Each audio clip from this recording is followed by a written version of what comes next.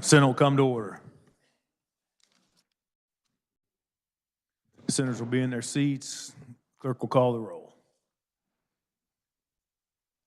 Alley, Baumgardner, Billinger, Blasey, Bowers, Clays, Corson, Dietrich, Dahl, Erickson, Fagg, Faust-Godot, Francisco, Gossage, Haley, Holland, Holscher, Kirshen, Cluse, Longbine, Masterson, McGinn, Olson, O'Shea, Peck, Peterson, Petty, Pittman, Pyle, Reddy, Reichman, Schellenberger, Steffen, Straub, Sykes, Thompson, Tyson, Ware, Warren, Wilborn. Senators and guests, please rise and give prayerful attention to our chaplain.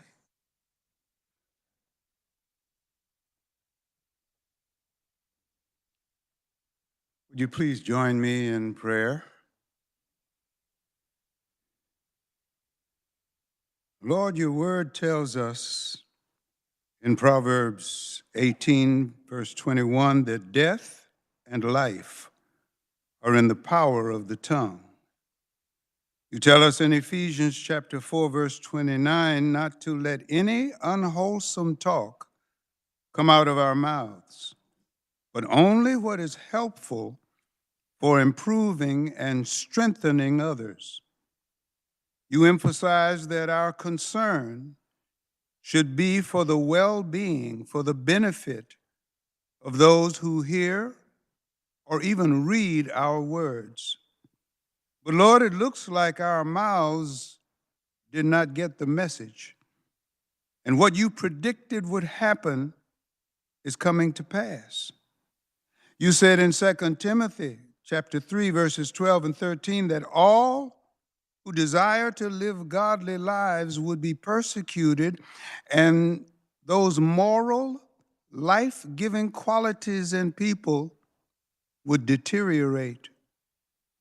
Lord, the things that come out of our mouths today, not only in private but in public media, are just like you said, going from bad to worse. You illustrate the power of the tongue in James chapter 3, verses 1 through 12, where you liken it to a bit controlling a horse, or a rudder turning a ship, or a spark igniting a blaze. As we formulate our words today, tomorrow, and on into the future, it will take you to control, to put a bridle, a check on our tongues. When we interact with others, rather than being poisonous, destructive, and deadly, let the things that we communicate up in here be life-giving. Let our interactions be healthy and life-giving. Bless us as we move to bless others. In the name of Jesus, I pray. Amen and amen. I pledge allegiance to the flag of the United States of America and to the republic for which it stands, one nation, under God, indivisible, with liberty and justice for all.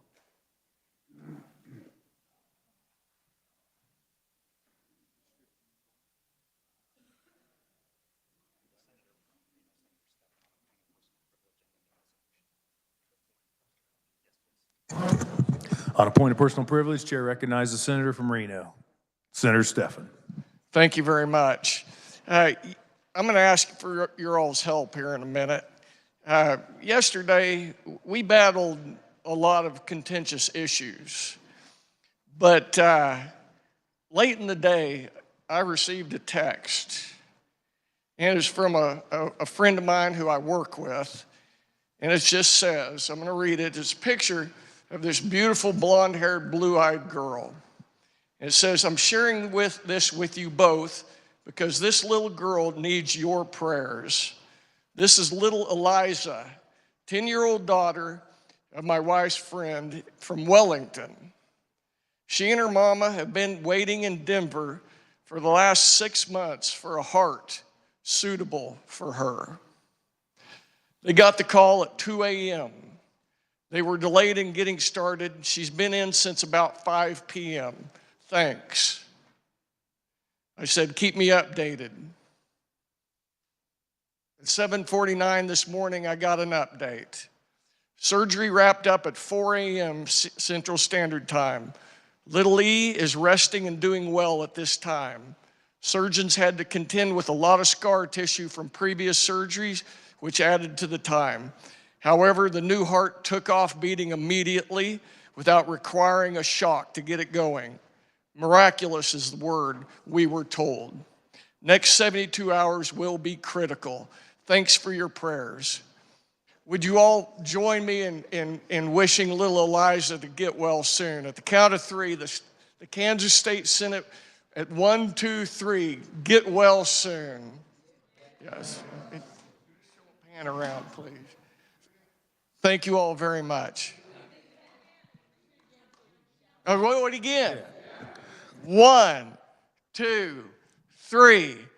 Get well.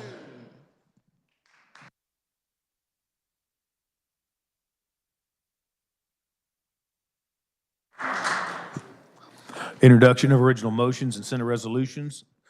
The clerk will read.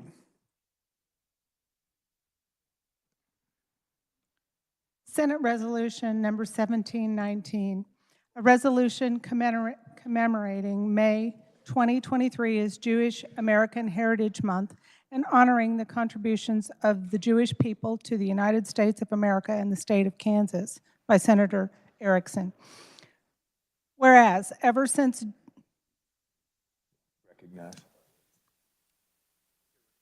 Chair recognizes Senator from Sedgwick, Senator Erickson. Thank you, Mr. President. I ask that the reader read, please. Whereas, ever since Jewish immigrants first arrived to our shores in the 16th century, the Jewish people have played a central role in the creation, growth, freedom, prosperity, and strength of the United States. And whereas the biblical and contemporary history of the Jewish people and the enduring values of the Jewish faith were vital sources of inspiration for the founding of the United States. The civil rights movement, the United States global leadership in the cause of freedom, the United States commitment to social justice, and many of the United States' most central tenets. And whereas the Jewish community has helped define the character and values of the United States through core Jewish beliefs, such as the creation of man in the image of God, the infinite value of every human life, the need for a weekly Sabbath, and the importance of education in the lives of children. And whereas, following the rebirth of Zionism and the miraculous return of the Jewish people to the Jewish homeland, the United States was the first country in the world to recognize the State of Israel in 1948. And whereas the State of Israel is now celebrating the 75th anniversary of its modern founding, and whereas since 1948, the State of Israel has emerged as a beacon of freedom, prosperity, and a world leader in technology, agriculture, water, conservation, and medicine. And whereas the United States has developed a deep friendship and unbreakable alliance with the State of Israel based upon shared values and mutual interests. And whereas since the Jewish people first settled in Kansas after the Kansas Territory was established in 1854, the Jewish people have played an integral role in the Kansas history. And whereas the Jewish people serve in the United States Armed Forces and the Kansas National Guard, and whereas Kansas unequivocally engages in trade and other relations with the State of Israel, and whereas for 42 years, every United States president has declared a period of time to celebrate the Jewish people's contributions to the United States and the Jewish community's history, heritage, and culture. And whereas in February 2006, the United States Congress adopted a concurrent resolution with bipartisan support urging the President of the United States to issue a Jewish American Heritage Month proclamation every May. And whereas since 2006, the President of the United States has declared the month of May as Jewish American Heritage Month, now therefore, be it resolved by the Senate of the State of Kansas that we commemorate May 2023 as Jewish American Heritage Month and honor the contributions of the Jewish Americans to the United States of America and the state of Kansas. And be it further resolved that we urge all schools in Kansas to commemorate Jewish American Heritage Month through appropriate announcements and programming. And be it further resolved that we further urge all Kansas museums and historical societies to host relevant programs commemorating Jewish American Heritage Month. Senator from Sedgwick, Senator Erickson. Thank you, Mr. President. I truly hope that everyone was listening as the resolution was being read, because it effectively highlights the history and the contributions of the Jewish people to the United States and to the state of Kansas. And it is my distinct privilege to introduce some special guests we have with us today in the VIP section. And if you would stand as I call your name, please. We have Adam Barron, who is the founder of the Combat Anti-Semitism Movement, his colleague Jennifer Gibson. And then it is an incredible honor for me to be able to introduce some Jewish war veterans from 605, Bill Greenberg, Howard Noah, Greg Quinn, Scott Bronston, Roger Cooper, Irv Cohen, and Larry Levine. Would you please join me in welcoming them to the Kansas Senate?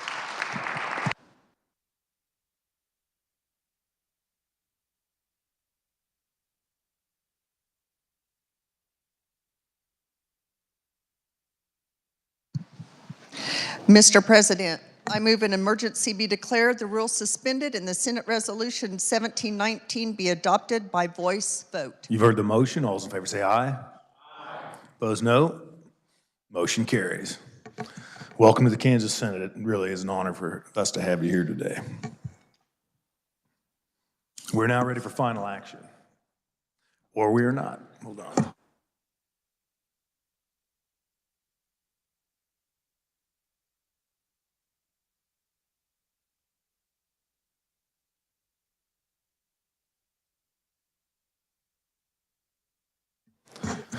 We are indeed ready for final action.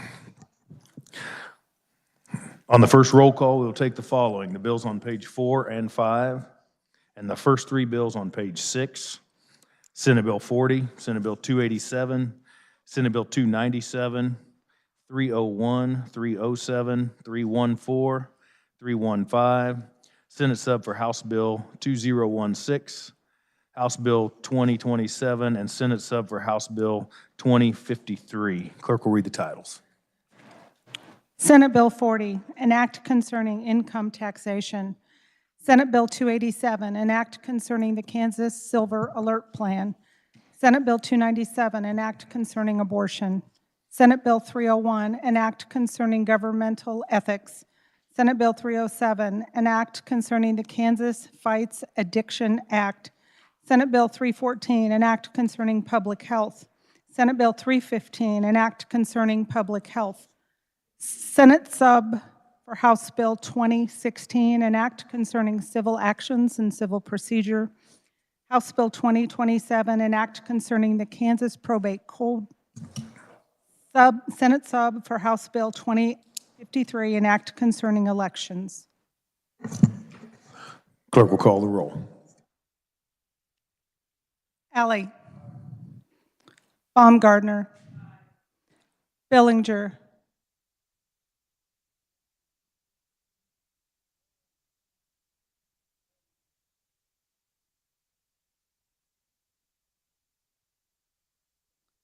Blasey.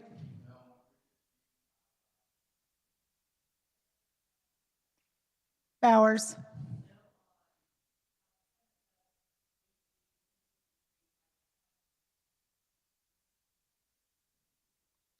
Clays.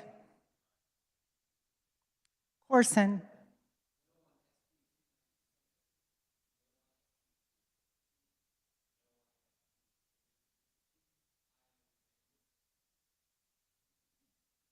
Dietrich.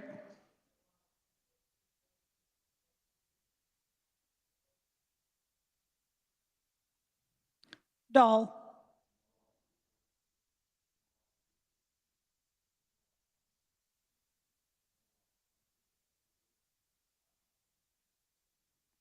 Erickson. Bag. Faust Godot.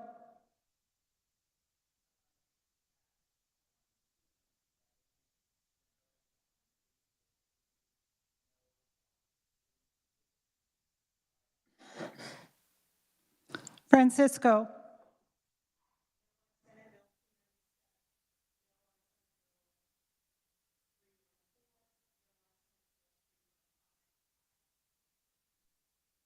Gossage. Haley.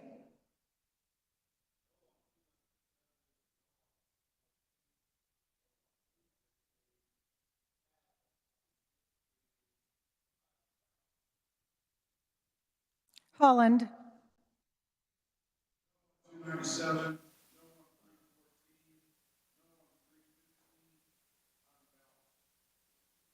Holscher.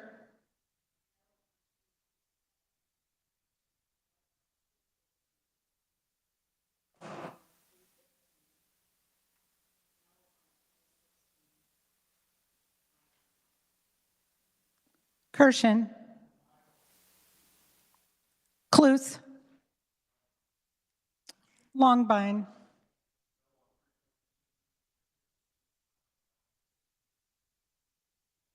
Masterson. McGinn.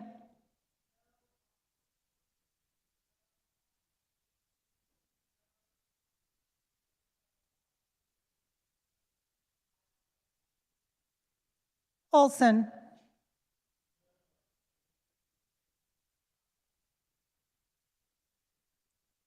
O'Shea.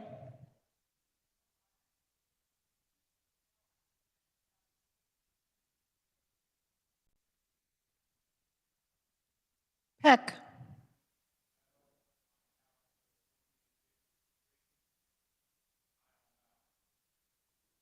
Peterson.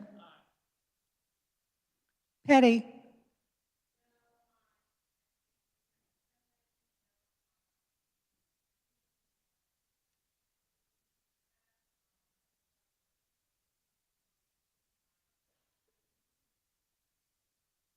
Pittman.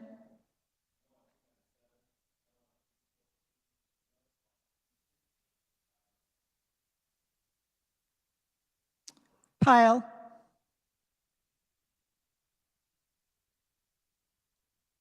Reddy.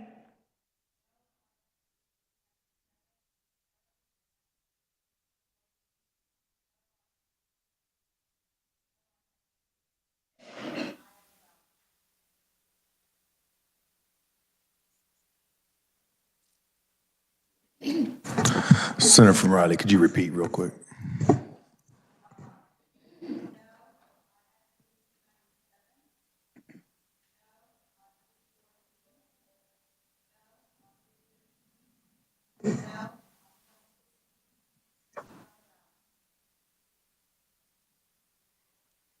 Reichman.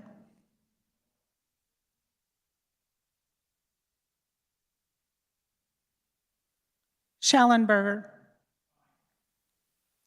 Steffen.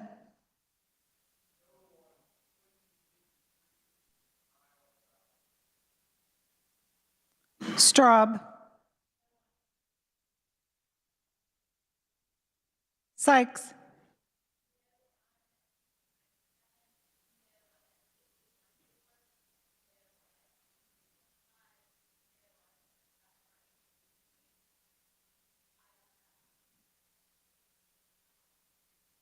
Thompson.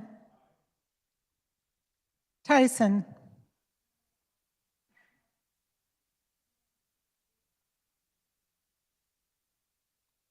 Ware.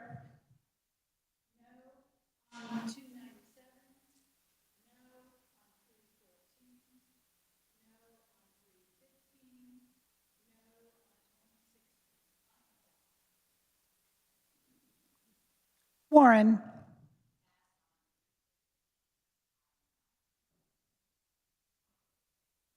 Wilborn.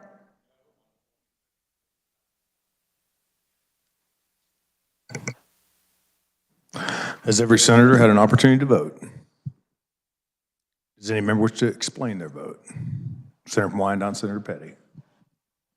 Thank you, Mr. President. This is an explanation of my vote on Senate Bill 315. There is over a century of case law at all levels of the judicial system demonstrating that governmental vaccine mandates are constitutional. In Prince versus Massachusetts, the Supreme Court held that the right to practice religion freely does not include liberty to expose the community or the child to communicable disease, or the latter to ill health or death. Our current state policies are much more flexible than what is constitutionally permissible. We allow families the latitude to have sincerely held religious exemptions, and it is KDHE's practice not to inquire into the sincerity of the requests. But blanket exemptions undermine the efficacy of public health intervention that rely on herd immunity. This policy also insults my faith. Being religious and having a belief does not make such a belief a religious one, and we shouldn't relegate otherwise just because it's politically expedient. I vote no on Senate Bill 315. I ask my words be spread on the journal. So ordered. Senator from Johnson, Senator Olson. Thank you, Mr. President. My no vote on 2053, I think the caucus process has worked great for a long time in Kansas. There's $4 or $5 million. We all know there's 10 or 15 places we could use this money that would help people more. And also, most of the time, by the time the process gets to Kansas, it's already over or somewhat decided. So I know my words weren't that great, but hopefully that's my explanation for that vote. Would you like them spread on the journal? No, I wouldn't. Thank you. Very good. Senator from Shawnee, Senator O'Shea. Thank you, Mr. President. Senate Bill 315 explanation. One person's freedom ends when another's begins. I have fought hard to protect life since my election to the Kansas Senate. Senate Bill 315 is an attack on those efforts to protect the innocent. Vaccines, particularly for children, are essential to protect them from raging fever, blistering sores, paralysis, and death. Childhood vaccinations work like a boat. All of our children are in it together, or we negligently put them out in the craft that's taking on water. Efforts by some in the Kansas Senate this year would remove the protection for our children and drill holes in the very vessel keeping them safe. I oppose efforts by those who would wipe out innocent life through abortion, and I stand opposed to those who would allow innocent children to suffer and possibly die when these life-saving vaccines have been safely used for decades and remain available. Real conservative Republicans stand up to protect children and protect life at all times. Would you like your remarks spread on the journal? So ordered. Senator from Johnson, Senator Holscher. Thank you, Mr. President. I'd like to offer my explanation of vote on 315. Please proceed. 9 out of 10 Kansas voters support vaccine requirements for children to attend K through 12 and child care facilities. Expanding exemptions goes against the majority of Kansas wishes, discounts evidence, and leaves our children at risk to preventable diseases. This is a dangerous bill, and I vote no. Would you like your remarks on the journal? So ordered. Senator from Johnson, Senator Sykes. Can I get a preliminary count on SB 315? 21 in favor, 18 opposed. Call of the Senate. Call's been made. I see 2 hands. There you go. Seeing enough hands, Senate's under a call. Senators will be in their seats. Sergeants will close the doors. Clerk will call the roll.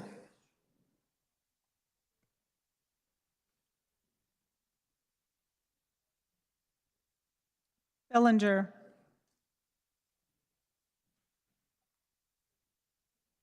Senator from Sherman, Senator Billinger. You would have had a pass, whichever one you passed on. Whichever one you voted pass on, you'll have to go up or down.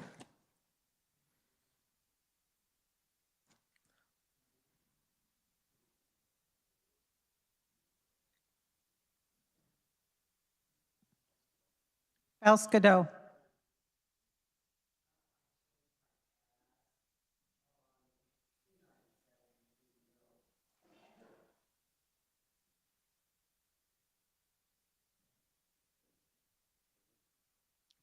Haley.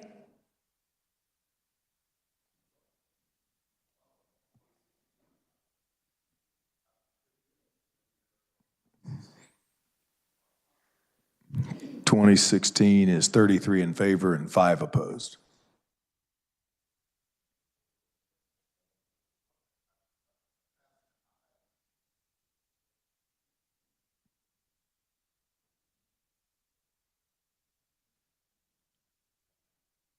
Petty.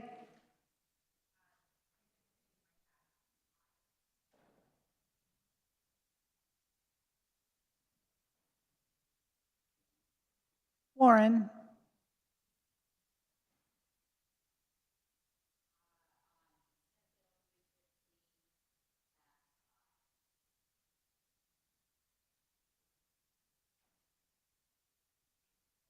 Having all voted, call is raised. Further explanations? Any further changes? Senator from Douglas, Senator Francisco. Thank you, Mr. President. With her permission, I'd like to join the remarks of the senator from Wyandotte on SB 315. So ordered. Senator from Wyandotte, Senator Haley. To join the remarks of the senator from Johnson, Senator Holscher, on 315. I would have asked to be included with the senator from Shawnee, but she brought a little partisan twist at the end that I couldn't sign on to, though I agree with her wholeheartedly. So ordered. Any further changes, comments, explanations? Seeing none, clerk will close the roll. Tally the vote.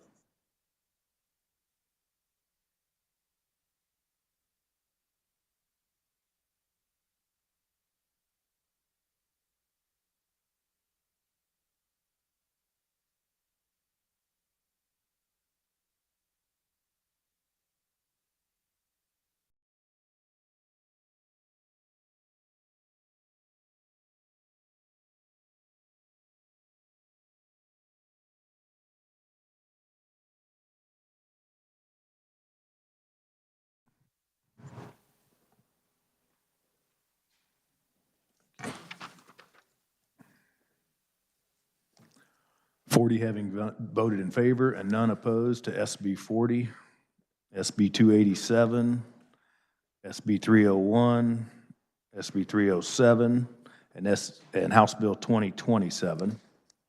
29 having voted in favor and 11 opposed to Senate Bill 297, 24 in favor and 16 opposed to Senate Bill 315, 22 in favor and 18 opposed to Senate Bill 315, 35 in favor and 5 opposed to 2016, 28 in favor and 12 opposed to House Bill 2053. These measures, having reached their constitutional majority, are hereby declared passed. On the second roll call, we'll take the remaining bills on page 6, the bills on page 7, and the first 3 bills on page 8. Senate sub for House Bill 2070, House Bill 2087, House Bill 2114, Senate sub for House Bill 2138, House Bill 2141, House Bill 2147, House Bill 2160, Senate substitute for House Bill 2170, House Bill 2225, and House Bill 2279. Clerk will read the titles. Senate sub for House Bill 2070, an act concerning children and minors. House Bill 2087, an act concerning elections. House Bill 2114, an act concerning the Joint Committee on Corrections and Juvenile Justice Oversight. Senate sub for House Bill 2138, an act concerning education. House Bill 2141, an act concerning food assistance. House Bill 2147, an act concerning motor vehicles. House Bill 2160, an act concerning traffic regulations. Senate sub for House Bill 2170, an act concerning philanthropic gifts. House Bill 2225, an act concerning utilities. House Bill 2279, an act concerning water. Before I call the roll, there was request for clarity on, it was the final count last, Senate Bill 314 was 24 to 16, 315 was 22 to 18, in case there was confusion. Thank you. Clerk will call the roll. Alley. Baumgartner.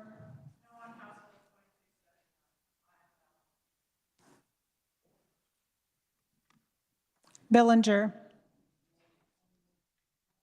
Excuse me, I skipped one.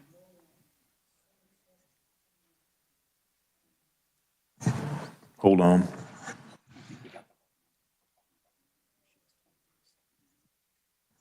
Sheriff Miami, could you repeat?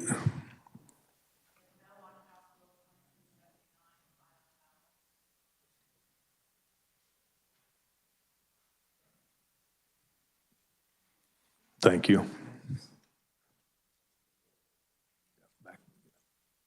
Billinger.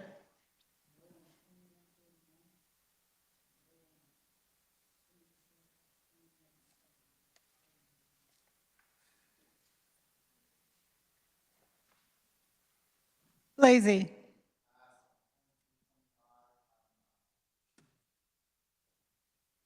Bowers.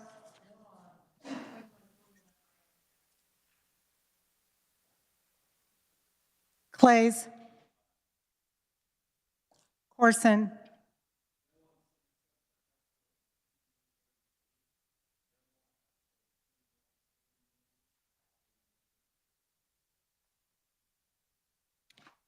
Dietrich.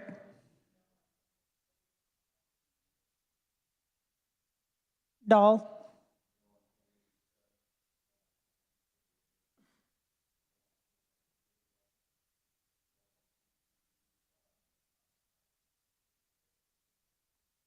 Erickson. Bag. Valscadeau.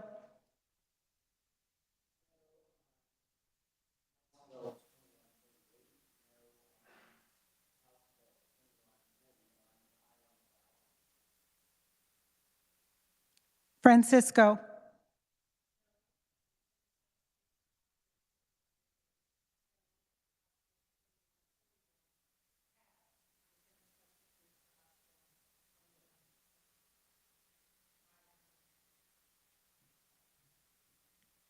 Gossage. Haley.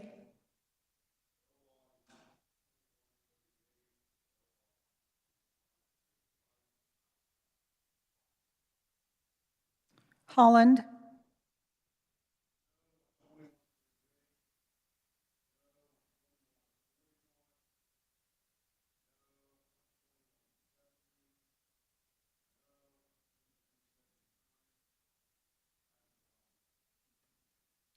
Holscher.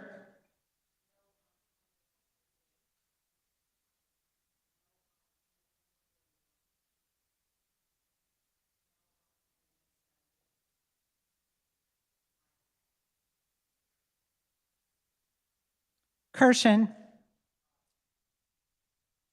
Cluse. Longbine.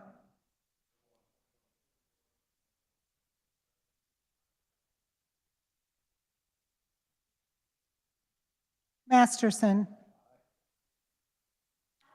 McGinn.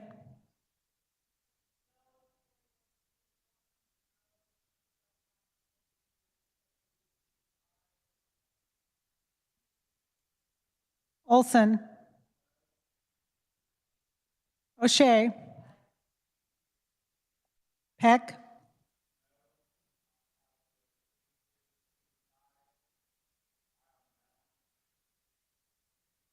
Peterson. Petty.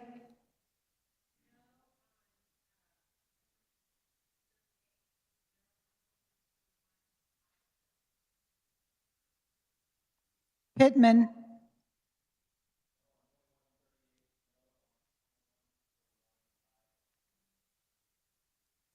Pyle. Reddy.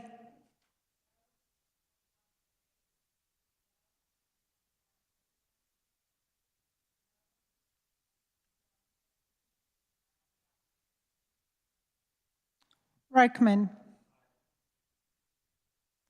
Schallenberger.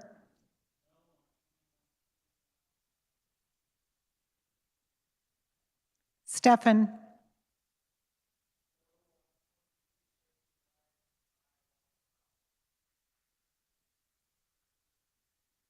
Straub.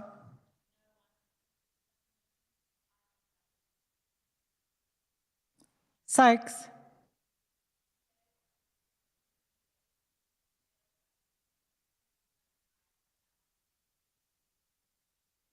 Thompson. Tyson.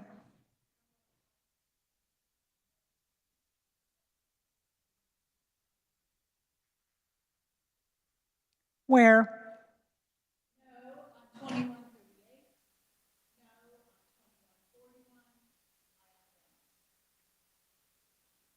Warren. Wilborn.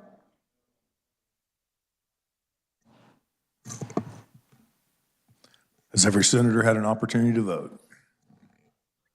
Does any senator wish to explain their vote? Senator from Sedgwick, Senator Fauske-Doe. Thank you, Mr. President. I'd like to explain my no vote on House Bill 2141. Mr. President, this bill would make it less likely that parents can support their children and more likely that children and their parents will go hungry, reducing access to food for Kansans who are already struggling financially is unnecessarily harsh and ineffective. Non-custodial parents working hard to find higher paying employment opportunities will have those efforts undermined if they do not know where their family's next meal is coming from or cannot focus on their jobs. Mr. President, I vote no on House Bill 2141. Would you like your remarks spread on the journal? Yes, I would. Thank you. So ordered. Senator from Sedgwick, Senator Peterson. I to no 2141. Senator from Johnson, Senator Sykes. I'd like to explain my vote on 2141. Please proceed. My colleague from Sedgwick County said it best. Find another way to get people to pay child support. Don't starve them. This bill holds access to food hostage in order to force people into parenting the way legislators in this building think they ought to, regardless of the impact on the children involved. And that impact is significant. 1 in 7 Kansas kids is food insecure. Some of those kids live with parents who are also non-custodial parents of other children.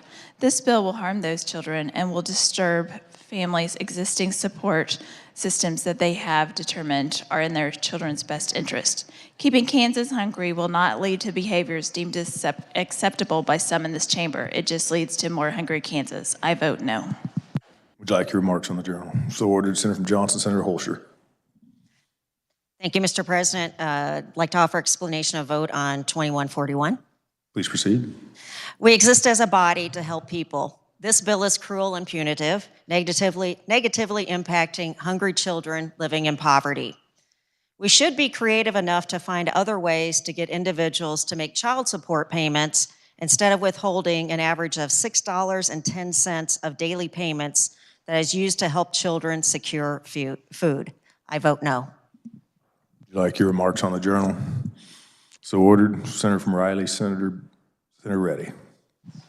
Thank you, Mr. Chair. I would like to join my colleagues, both senators, Senator from Johnson, as well as my other colleague, Senator from Johnson County, Senator Sykes and Senator Holscher, as well as my colleague from Sedgwick, Senator Fauske-Doe, and their comments about Senate Bill 2141. Thank you. So ordered. Senator from Douglas, Senator Francisco. Thank you, Mr. President. With their permission, I would like to join the senator from Sedgwick and the 2 senators from Johnson on their remarks on 2141. So ordered. Senator from Wyandotte, Senator Haley. Thank you, Mr. President. I'd be personally elevated if I'd be allowed to join the troika of articulation brought by the senator from Johnson, Senator Sykes, the senator from Johnson, Senator Holscher, and the senator from Sedgwick, Senator Fauske-Doe, in so well articulating the concerns in the bill that creates hungrier when we should be creating more access to food. So ordered. Senator from Wyandotte, Senator Petty. Thank you. I would like to join the remarks of the senator from Sedgwick and both senators from Johnson County on their remarks on 2141. So ordered. Senator from Douglas, Senator Holland. Thank you, Mr. President. With your permission, I'd like to join the senator from Sedgwick's comments on 2141. So ordered. Senator from Sedgwick, Senator Ware. Thank you, Mr. President. I would like to join the remarks from the senator from Sedgwick and the two senators from Johnson. Thank you. So ordered. Further explanation or change, Senator from Leavenworth, Senator Pittman. I'm going to change my no to an aye on 2138.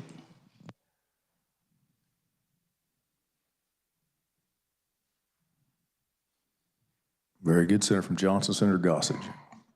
Thank you, Mr. Chair. I would like to explain my vote on 315.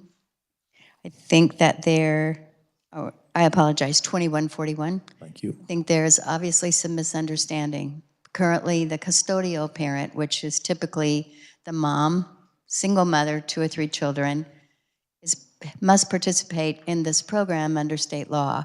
This is just adding that supposedly deadbeat dad who is not paying child support to the family to help the children. Thank you, Mr. Chair. Would you like your remarks on the journal? So ordered. Senator from Shawnee, Senator Cluse. Can you give me a preliminary count on 2141, please, Mr. Chairman? 2141 is 21 in favor, 19 opposed.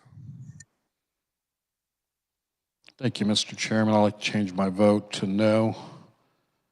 This is a difficult decision, but I do think there's a lot of kids that we do need to keep in mind for that. I'll change my vote. Thank you. Further changes or explanations? Seeing none, clerk will close the roll, tally the vote.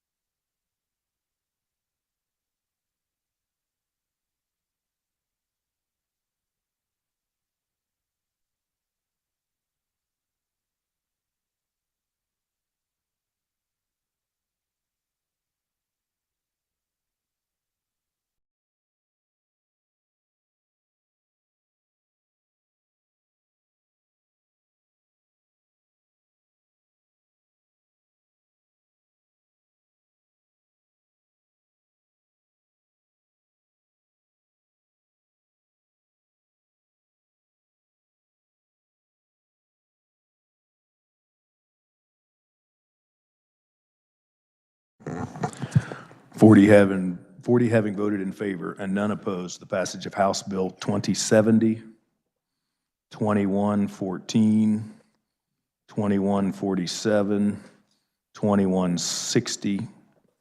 39 having voted in favor and 1 opposed to House Bill 2087. 29 having voted in favor and 11 opposed to 2138. 31 in favor and 8 opposed to 2170. 37 having voted in favor and 2 opposed to 2225. 35 having voted in favor and 5 opposed to the passage of House Bill 2279. These measures, having reached a constitutional majority, are hereby declared passed.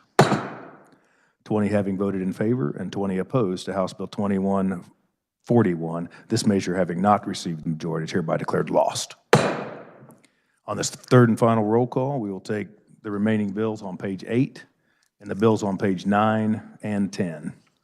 House Bill 2290, Senate substitute for House Bill 2302, House Bill 2304, House Bill 2313, House Bill 2325, House Bill 2326, House Bill 2346, House Bill 2350, Senate substitute for House Bill 2390, and House Bill 2395. Clerk will read the titles. House Bill 2290, an act concerning higher education. Senate sub for House Bill 2302, an act concerning water. House Bill 2304, an act concerning education. House Bill 2313, an act concerning health and healthcare. House Bill 2325, an act concerning insurance. House Bill 2326, an act concerning consumer protection. House Bill 2346, an act concerning motor vehicles. House Bill 2350, an act concerning crimes, punishment, and criminal procedure. Senate sub for House Bill 2390, an act concerning the Secretary of Health and Environment. House Bill 2395, an act concerning the Open Records Act. Clerk will call the roll. Alley, Baumgardner, Billinger, Lazy, Bowers,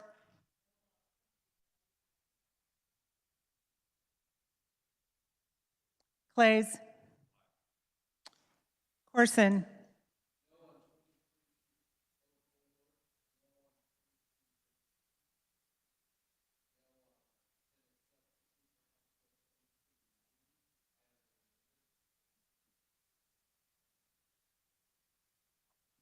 Dietrich,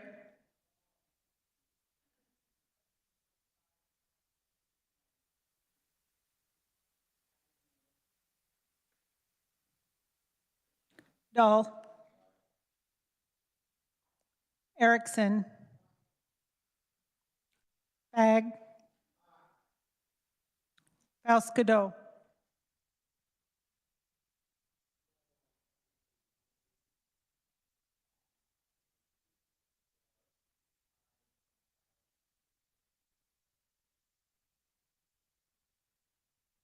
Francisco,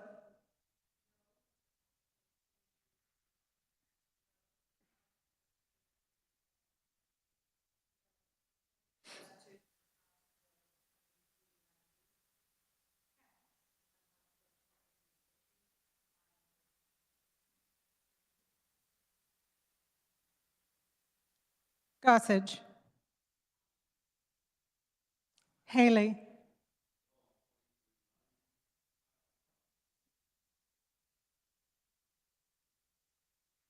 Holland,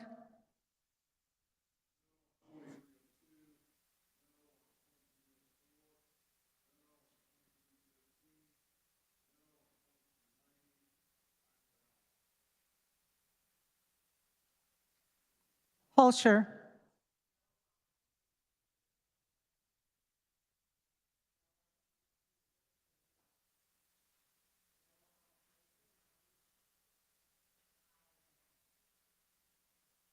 Kirshen, Close, Longbine,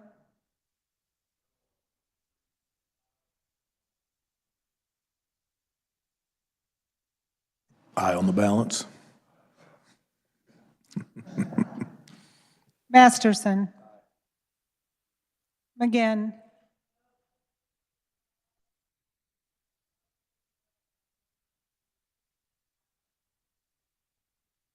Olson, O'Shea,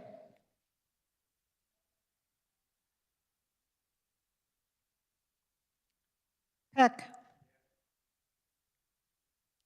Peterson, Petty,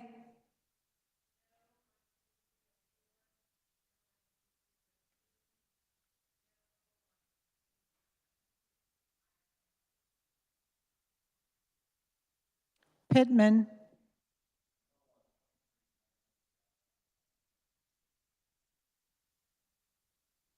Pyle,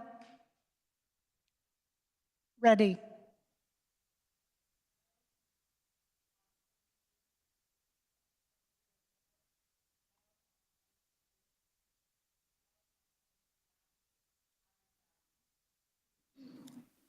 Reichman, Schallenberger, Steffen, Straub,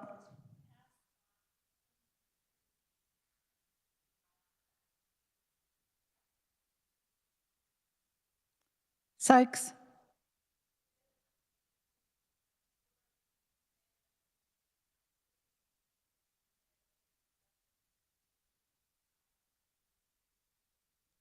Thompson, Tyson,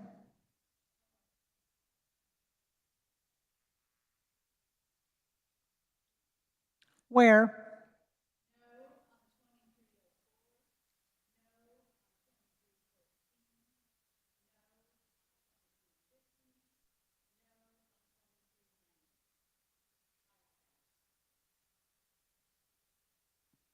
Warren, Wilborn.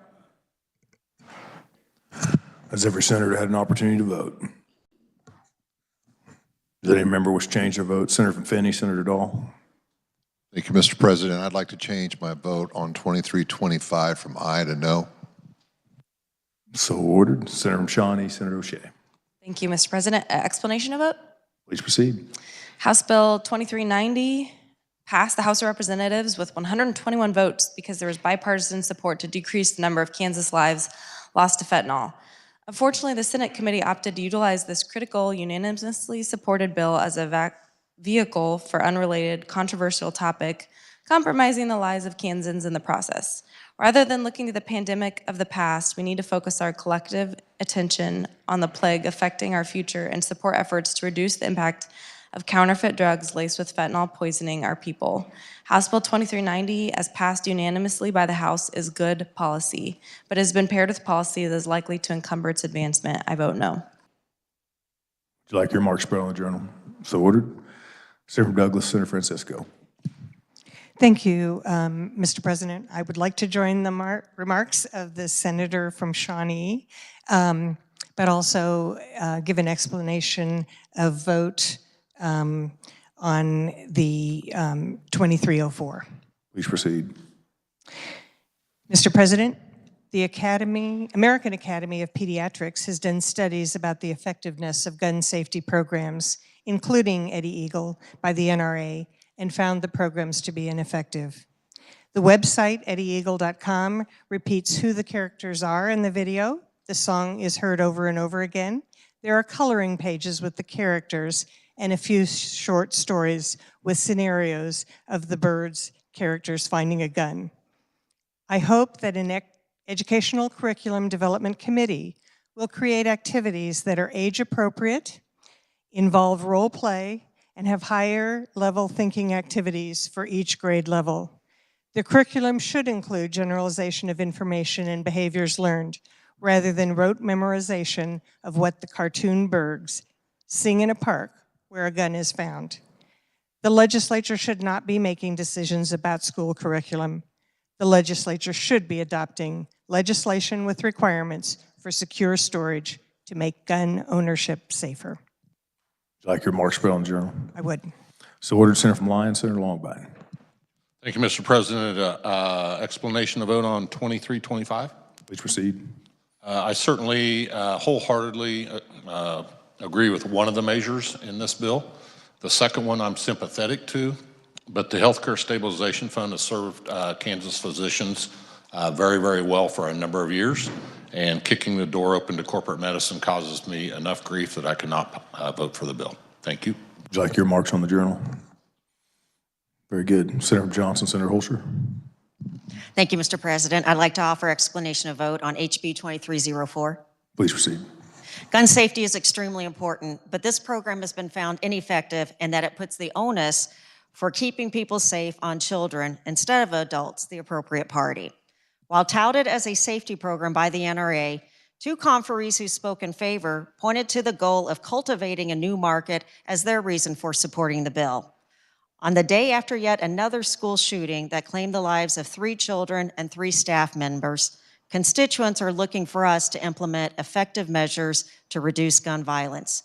This bill is not the answer. Thank you. Remarks on the journal. So ordered. Senator from Sedgwick, Senator Ware. Thank you, Mr. President. With their permission, I would like to join the remarks of the senator from Douglas and the senator from Johnson. So ordered. Senator from Wyandotte, Senator Petty. With her permission. Sorry, Senator from Wyandotte, Senator Haley. I recognize Senator Wyandotte, Senator Petty. I yield. Well, no, I'm sorry. I think I was first. Okay. I'd like to join the remarks of the senator from Douglas and the senator from Johnson on 2304 and the senator from Shawnee on remarks on 2390. So ordered. You now have the floor, Senator from Wyandotte, Senator Haley. And I thank you, Mr. President. With her permission, I'd appreciate joining the remarks of the senator from Shawnee on 2390. So ordered. Senator from Douglas, Senator Holland. Thank you, Mr. President. I would like to change my yes vote to a no on 2325. So ordered. Senator from Sedgwick, Senator Fauskido. I want to change my yes vote from on 2313 to no. Very good. So ordered. Senator from Riley, Senator Reddy. Thank you, Mr. Chairman. I'd like to change my vote on 2325 from a yes to a no. Thank you. So ordered. Senator from Leavenworth, Senator Pittman. With her permission, I'd like to join the remarks from the Senator from Shawnee, Senator O'Shea. So ordered. Senator from Douglas, Senator Francisco. Thank you, Mr. President. I would like to change my vote on House Bill 2325 to pass. Further explanations or changes? Senator from Wyandotte, Senator Haley. Thank you for your indulgence, Mr. President. Could we have an idea of what 2325 is doing now? Is it on a preliminary on 2325? Looks like 33 in favor, 6 opposed. Thank you. Any further changes? Seeing none, clerk will close the roll, tally the vote.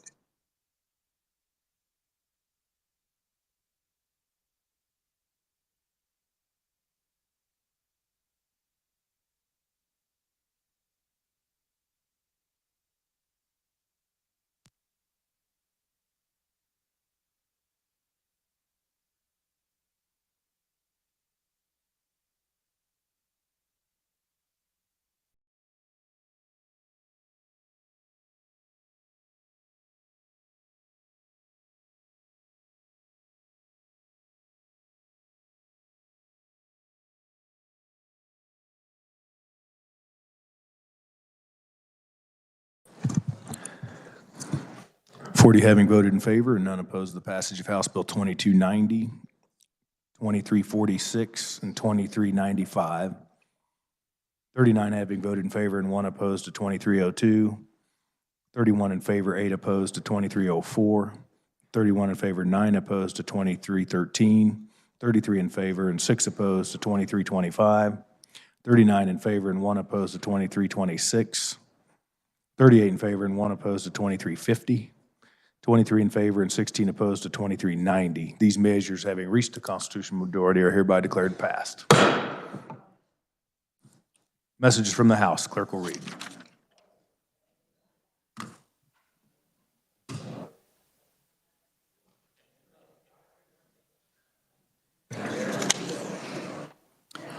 Announcing rejection of Senate Bill 194. The House non-concurs in Senate amendments to House Bill 2014, requests a conference, and has appointed Representatives Francis, Neely, and Ballard as conferees on part of the House. Announcing passage of House Bill 2438, House Bill 2401, House Bill 2443, House Bill 2446, Sub-House Bill 2414. House Bill 2438, an act concerning emergency medical services. House Bill 2401, an act concerning employment security law. House Bill 2443, an act concerning children and minors. House Bill 2446, an act concerning cities and counties.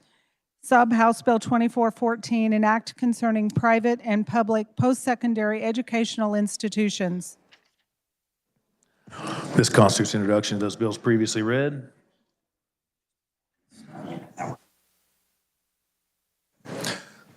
Before we break, are there announcements?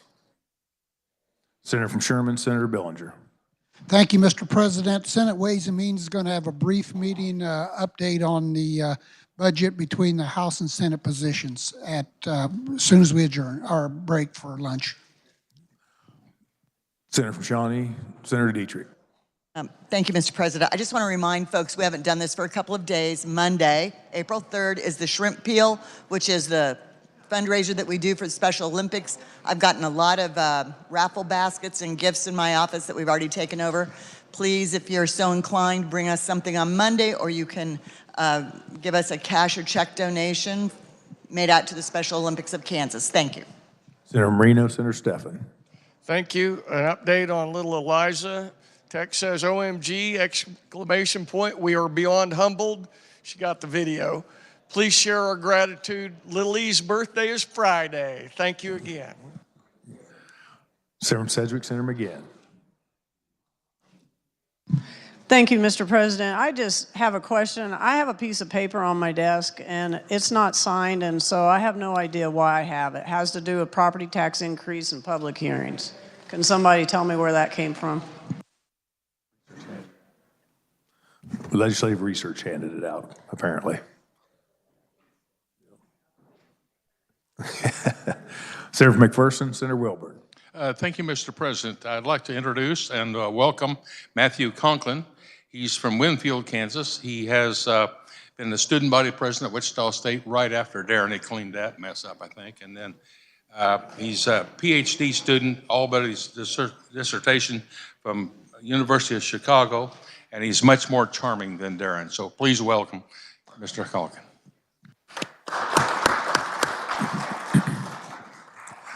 Welcome to the Senate. Any further announcements? Senator from Meade, are you seeking recognition? Apparently not. Senator from Lyon, are you seeking? Mr. President, I was in a kind of a sidebar discussion and wasn't paying attention as I should have been. Did we say what time we're back? That'll be announced by the majority leader, but I'm anticipating. I'm ahead of myself. You are ahead of yourself. Any further announcements? I'm going to say none. Recognize Majority Leader from Cali, Senator Alley. Thank you, Mr. President. I move the Senate recess till 1:30 p.m. For the motion, all those in favor say aye. Opposed, no. Senate's in recess.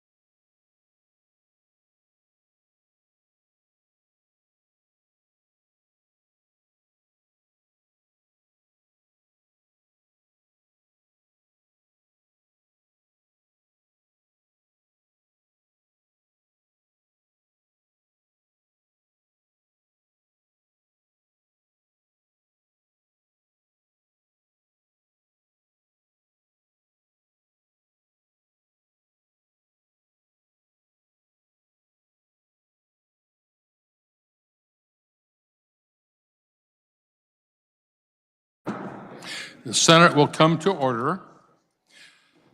On a point of personal privilege, the chair recognizes the senator from Johnson, Senator Holscher.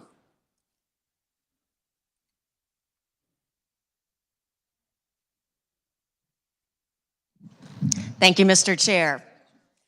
I am very excited today to recognize Livia Vial, who is joining us. I'll give you a little bit of background. At the age of 5, Livia started building in her family's workshop with her dad, who has joined her here today. She quickly showed a talent for home decor products and making special creations. In the summer of 2015, people started asking her to make some of her creations for their homes, and that is how Crafty Girl Creations got started. Livia makes a variety of modern and vintage farmhouse-style decor, along with KC-themed products, which she sells via Etsy and at local art shows. Her business has been so successful that in 2022, she was nominated for Outstanding Entrepreneur under the age of 30, and she was selected as the overall winner for the Kansas City area. Not too bad for someone who's 13 years old. In addition to creating products, Livia loves helping others, so a big portion of each sale helps her provide free craft kits for kids at Children's Mercy Hospital. Livia is also a second-degree black belt in Taekwondo and loves hanging out with her friends. She's a middle schooler in the Blue Valley School District. She is joined here today by her father, Dan, and her mom is busy teaching 5th graders at one of our Blue Valley schools. Please join me in congratulating Livia and welcoming her and her father to the Senate.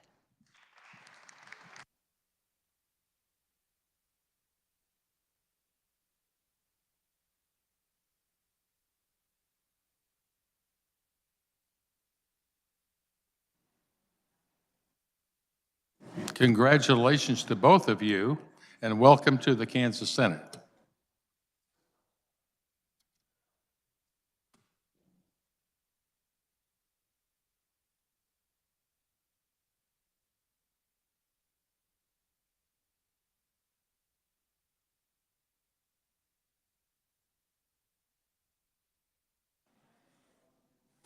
On a motion to concur, the chair recognizes Senator for Cloud, Senator Bowers on House Sub for Senate Bill 208. Thank you, Mr. Vice Chair. House Substitute for Senate Bill 208 passed the House at... Senator, just a minute. You need to make a motion for explain. Oh, thank you. I move the Senate concur to House amendments to House Substitute for Senate Bill 208. You heard the motion. All in favor say aye.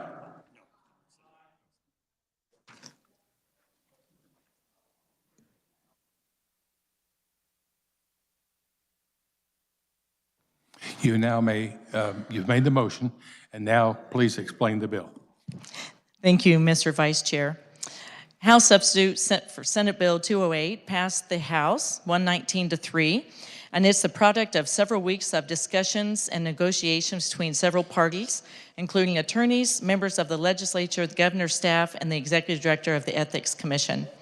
This bill helped alleviate a number of concerns that proponents had raised regarding the Ethics Commission and how it investigates matters before them.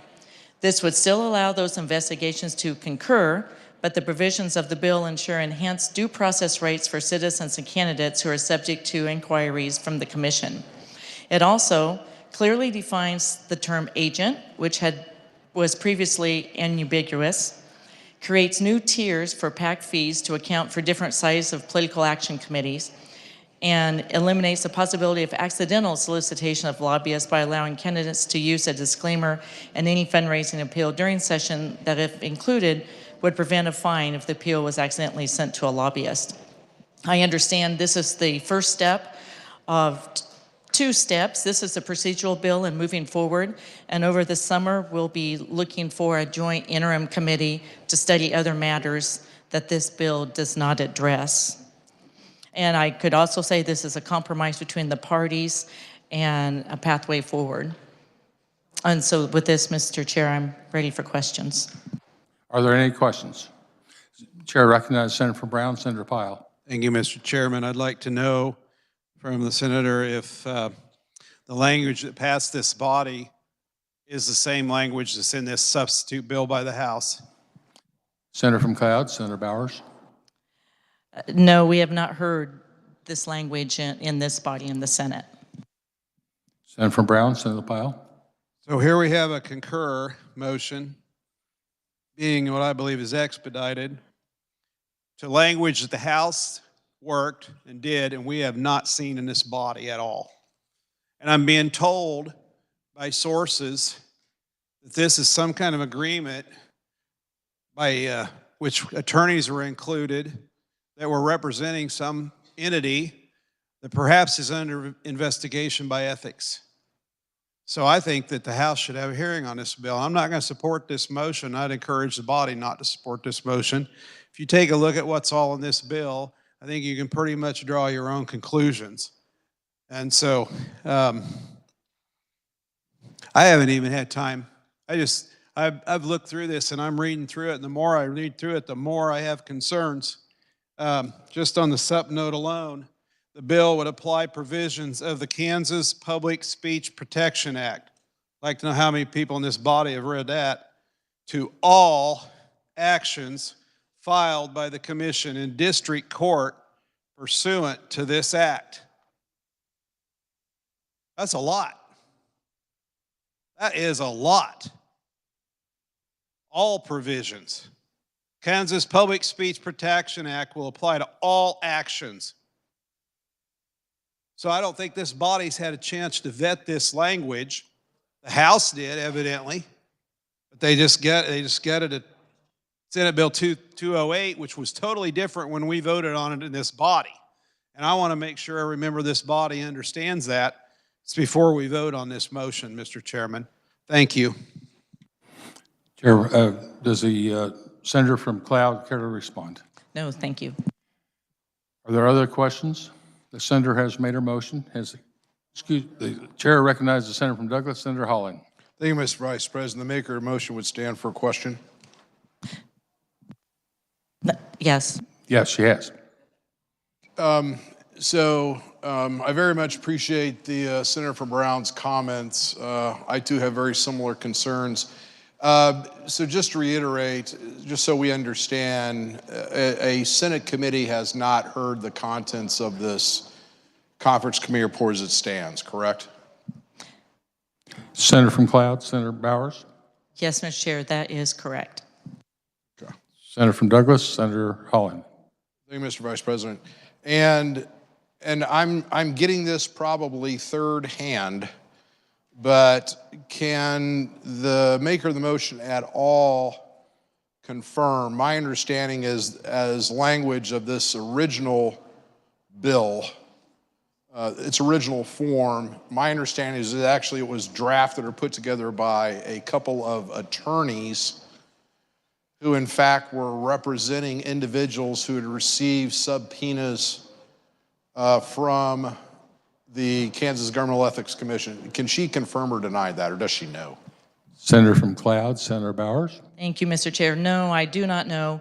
I just know what parties were included in these discussions, including the governor's staff, other members of the legislature, the executive director of the Ethics Commission, and attorneys. That's my knowledge. Senator from Douglas, Senator Holland. And does the maker of the motion at all know? I appreciate the fact that this is a compromise, and I'm sure lots of time went into it.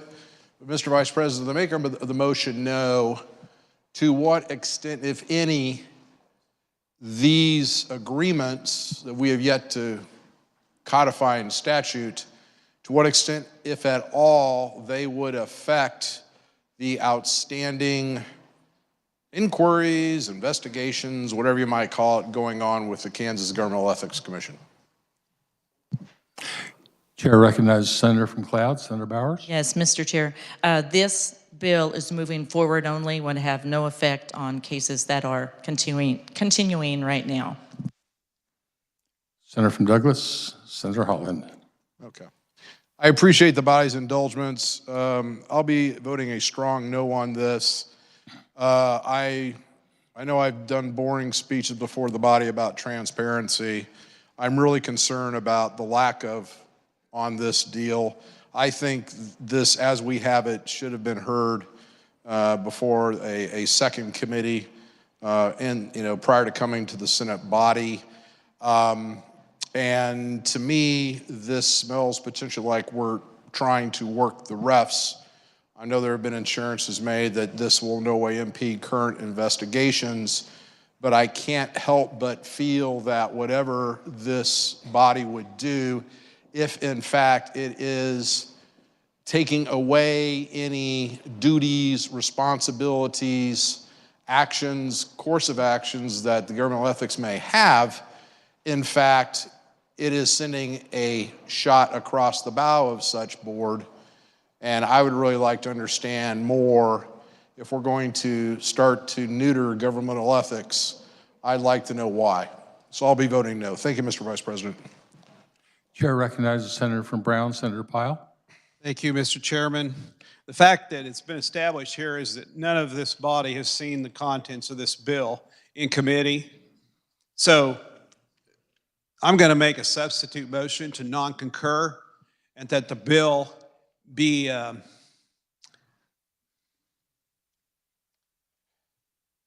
don't know whether I want a conference committee to look at this or whether I'd like to have it sent to a committee for a hearing. So I'm going to make a motion to non-concur and that a conference committee be appointed.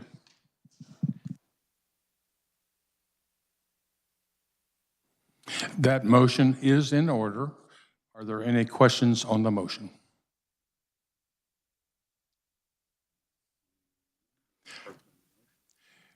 Seeing none.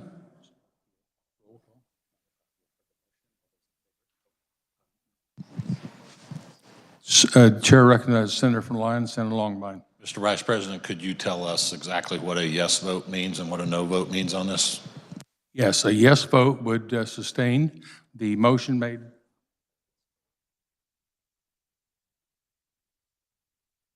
The yes vote would sustain the non-concur to appoint a conference committee.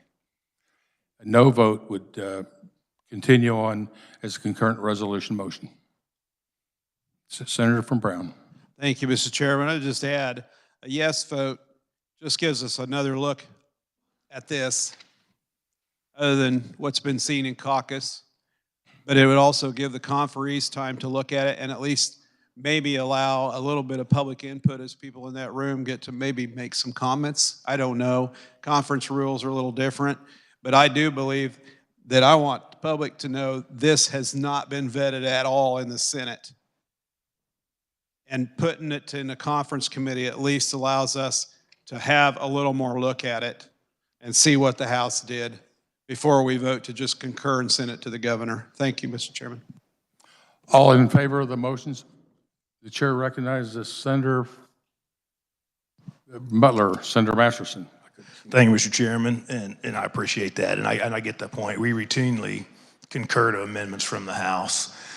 Republican Party caucused on it. I believe the Democratic Party caucused on it. I don't know what the deliberations were like in the independent caucus, but I would suggest we go ahead and just go ahead and finish the process, vote the underlying substitute motion down, and vote to support Chairman of Ethics. We're now ready for a vote. All in favor of the motion, say aye. Aye. Those opposed, no. Noes have it. Seeing 5 hands, we're on a roll call.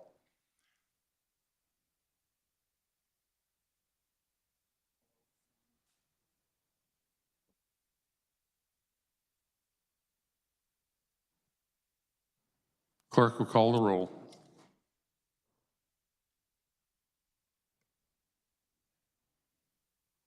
Alley. Baumgardner. Billinger. Lazy. Bowers. Clays. Corson. Dietrich. Dahl. Erickson. Bag. Valscadeau. Francisco. Gossage. Haley, Holland, Holscher, Kirshen, Cluse, Longbine, Masterson, McGinn, Olson, O'Shea, Peck, Peterson, Petty, Pittman, Pyle, Reddy, Reichman, Schallenberger, Steffen, Straub, Sykes, Thompson, Tyson, Ware, Warren, Wilborn. Has every senator had the opportunity to vote? Does any senator wish to explain their vote? Chair recognizes the senator from Wyandotte, Senator Haley. I voted to have this, Mr. Vice President, because of the continuity of the consistency of the maker of the motion, and who the other day handed out a bill to this body with my name on it and suggested that the bill had not been through the committee process and we had not had it vetted. So based on the continuity of that, the maker of this motion, and bringing this same issue forward, I appreciate the fact that despite the fact that my bill was brought up the other day and handed out on our desks, it had not been the process, that since he brought up the same point today, that I would share his concern that this has not been properly vetted, and it is a big issue, and so I voted with him on it. Vote aye. Are there other explanations of vote? Are there any changes of vote? Chair recognizes Senator from Lynn, Senator Tyson.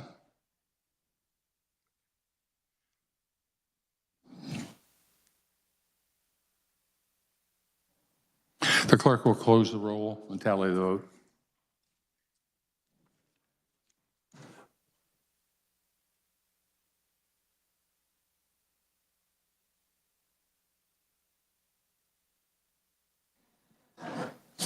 On the vote of 10 to 30, the motion fails. We're now back on the bill of the senator from Cloud, Senator Bowers.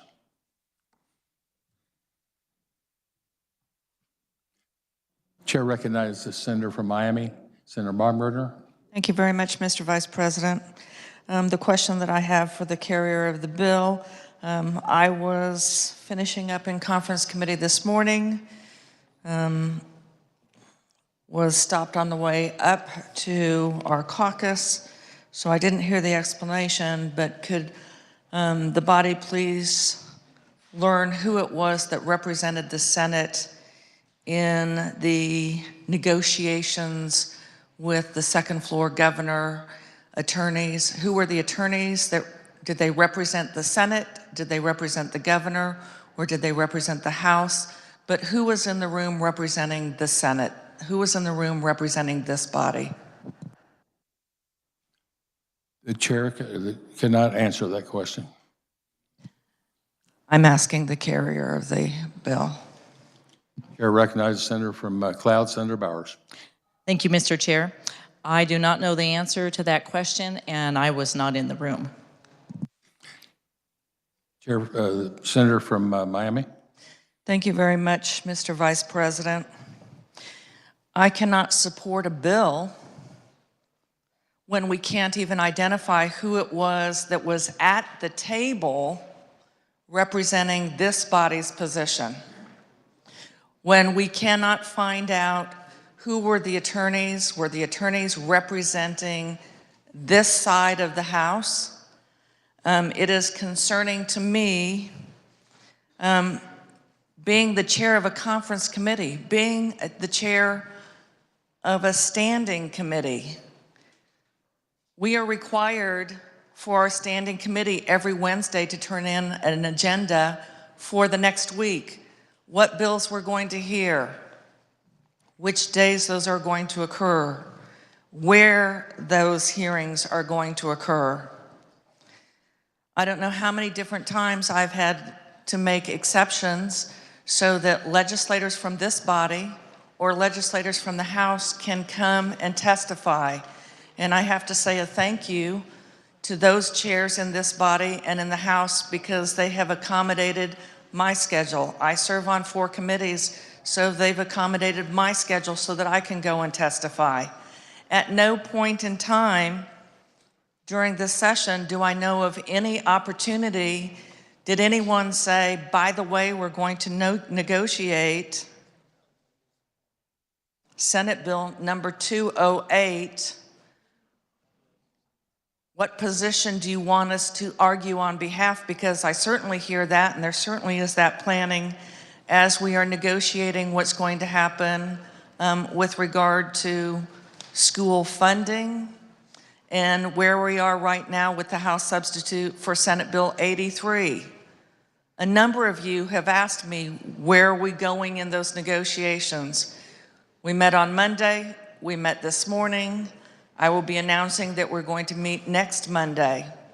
But at no point in time were any of us invited to attend any of the negotiations, or I guess the conference committee for Senate Bill number 208.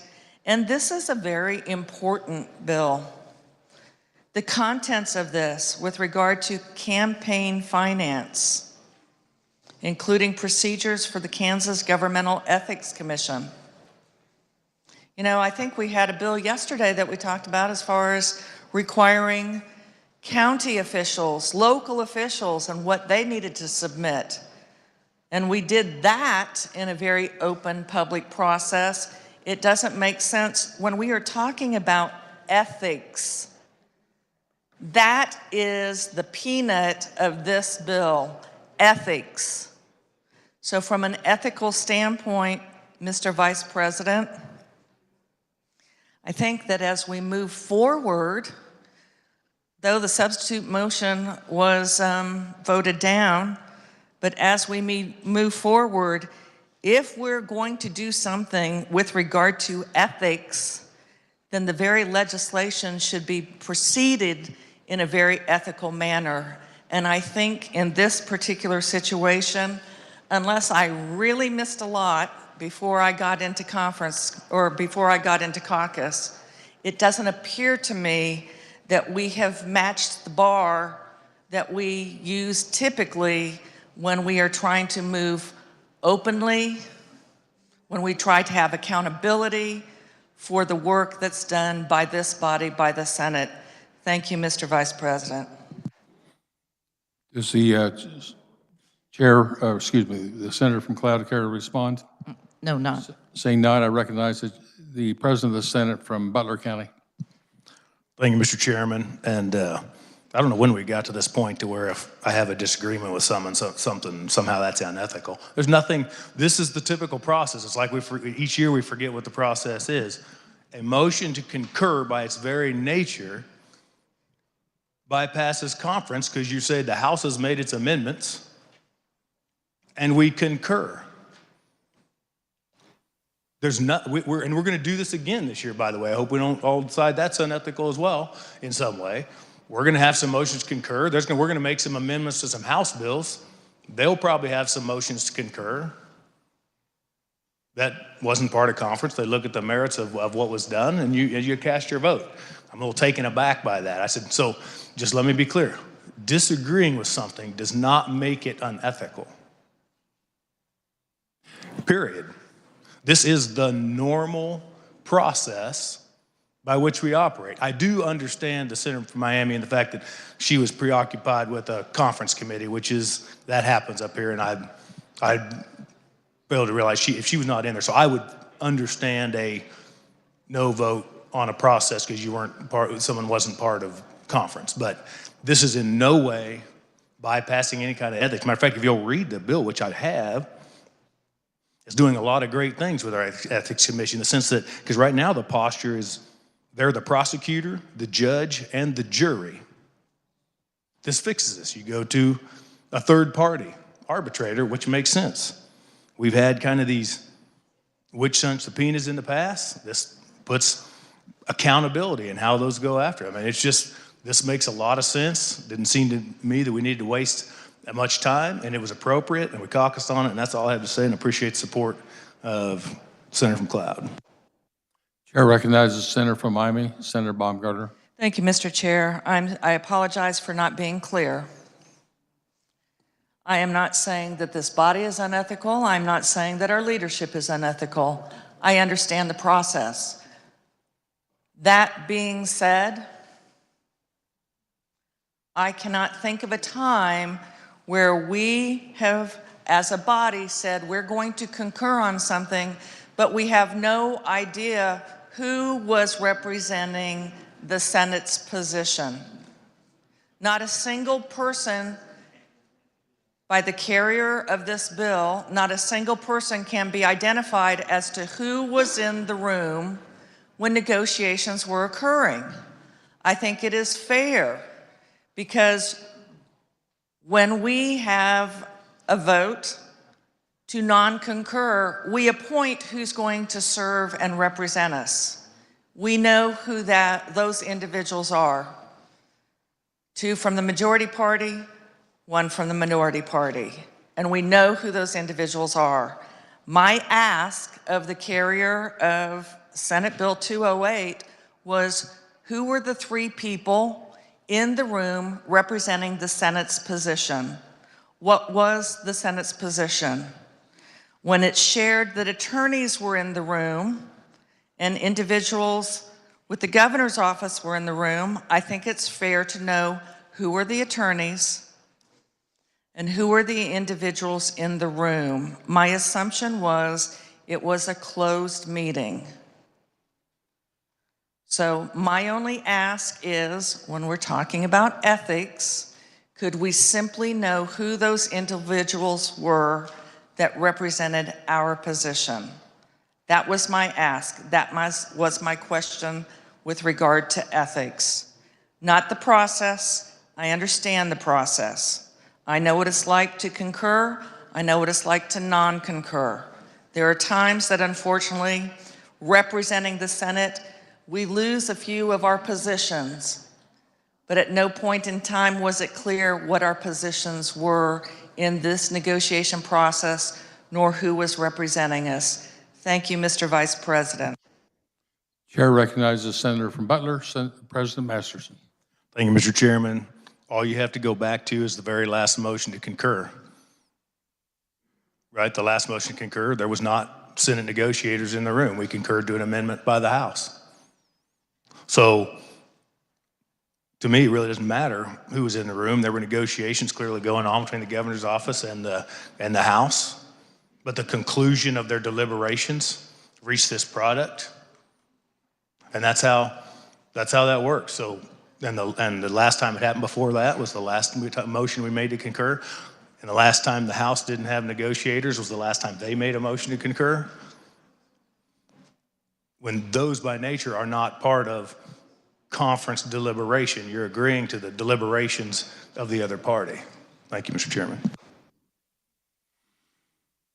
Chair recognizes Senator from Cherokee, Senator Schallenberger. Thank you, Mr. Vice President. I've had time during all this to read the bill. It's been kind of helpful. We're all in the room now. I'd like to ask the carrier of the motion a question. Please proceed. Page 1 at the bottom on line 32, agent. It appears to me that agent is a new item. Is that correct? Senator from Cloud, Senator Bauer. Thank you, Mr. Chair. Let me double check real quick with the reviser, but I believe so. Yes, it is a new term, and I understand that was part of the discussions. It was ambiguous, and they wanted to define agent. So I'm assuming if I've hired a polling company or a company that does print for my campaign, they now fall under the campaign finance rules rather than not. Is that what agent does? Is that what? Senator from I really don't know. McLeod, Senator Bowers. Thank you, Mr. Chair. I don't.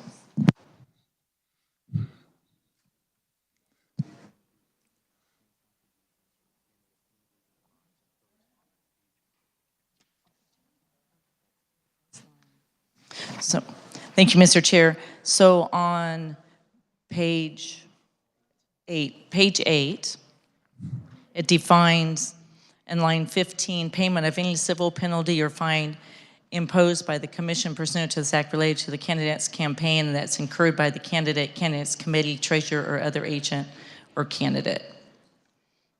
Senator from Cherokee.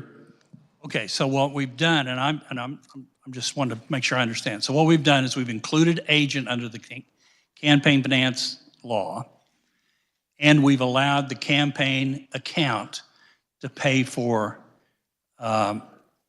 any fees that would be imposed by ethics for a fine or a penalty. And we've also included the fact that you can pay for the fines and penalties out of the campaign funds, which I don't believe were allowed in the past. Is that correct? Senator from McLeod, Senator Bowers. Thank you, Mr. Chair. Yes, that is correct. Okay, thank you. That's all my questions. This stuff's pretty technical, and it's tough for a group like a legislature to impose penalties on itself. It's just tricky. And we've done the right thing in creating the Ethics Commission. There are times that we think they're too bold, and there are times we wish they'd go after someone else, and it's usually us against them and them against us. So that's just the way it is. There's a lot of good stuff in this. There may be a few things you don't like, but this is not, I didn't like it about 4 minutes ago, but I like it a lot better now. Thank you. Are there any other questions? If not, the senator from McLeod has made the motion. You may now close. I am looking forward to the summer committee, Mr. Chair, to sort out anything in this topic that we'd like to discuss more, and then moving forward with our Ethics Commission. So I would make my motion. You've heard the motion. All in favor say aye. Those opposed, no.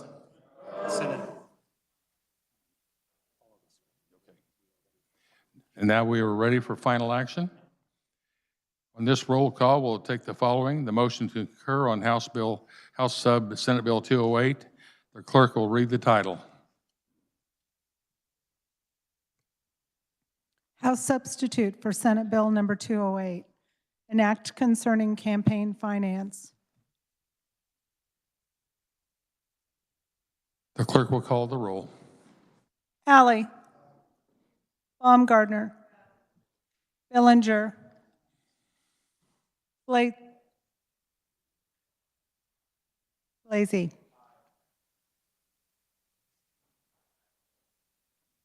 Bowers. Clays. Corson. Dietrich. Dahl. Erickson. Fagg. Fauskido. Francisco. Gossage. Haley. Holland. Holscher. Kirshen. Cluse. Longbine. Masterson. McGinn. Olson. O'Shea. Peck. Peterson. Petty. Pittman. Pyle. Reddy. Reichman. Schallenberger. Steffen. Straub, Sykes, Thompson, Tyson, Ware, Warren, Wilborn.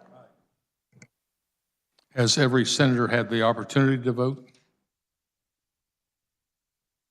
Does any senator wish to explain their vote? Does any senator wish to change their vote? The clerk will close the roll and tally the vote.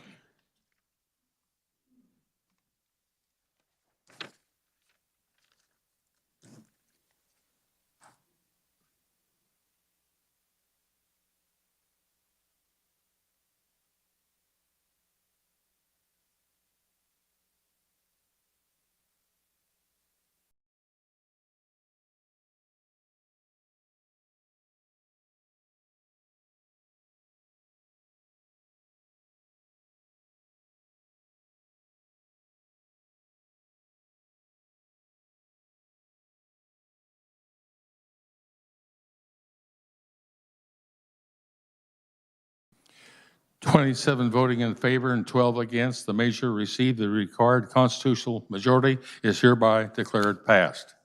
The chair now recognizes the majority leader from Cali, Senator Alley.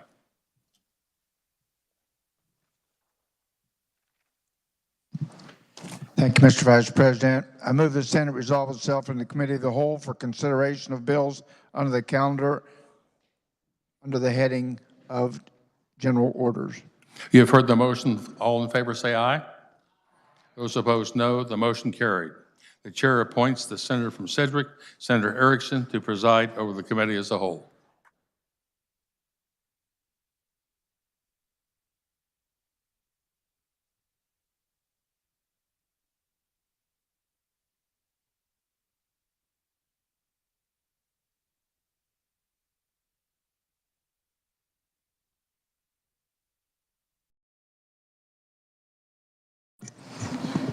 The Senate, having resolved itself into the Committee of the Whole, will now consider those items listed on the calendar under the heading of General Orders.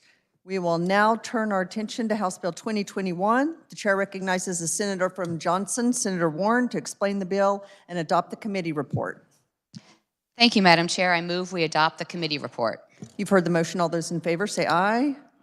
Opposed, no. Motion carries. You may continue.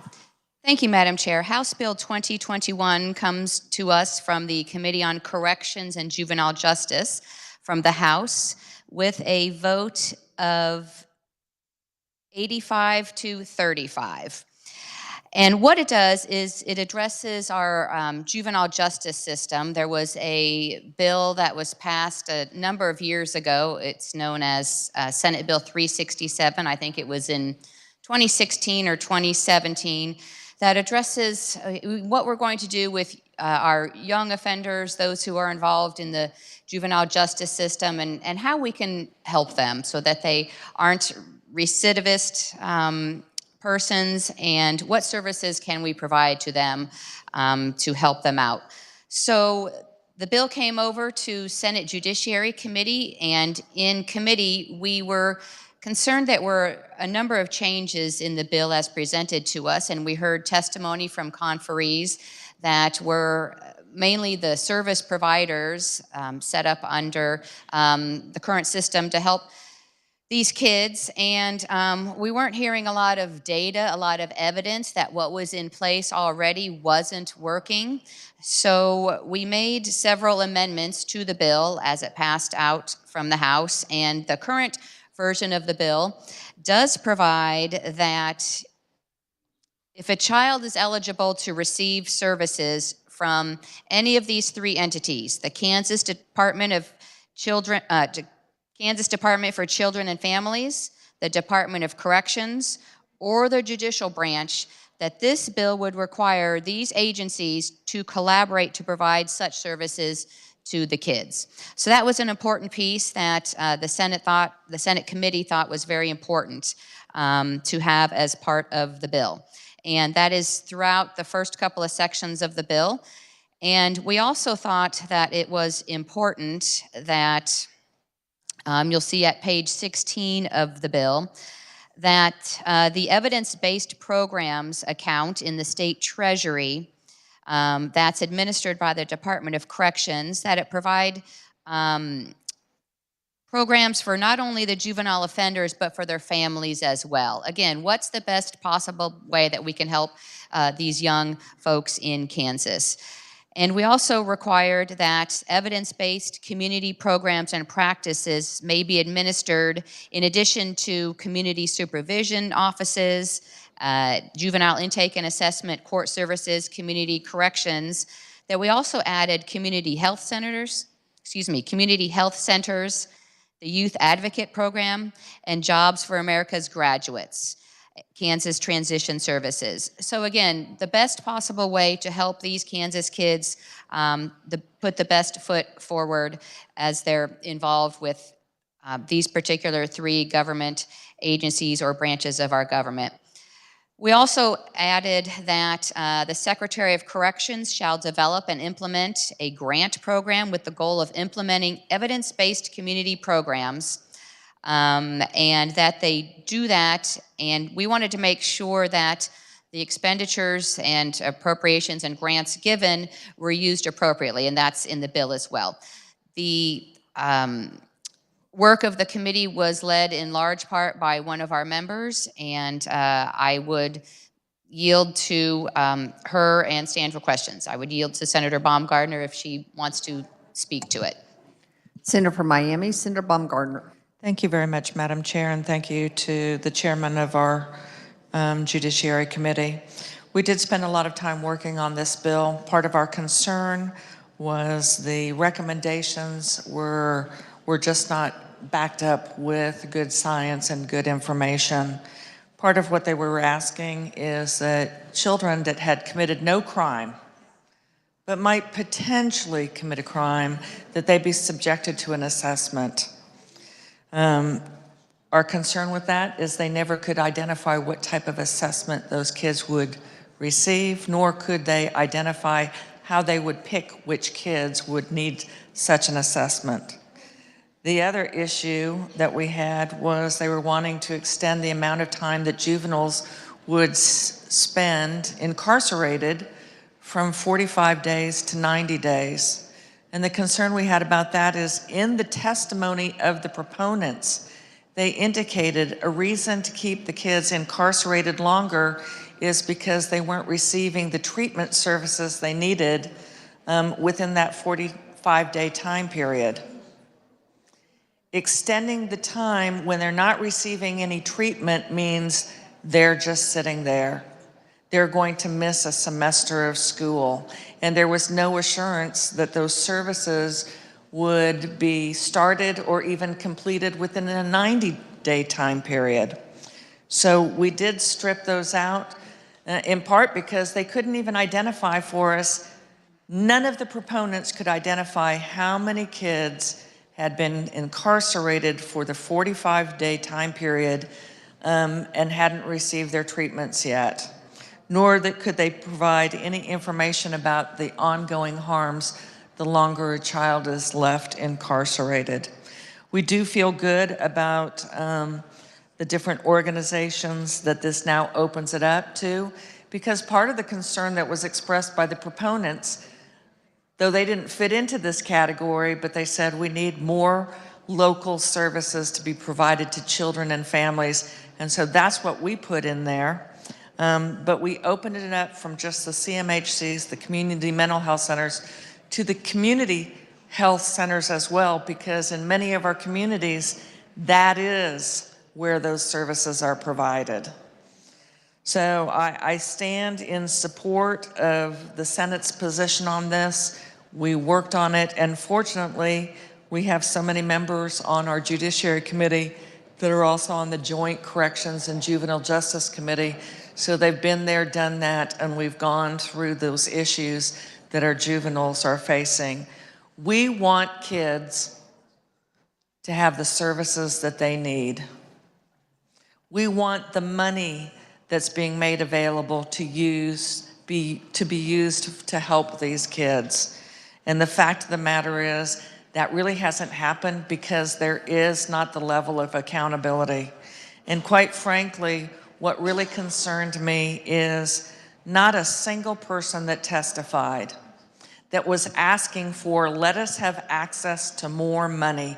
Not a single one of them even identified that just weeks prior, there was a press release that came out from the governor announcing nearly $20 million going to services that keep families together. And in fact, most all of the groups that were represented in proponent testimony asking for more money were already receiving more money. Kansas Children's Service League, $310,000. KVC, $200,000. St. Francis Ministry, $700,000. Foster Adopt Connect, over $500,000. Kansas Children's Service League, again, another $1.5 million. St. Francis Ministries, an additional $4.8 million. TFI Family Services, $1.1 million. So just weeks before they'd received these grants and they were back to the legislature saying, we need more money. We want them to use the grant money they've received to be productive in helping our kids, and we want other more local, smaller programs to have access to those funds, and that's exactly what we did in this particular bill. Thank you, Madam Chair. Senator from Johnson, Senator Warren. Thank you, Madam Chair, and thank you to the good senator from Miami for her comments about the bill, and I'll stand for questions. Are there questions for the senator from Johnson? The chair recognizes the senator from Reno, Senator Steffen. Thank you very much. I just want to make comments more than questions quickly. The testimonies by the proponents, I'm not in disagreement that they were flawed, but I got to spend considerable time with them after the meetings, and I tried to just listen and learn, because this is not my field of expertise by any way, shape, or form. I took 2 kids and tried to protect them as much as I could and raise them to be the best they could be. So this system is very different than what I know. But what I did glean from talking to these folks is that there appeared to be a dramatic problem between the correction side and the DCF side with what to do with very specific kids. You know, you have the foster kids that are abused and neglected and desperately need to be protected. And that somewhere along the line, getting intermixed in is these older juveniles, the 15 to 18-year-olds, who become aggressive and combative and very disruptive to the DCF system. And what I don't want to be missed in this is an opportunity for us to listen and learn and make sure that we hear what they're saying. Because these older kids are coming into these foster homes, they're bringing drugs in, they're bringing violence in, they're bringing sex crimes in, and disrupting the entire thing. They're not safe to put with the foster parents. And then what I got was that these entities were so frustrated because the system does not allow a place for these juveniles to go to where the other foster kids can be safe and these kids can be rehabilitated. So again, as we move forward with this, let's keep our ears open and make sure we're not missing an opportunity to make this chaotic system better. Thank you. Senator from Wyandotte, Senator Petty. Thank you.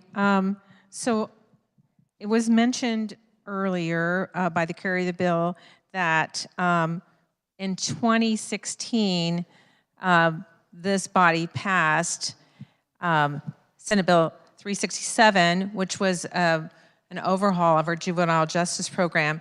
And as part of that, it established the Juvenile Justice Oversight Committee, which I have served on since that time. Actually served on the interim committee to come up with that legislation, and on the committee at the time when that legislation passed.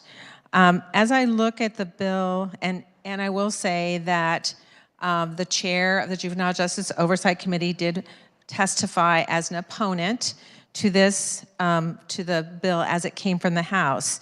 It does appear that most of the issues that we were concerned about have been addressed by the Senate, which in a favorable manner, which we appreciate.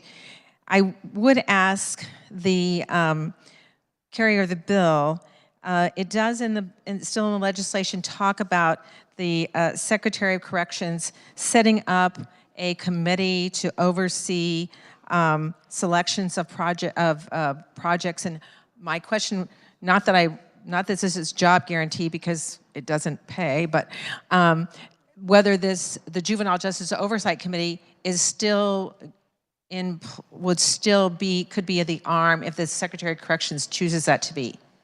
Senator from Johnson, Senator Warren. Thank you. Could you restate the question, please? Senator from Wyandotte, Senator Petty. So as the bill refers to expenditures of funds for projects within community, evidence-based projects within community, which has been what the Juvenile Justice Oversight Committee has been doing already, looking at proposals that come from our judicial districts so that those funds can be so that there could be programs throughout the state of Kansas, not just in one judicial district. And that has been what we have been doing now since 2016, although actually the implementation didn't go in place until, initially it was to help all of those providers, workers that dealt with juveniles to be trained on the same needs assessment tool so that every judicial district was using the same measurements. But my question deals with now the funding and for projects, would it still be left up to the Secretary of Corrections to use if he or she chooses to use the Juvenile Justice Oversight Committee as it's currently in place? Senator from Johnson, Senator Warren. Thank you, Madam Chair. I think the question is, would the Secretary of the Department of Corrections have the authority for spending the funds? Is that the question? Senator from Wyandotte, Senator Petty. Yes, I'm sorry if I'm not clear enough. There is a Juvenile Justice Oversight Committee in place, and so I'm trying to clarify if this legislation passes, could that be the same group that's in place now for recommendations for expenditures of the funds to also have that same charge? Senator from Johnson, Senator Warren. My understanding is yes, but I'm going to check for sure with the revisor.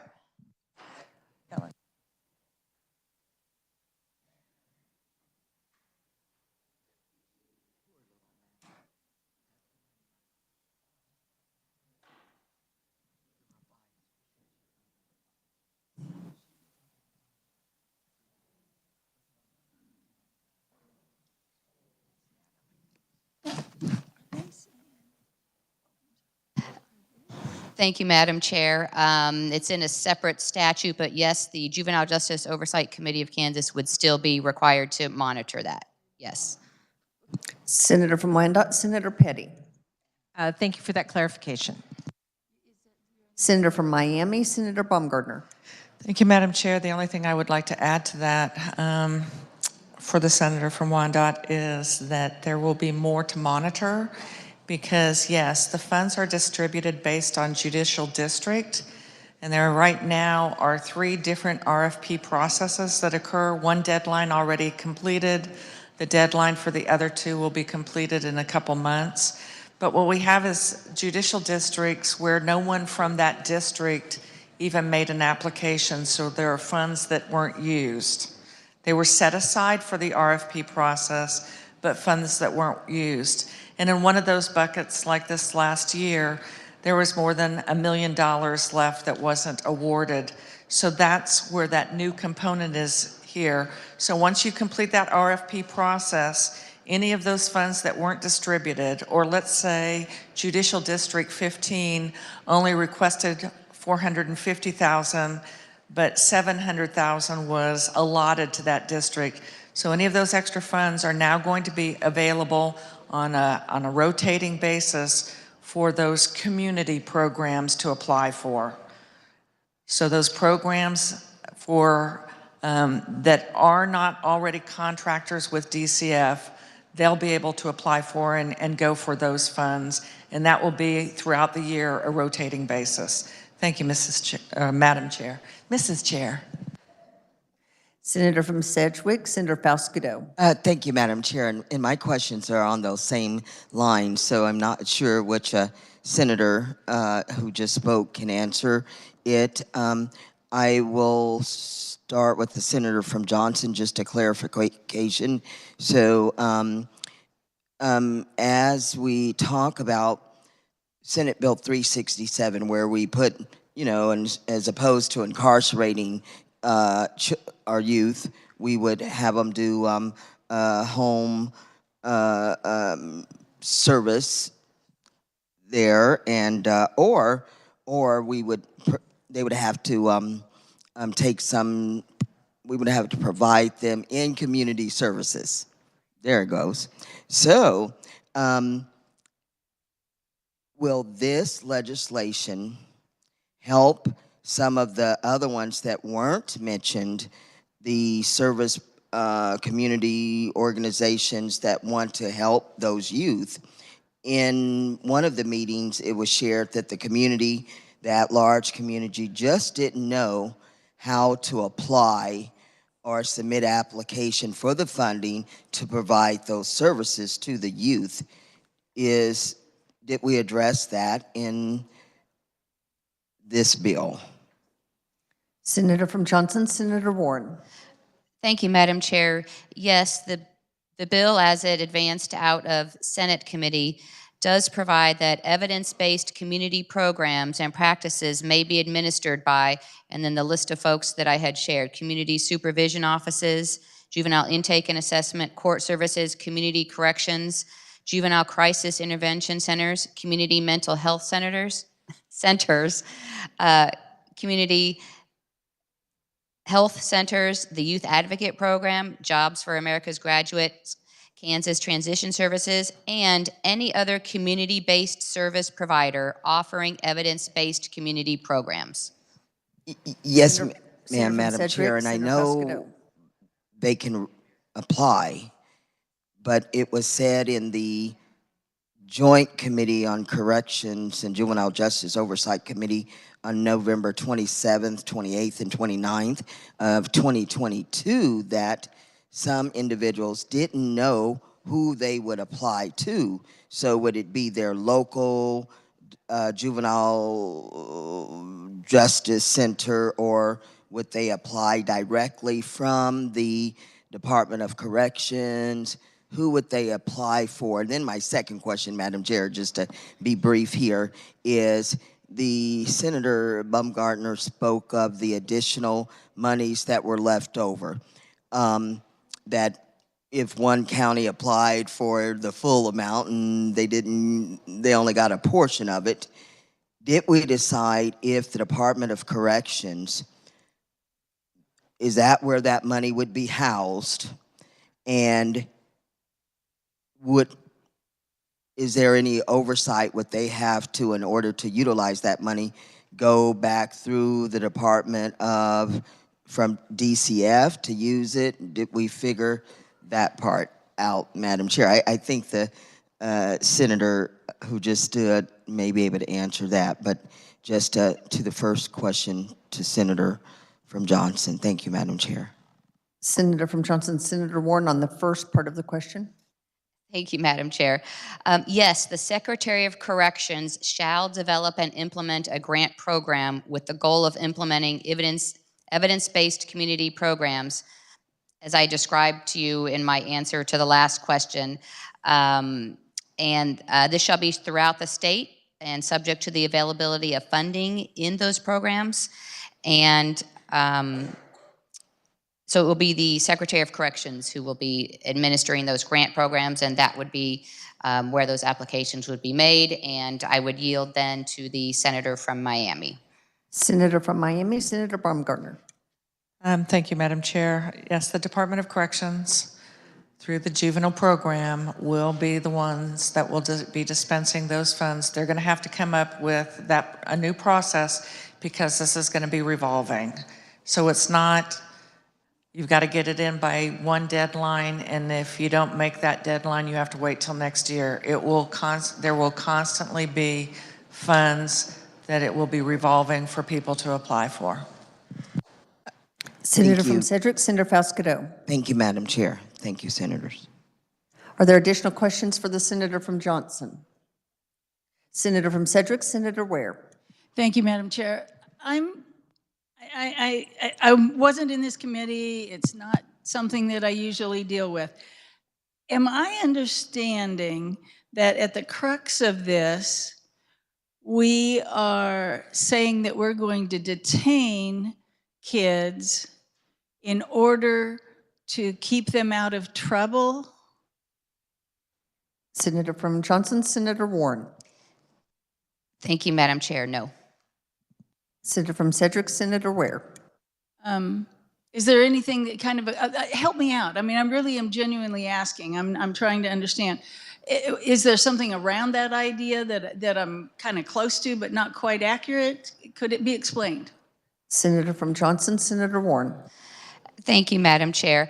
And it is a big, complex issue. Committee, we did have 2 days of hearings on this. We had 1 day for the proponents and then a second day for the opponents. So it is a complex issue. And what we did in committee, because there was such strong opposition, including from the Juvenile Justice Oversight Committee chair, who was an opponent of the bill as it came to us out of the House, we pared it down to requiring that, again, if a child is eligible to receive services, meaning they're getting services or eligible to, from the Kansas Department for Children and Families, for the Department of Corrections, or the judicial branch, doesn't necessarily mean that they are incarcerated, but if they're eligible for services, those three entities shall coordinate and talk with each other so that we can provide services as best as possible to the kids, whether they're in need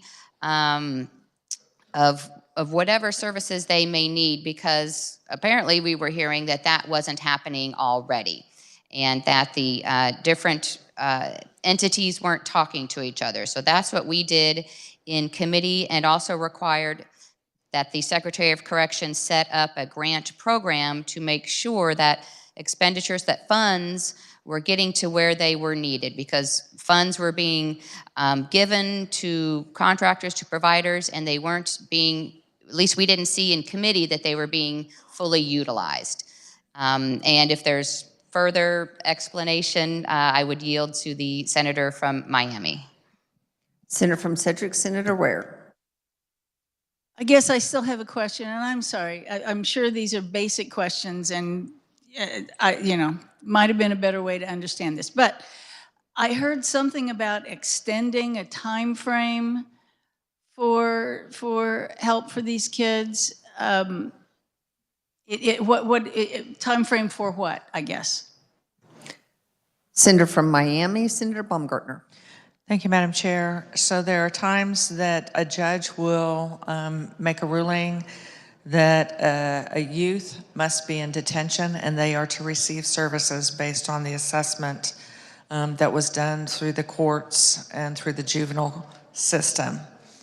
And so in law currently is that juvenile cannot be detained for more than 45 days.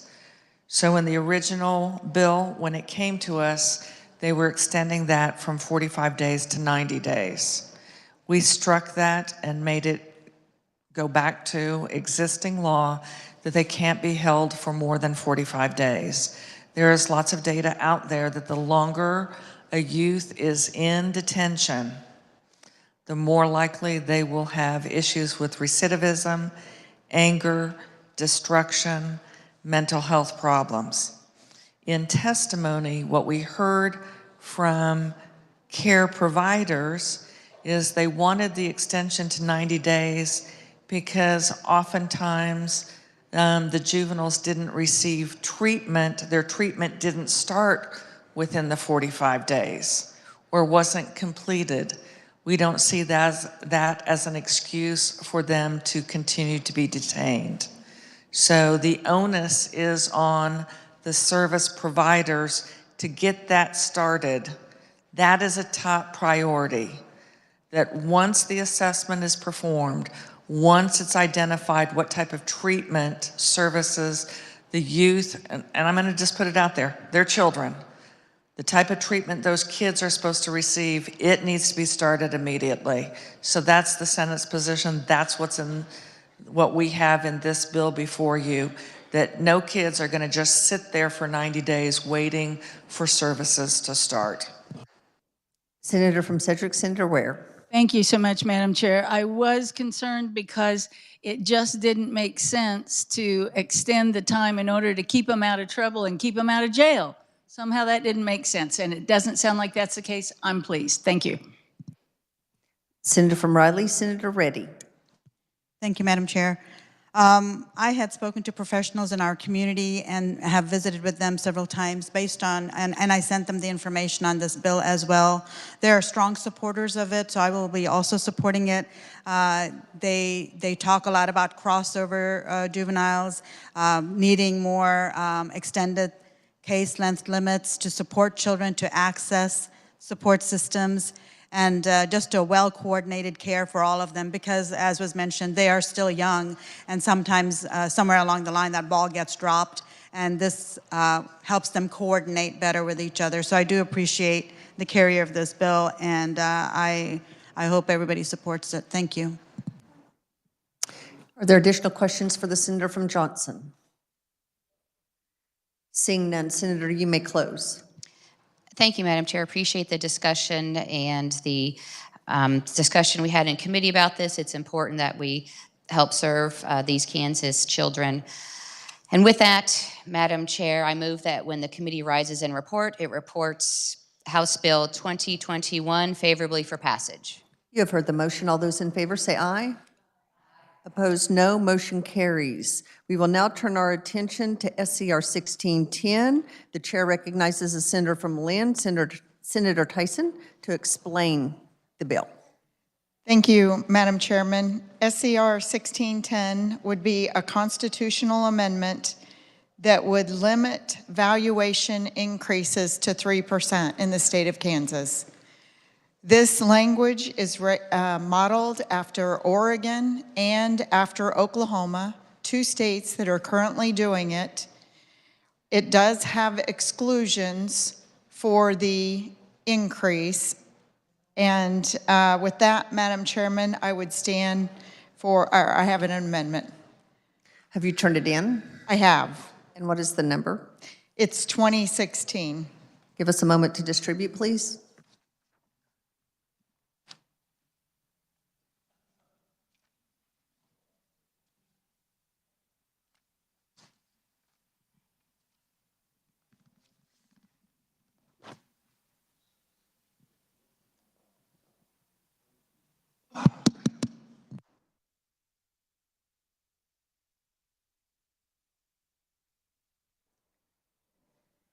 Senator, do you want to explain your amendment or have it read? Thank you, Madam Chairman. I'll finish with explaining the bill and then tell you about the amendment really quickly. Please proceed. So the exclusions that are currently in the bill would be new construction, improvements such as remodel, a class or subclass change, property disqualifying from exemptions that would bring them on the tax rolls, or property that was inadvertently left off.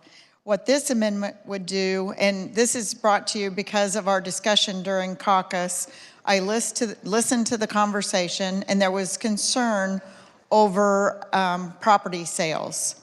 Now, Oregon has this process in place. They've had it in place since 1996. I'm going to check my notes on that, but yes, 1996, 97 at 3%.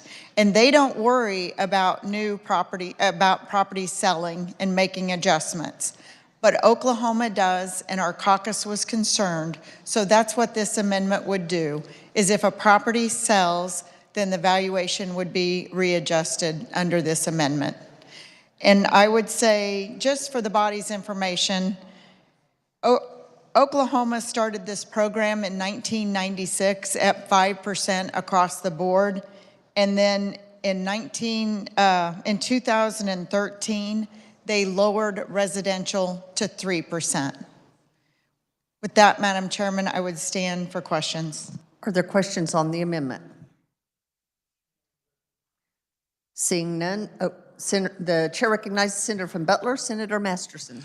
Thank you, Madam Chair. I would just stand in strong support of the amendment because there was a lot of discussion in caucus and I even misunderstood it myself listening to it. But the reason for this amendment is so, as true markets do increase, right, the price of a home sells, I'm appraised, but the house can sell for a higher number. That's now market, right? And your homeowner is coming in with full knowledge that my home value is this and I'm going to be taxed on that.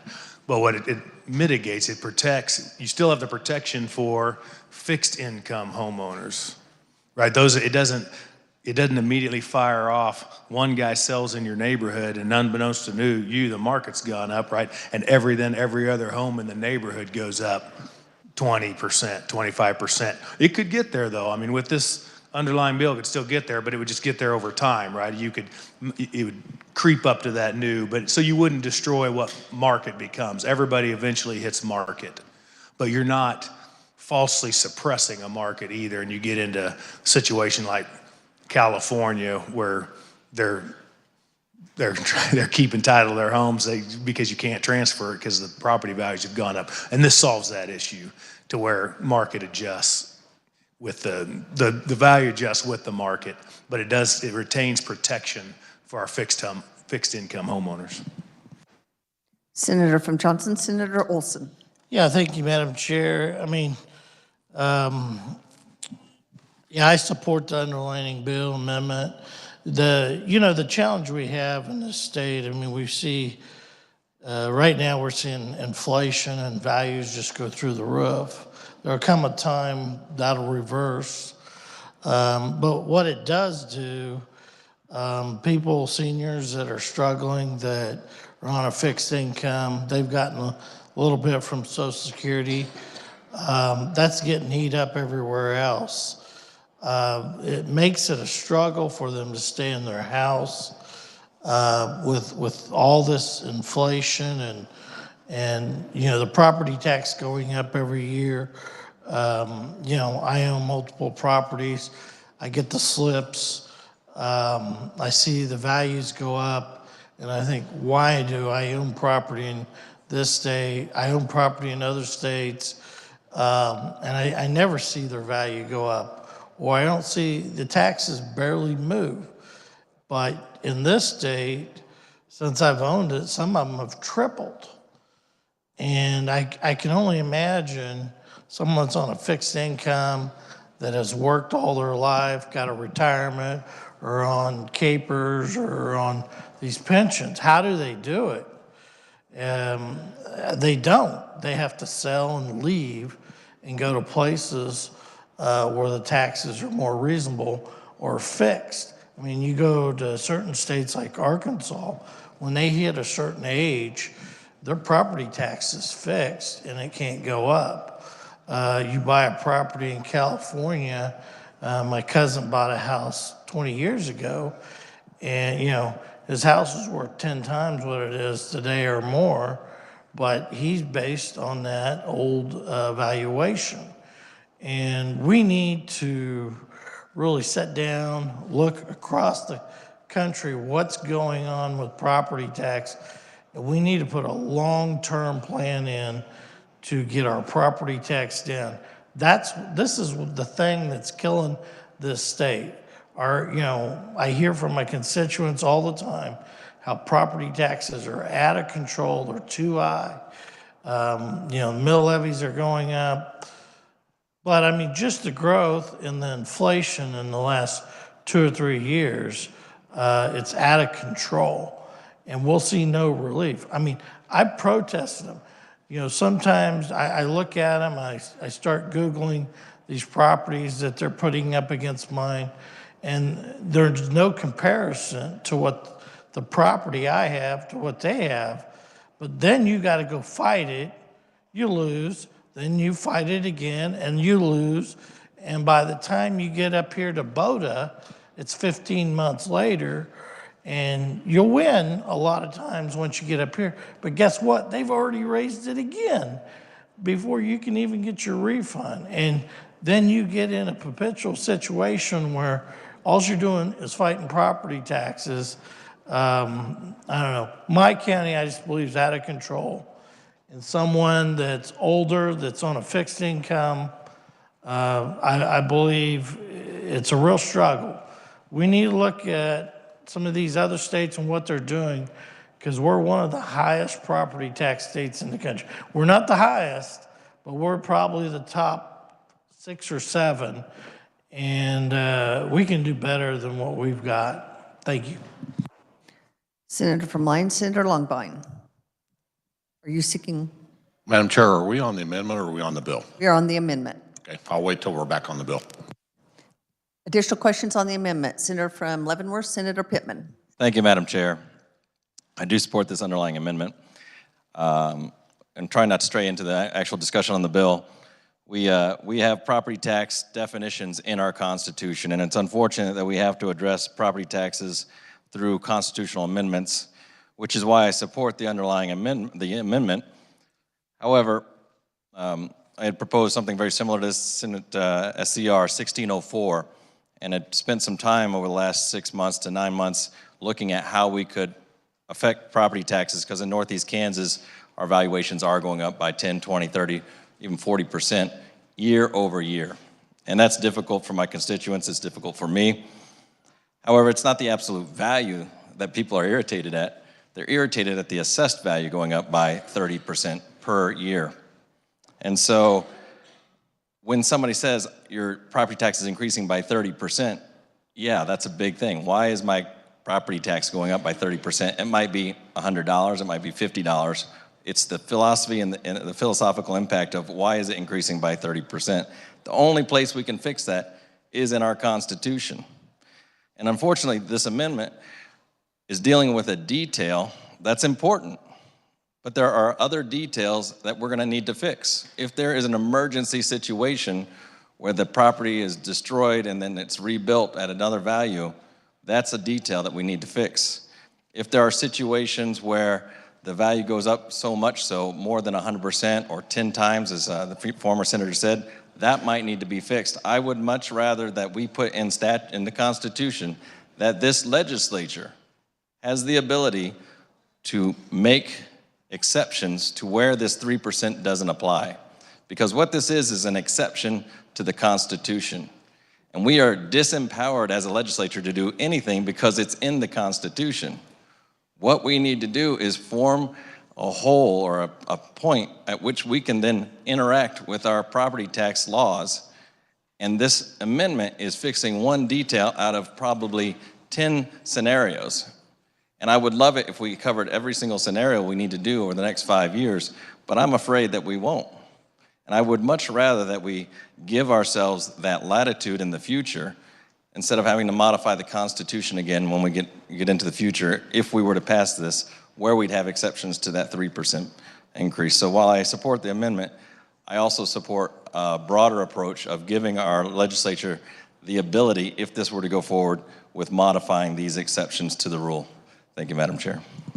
Senator from Lynn, Senator Tyson. Thank you, Madam Chairman. Every scenario covered by the good senator from Leavenworth is covered in this. It is covered. It gives the legislature the authority to define new construction, It gives them the authority to define improvements. It gives them a property would change under class or subclass, then there would be adjustments. So that language and that small flexibility is in there. What this does is currently in our state constitution, it requires market value, period. Fair market value, excuse me, fair market value. So I've asked, what does that mean? Fair market value based on a city? Based on a county? Based on the state? Depending on who you ask, you get different answers. And so then I start looking at these increases over the years.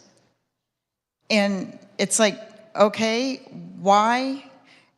As the good senator, the president of the Senate said, you know, one property sells and everybody in the neighborhood goes up suddenly, even if that property was remodeled. So what this amendment would do is allow voters to decide in Kansas, do we continue with fair market value and get these spikes, or do we limit a maximum increase of 3%, such as Oklahoma and Oregon, who have done it for years, who have had this process in place for years.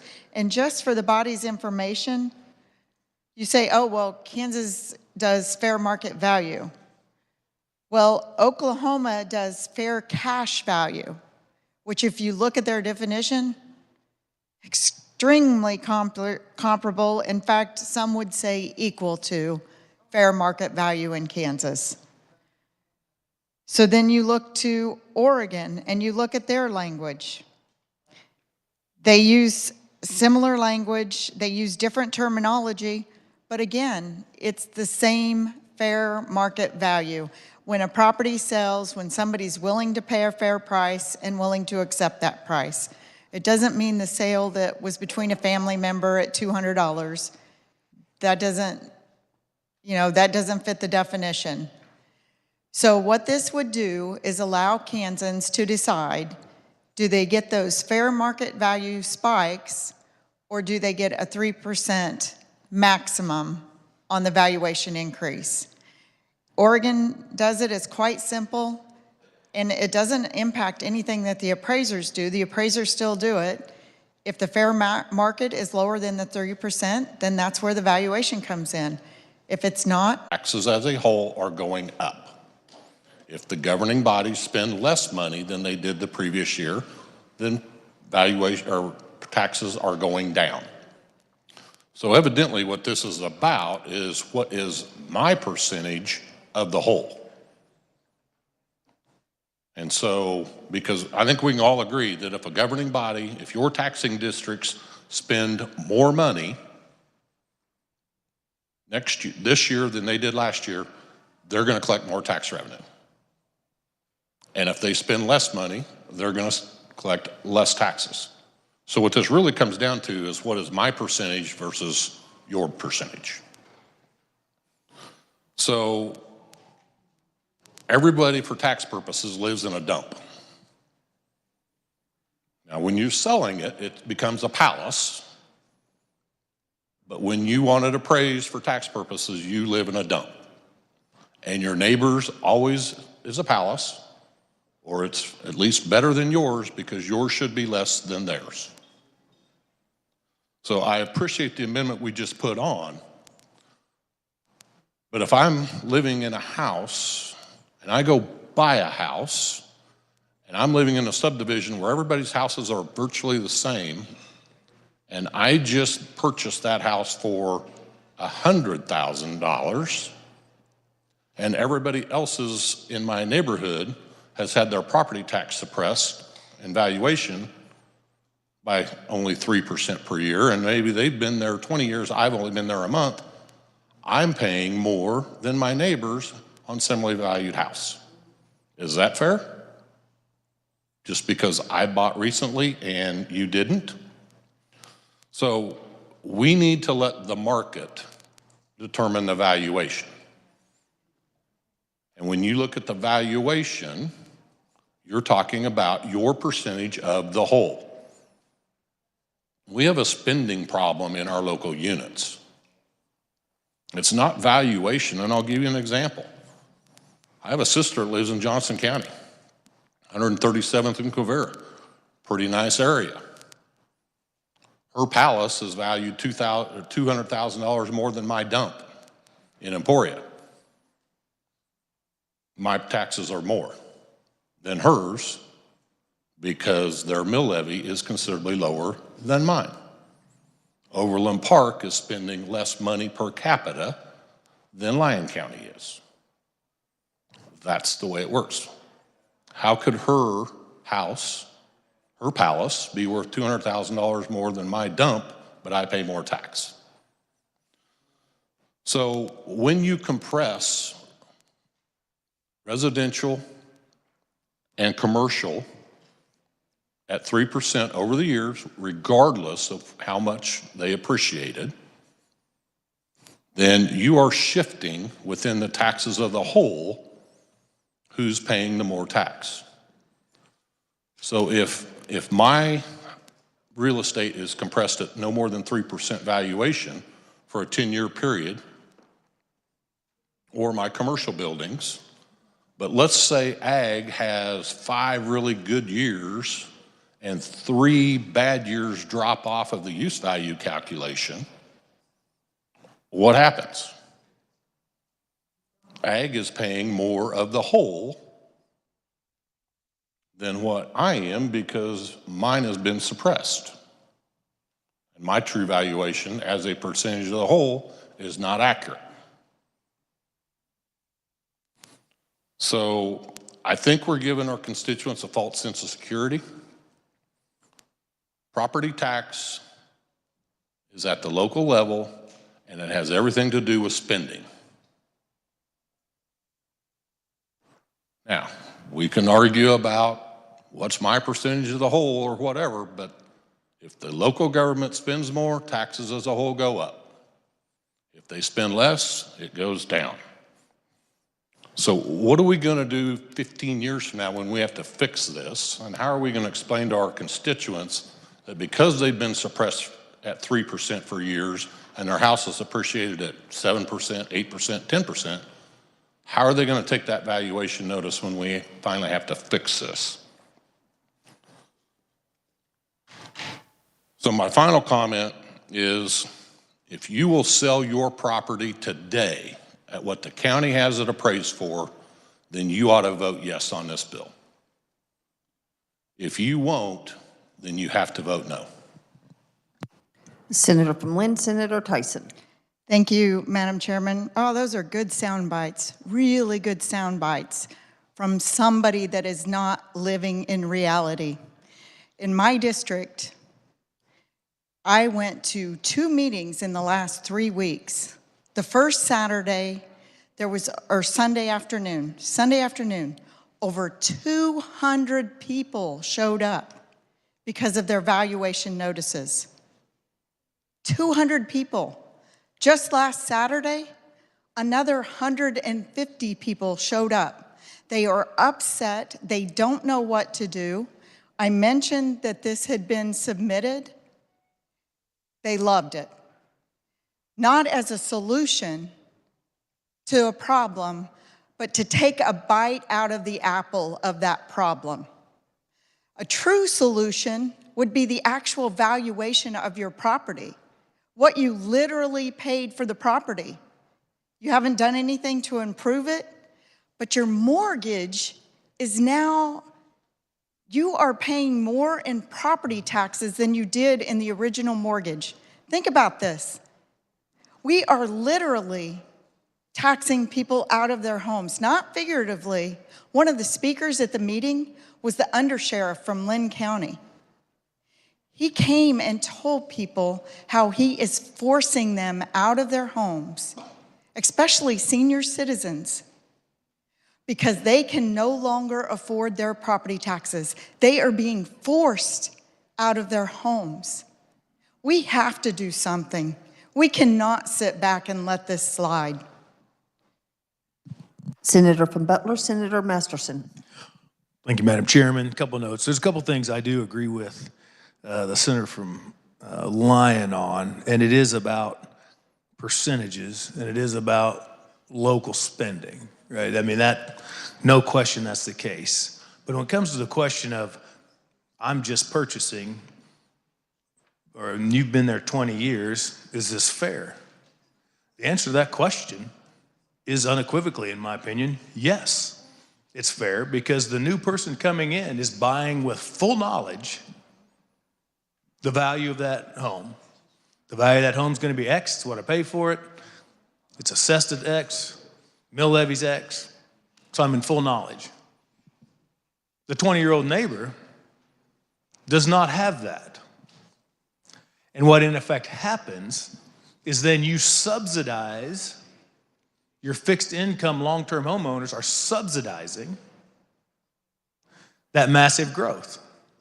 Example, older neighborhood, mature trees, big lots, people been there 20, 30, 40 years. Demographics change in the neighborhood or development gets out there. Daddy Warbucks comes in. I buy a big lot. I tear down that little crappy house. I build me my mini mansion, right? Or somebody else does that and I come in and buy it for 4, 5, 6 times the price of my neighbors. Well, if all my neighbors get reassessed at a much higher value, right? Now, that number translates to the county, and even in net zero or net neutral, now I got all this higher evaluated property assessing higher. I can lower my mill levy a little bit and still come in with more money. But now I've just given all those 99 other members of the neighborhood much higher value or lower levy, but they're paying more tax. What it is doing is subsidizing the new guy who came in with full knowledge and ability to afford it. But what this allows, particularly with the amendment, as that neighborhood transitions, Warbucks number 2 comes in, Warbucks number 3. Eventually, that neighborhood is now paying a tremendous amount of tax because the market is driving it. But think about that person, that grandparent on Social Security that bought it 20 years ago, 30 years ago, 40 years ago. They didn't anticipate their property tax doubling in 5 years, right? It's hard on them. But then they can choose to sell and move out. So it is true that it's about percentages and what your percentages are. But I'd contend it is fair, particularly with the amendment, and really only with the amendment, because the market then adjusts. You can't, if you freeze property tax values, that is an absolute disaster. And that's why I've never supported it, and I don't care if you freeze it at whatever age or whatever level. If you freeze something, it does transfer. But this, over time, allows the market to adjust. And so, with the amendment in particular, I strongly support this bill. Senator from Cherokee, Senator Schallenberger. Thank you, Madam Chair. I'm going to tell 2 short stories. I know it's the last day and we're in the last hours, and I hate to, but this has all been said before. It was said in 1986, and I was here. Believe it or not, 1986, I was here. And what happened in 1985 was they passed the classification and reappraisal. And it got Mike Hayden beat, and it got Joan Finney elected, and it changed school finance forever. And it was property tax that drove that debate. Prior to 1986 in Kansas, you paid the same tax on a boat, $1,000 boat, as you did on a $1,000 shed, as you did on a $1,000 cow. And we thought this just probably isn't right. Johnson County came in and said, look, we're building new houses and we're paying fresh appraised value. And in Cherokee County, their appraisers hadn't done work since '66. And so they said, we're going to just change the whole system. Everybody's got to be reappraised. We're going to start fresh. And we did. And my mother's house went from $100 to $1,000 in assessment and tax, and holy crap, Mike Hedden had to do something. So he changed the classification down to 12% for homes. No more uniform and equal. And now we had 30% for commercial and industrial and 12% for homes and 25% for this. And we went through it. The second story is when I got elected here, I knew property taxes was a big issue, and I had just been the mayor of Baxter Springs. And I thought, why are our property taxes higher? Because is our government less efficient? Is Baxter Springs less efficient than Commerce, Oklahoma, right across the border? And I made 4 phone calls to 4 assessors. I called Fort Scott, and I called Nevada, Missouri, and they're right across the border. $150,000 house, I think, and don't hold me to the numbers. In Fort Scott, the taxes were about $3,500 a year, and in Nevada, they were about $800 a year. Oh my God, what are we doing wrong? So I talked to the appraiser. He said, well, you know what? We still tax cows over here. We tax chickens. We tax farm equipment. We tax, oh, okay. Well, lobbyists took care of that in Kansas. I call Oklahoma, $100,000 house in Baxter Springs, $100,000 house in Oklahoma. What's the deal? How can we be so much higher? The tax was $2,000 more in Kansas than Oklahoma. And we have people going across the border to live because of that. Well, they still tax inventory. You're a Walmart in Oklahoma, you're paying inventory tax. If you got a furniture store in Walmart, you're paying an inventory tax. Holy cow. We don't do that in Kansas. Lobbyists came in and got that taken off. If we really, you can't do anything about the cost of government. It's not going to go down. Baxter Springs is not inefficient. Our taxes are as low as we can make them.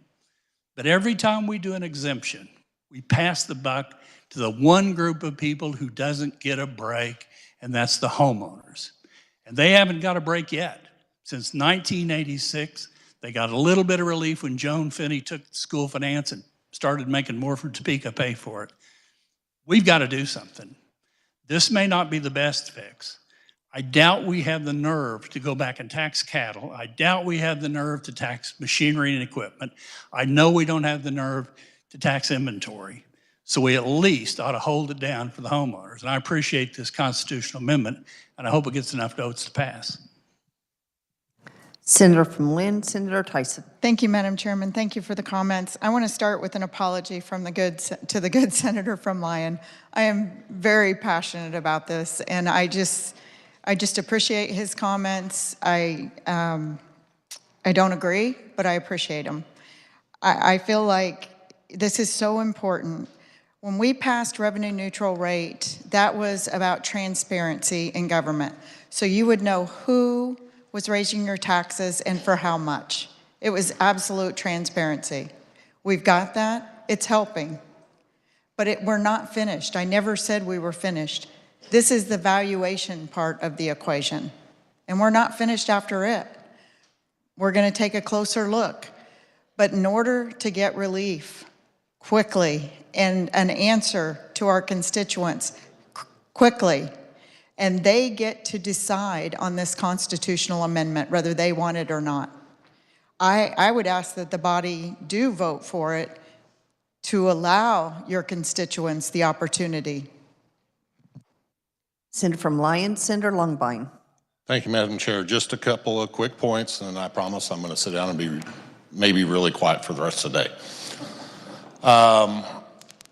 First of all, when you go to your bank and you want a home equity loan or a HELOC, they're going to use the county appraised value because they don't want to charge you $750 for a full-blown appraisal. So you need to keep that in mind. If we're going to suppress values, your borrowing potential on your house is going down. Second of all, the good senator from Finney, when you have a fire and you have a full loss, do you want market value or do you want appraised value? From what I'm hearing from the body is there shouldn't be any difference or that we're going to suppress. So did you live in the palace or did you live in the dump when the house caught on fire, and what's it worth? Be real easy for your insurance company to go to the county and say, you got a total loss, it's worth 100 grand. Well, my neighbor's house just next door brought 125. Sorry, it's worth 100. That's what the county says. What I've heard from the debate is that We don't necessarily agree with if the locals spend more, your taxes go up, and if the locals spend more, your taxes go down. We all want to be treated fairly. We all want to be treated the same. I don't have a problem with that. So my question, I want to gauge interest here before I go running off to the reviser. But how many of you would be willing to vote for a constitutional amendment that assessed everybody at the exact same percentage to draw in the same amount of money? Because I'm paying twice as much for my commercial property as you are for your real estate. And guess what? Ag's paying less than they are for your residential. So let's assess everybody at 17%. Everybody's paying the same based on valuation. How many of you want to vote for that? Can I get a show of hands before I run off to the horizon? That's what I thought.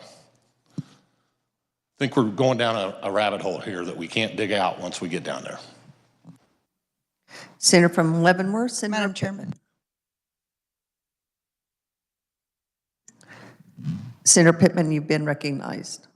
I can yield to the senator from Lynn if she wants. Senator from Lynn, Senator Tyson. Thank you, Madam Chairman.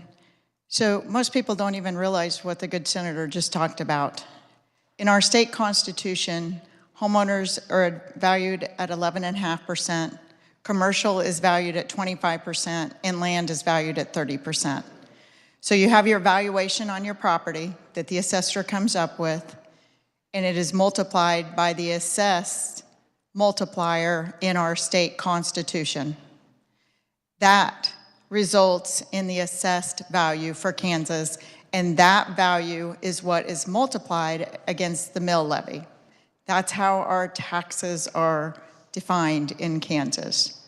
We're not trying to harm anybody or change the equation here. We're just trying to say a 3% cap. If the good senator wants to make a difference, then do what Oklahoma does. 3% on residential, 5% on commercial. That would make it the change that he's looking for. We have a real problem with valuations in Kansas, and I've been studying it. You can say that it's uniform and equal. You can say it because the policy's there across the state, but it's not being interpreted the same. Prime example, an article that was in the Sentinel a couple weeks ago stated an appraiser from one county took the median value of mass appraisals. And so it went up 15%, one house, so every house in that county went up 15%. How accurate and fair is that? It's so subjective. And we heard that what they're doing is they're taking comparable sales. Well, they may not be actual comparables to your house. Like the house that you're being compared about for your taxes, they may have a finished basement. You don't. I mean, the devil's in the details on this stuff. The 3% just reins in those out of control spikes and helps allow people, it doesn't lower your property tax. I want everybody to be clear on this. It doesn't lower, but what it does do is it stops these massive increases in valuation, especially, and it stops the dollar amount increases on fixed mill levies. So it does make a difference on the amount we're paying. I'd yield back to the good senator from Leavenworth. Senator from Leavenworth, Senator Pittman. Thank you, Madam Chair. Like I said, I do support this overall notion. Once again, I'll mention again, I did have the bill 1604 out there that did this, but it focused on the residential. I am a little tentative about getting into the commercial and the farmland, but you know, I appreciate this amendment and I would support it. When we talk about the farmland, we do this with the agricultural lands. We have a valuation where it spreads eight years and 8 averages to come up with a very even-keeled evaluation for our farmers out there so they can understand what their property taxes are and budget for it.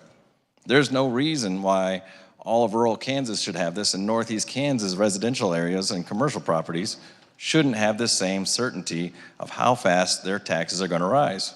It doesn't make any sense to me that My constituents face a 30 to 40% rise year-over-year rise, year after year. And we moderate this for other folks.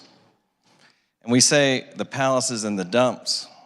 I might live in a dump and my neighbor might live in a dump. But all of these dumps, they're all going up 30%. It's not a matter whether my dump is higher than the other one. We're going up at the same rate. It's a whole island of dumps and palaces, and they're raising up, and the ratio is staying the same. So I don't agree that it's a proportional thing. It's not individuals actually who are winning out here over others. We're not fighting amongst ourselves in our community. The whole community is rising.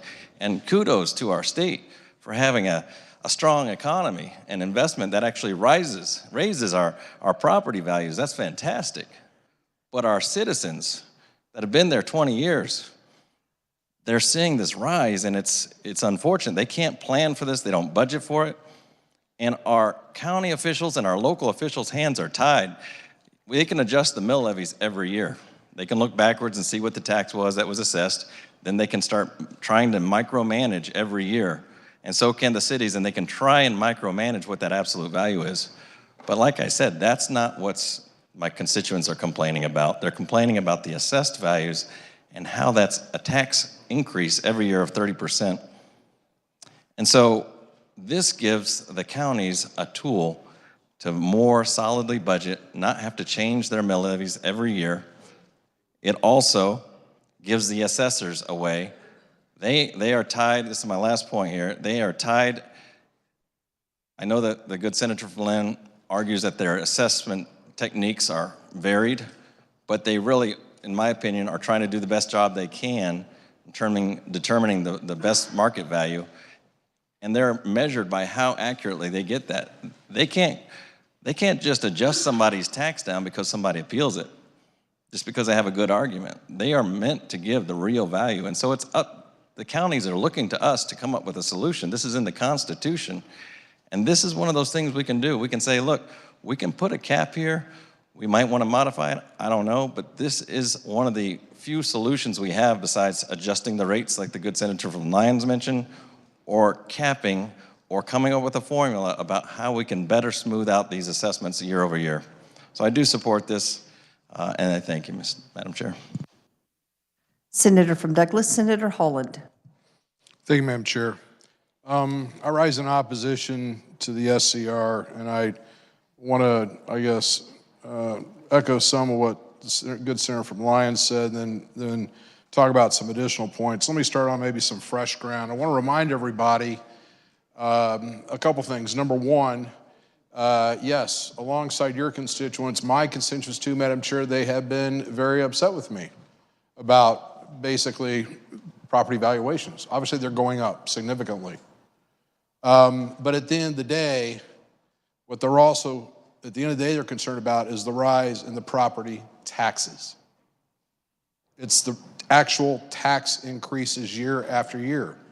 I just want to remind the body, Madam Chair, and with obviously a strong shout out to the Senate Tax Committee, with the good support of the tax chairwoman from Lynn, we have passed some good legislation that has in fact been an excellent safety valve, particularly for our fixed income seniors. Just last year, we put through the Senior and Disabled Veteran Homestead Rebate Program. And with the good work of the committee and this body as a whole, Madam Chairman, in Senate Bill 33, we upped those rebate values to $595,000. And then just yesterday, then on the floor, when we worked, I believe it was Senate Bill 40, we upped that income level, that minimum income threshold, to $75,000. And I can tell you, Madam Chair, I have had a number, the people who have been emailing me and calling me have been our fixed income seniors. And the original bill that we put in through 2022, it was on the light side, but we have done some things now this year that will be retroactive back to tax year 2022 that will in essence allow them to freeze their property taxes without any impact to market value of property, without any impact to local units of government. So we have done some things. We also did some things legislatively, Madam Chair. We have actually cut the mill levies on bills that we could do here. I believe it was the school finance bill last year. I believe we took it from the 20 mil, whatever the exemption is, we took it up to another $65,000, whatever it was, okay? My point, Madam Chair, is a couple things. And once again, and I do want to point out, as she has made perfectly clear, this constitutional amendment does nothing to your bottom line property tax bills, okay, from local units of government. It doesn't. The only quote unquote immediate effect it might have would be for those state levied mills, that they may see a reduction. But what I'm going to argue, Madam Chair, is that the best way for us to provide property tax relief to our constituents is to lower the state mill levies. If we want to do that, that's the quickest, most direct way we can do that, because what we're doing here with this constitutional amendment, we're basically planting market value time bombs. Because that's exactly what's going to happen as more and more properties are taken away from fair market value with this approach. Once those properties come back online, you're going to see another sticker shock. And as the good senator from Lyon talked about, make no mistake, you are squeezing the balloon. Because right now, I haven't seen data from our committee. We've talked about this. But my guess is if you're talking about different property classes, Madam Chair, the property class facing the most stress right now from an increased valuation standpoint is residential. And so make no mistake, as the good sir from Lyon is talking about, once again, your property tax is still going to go up, but if you're going to squeeze that valuation, if you're going to cap that, they're more likely to be capped on that residential side. Because I would argue, Madam Chair, that basically commercial property, particularly post-COVID, and I think you can make the argument, quite honestly, that traditionally from an ag value perspective, farmland has not at all risen near. In fact, that's one of the problems we have with 1031 exchanges. So many investors come in to buy farmland because from a property taxation standpoint, it's a relatively cheap investment. So you are going to create havoc when people sell their property. You're going to create this shifting of the tax burden to those property tax classes that aren't seeing the increases that you get with the homestead, on the homestead, the residential side. We have tools in place. We have the revenue neutral reporting mechanism we've put in place. That is there, but that really doesn't impact that at all. Once again, as the senator from Lyon says, governments will raise revenues to what they need to spend. I'm afraid of the unintended long-term consequences of this bill. Thank you, Madam Chair. Senator from Lynn, Senator Tyson. Thank you, Madam Chairman. Unintended long-term consequences. Let's hear. Oklahoma implemented this in 1996, and Oregon in 1997. That's long-term. They've had it in place for over 20 years, over 25 years. Do you think that they would have allowed this to stay in place if it was causing problems? Absolutely not. In fact, Oklahoma comes back in 2013 and lowers the residential to 3%. It's working. Is it the end-all be-all? No. Many times we pass legislation, it's not. We know that. It's like a computer system. You come back and you keep upgrading and you keep changing and making it better. And that's what this would do. This would improve our system for property taxes. There's been a couple of statements that I'm going to address. One of them, it said, oh, the bankers they use your county valuation. Yes, they do, but they also have an option to use other valuations, other appraisers. So it's not set in stone that they have to use your county valuation. The other thing, your insurance, it was mentioned. Well, I don't know about you guys, but my insurance company sure did not look at the county appraisal. They came out to the house, walked through it, looked at the roof, gave me a value for replacement cost, and that's what I pay insurance on. I'm sure glad I'm not paying it on my property taxes. The revenue neutral rate was about transparency. Local governments have control. This does not take away local control. Locals still can raise the mill levies. They can still increase your property taxes. But what this does do, and that was about the overall taxing body, overall taxing authority, not your individual valuation. This addresses your individual valuation. And they said that you won't see a result in your pocketbook. I dispute that. I mean, I know my math degree, I haven't used it much lately, a little bit in this chamber, but 1.5 mil that we pay into the state, when your valuation went up, well, one of my neighbors went up 90%, okay? So the 1.5 mil that he pays into the state, he just got a 90% increase. So this does impact your pocketbook. Thank you, Madam Chairman. Senator from Johnson, Senator Thompson.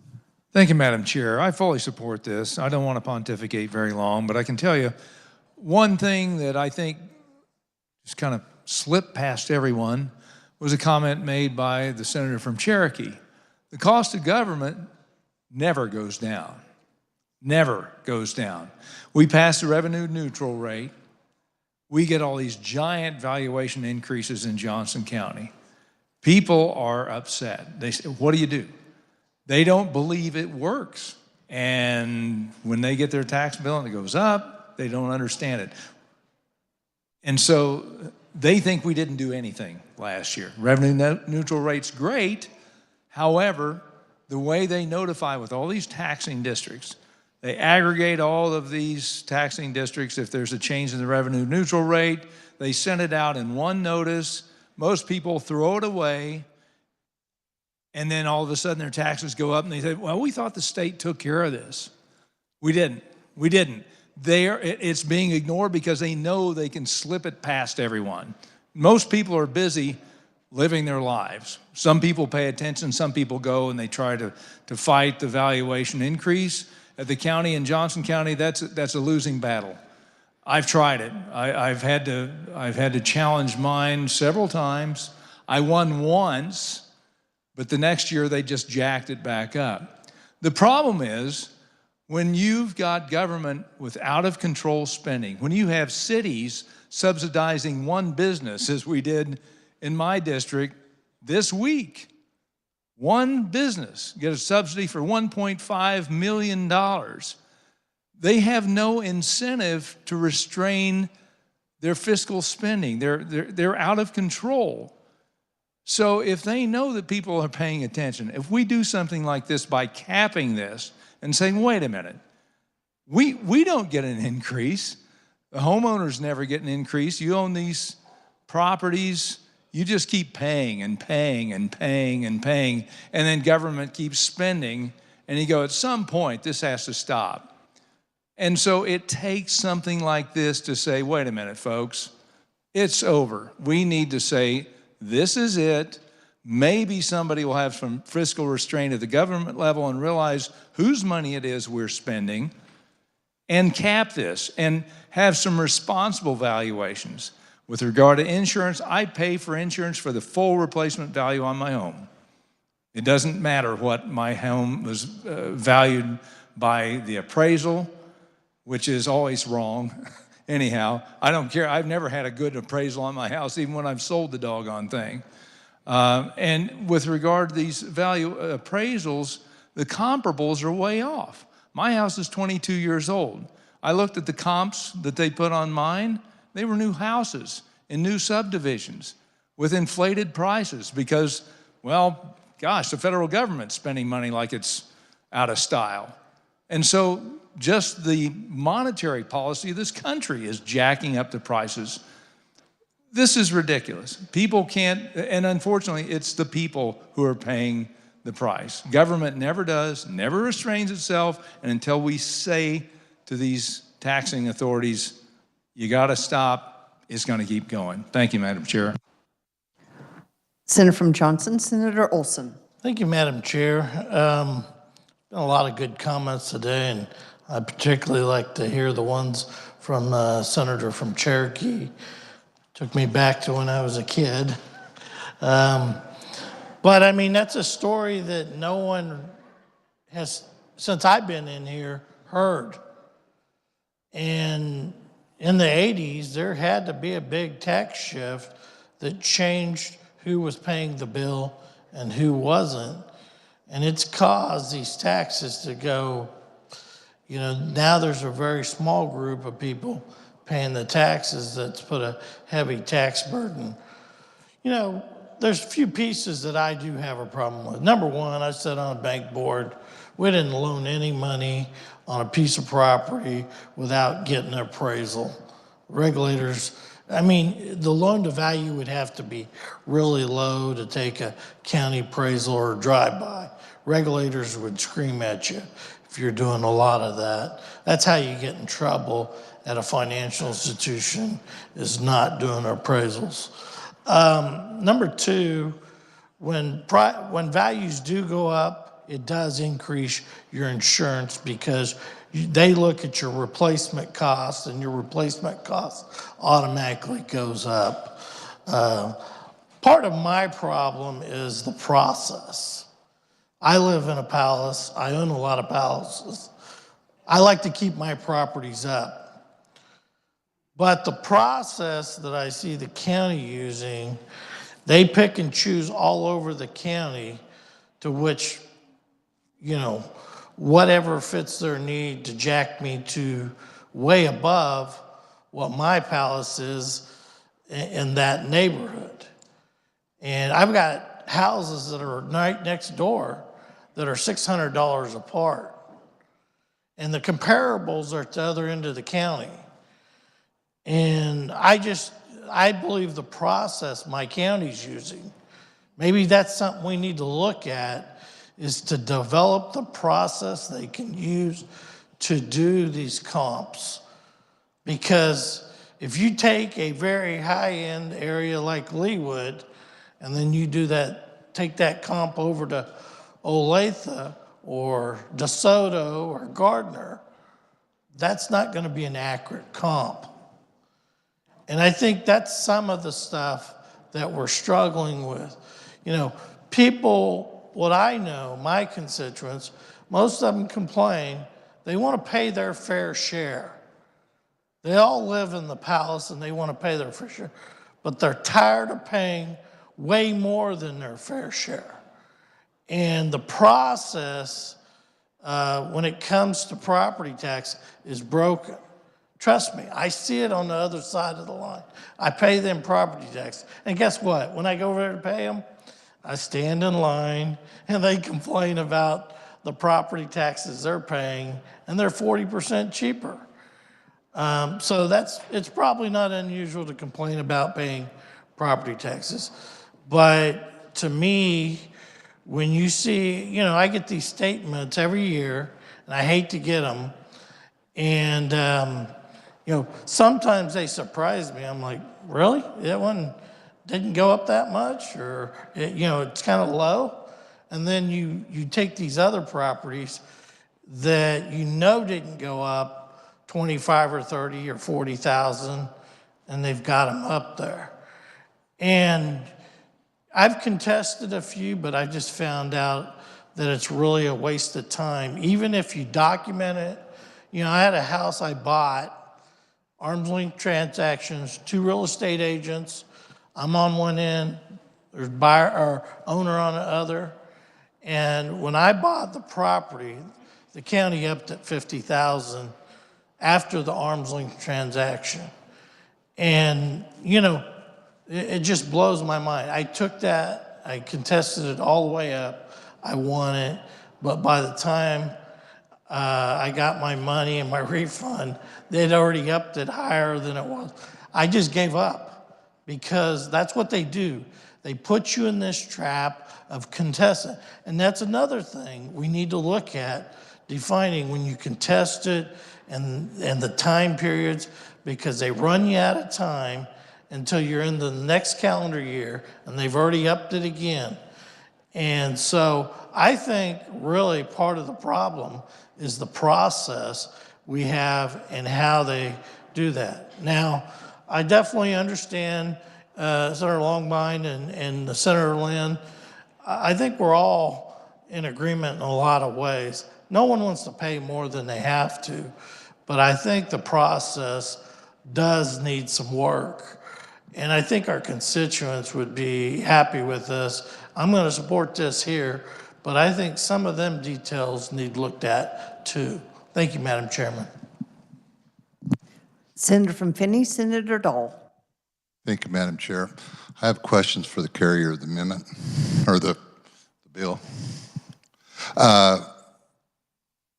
Didn't we have a lid that we have to have a hearing or something to that effect when we raise property taxes, not on houses and such, on property taxes on property? We had a hearing when it had to go up so high. Is that correct? It was a couple of years ago, and I'm trying to recall it. Senator from Lynn, Senator Tyson. Thank you, Madam Chairman. We passed what we refer to as revenue neutral rate. So we reset the mill levies. The valuation comes in for a county, for example. The mill levy is reset so that they would collect the same dollar amount than the previous year. If they want to collect more, they send out a notice, and then they have a hearing and they vote whether to collect more, whether to increase that mill levy or not. This doesn't have to do with the mill levy. This has to do with the valuation side. Senator from Finney, Senator Dahl. Thank you, Madam Chair. In a sense, I think it does deal with the mill levy, because if you collect the money, the same amount of money, you have a chance, the opportunity to get more money, to raise property taxes as such, to raise more money. If we take our food tax to zero like we want to and such, a lot of communities are going to be losing 15 to 20 to 25% of their income. So in essence, wouldn't that give them the reason to raise their property taxes so they could collect as much as they did last year without having a hearing? Senator from Lynn, Senator Tyson. Thank you, Madam Chairman. A couple of points with that question. One is, as much as I would like the food sales tax to go to zero, the House has rejected the Senate's position.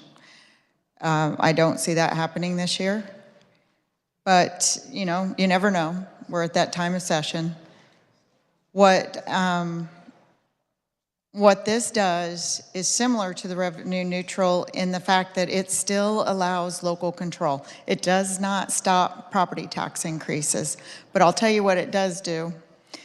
And like the good senator said, we had a senator in their subdivision that their neighbor remodeled their home, then turned around and sold it for a $40,000 increase. So every home in that area increased in valuation at least that $40,000 without doing anything to their property.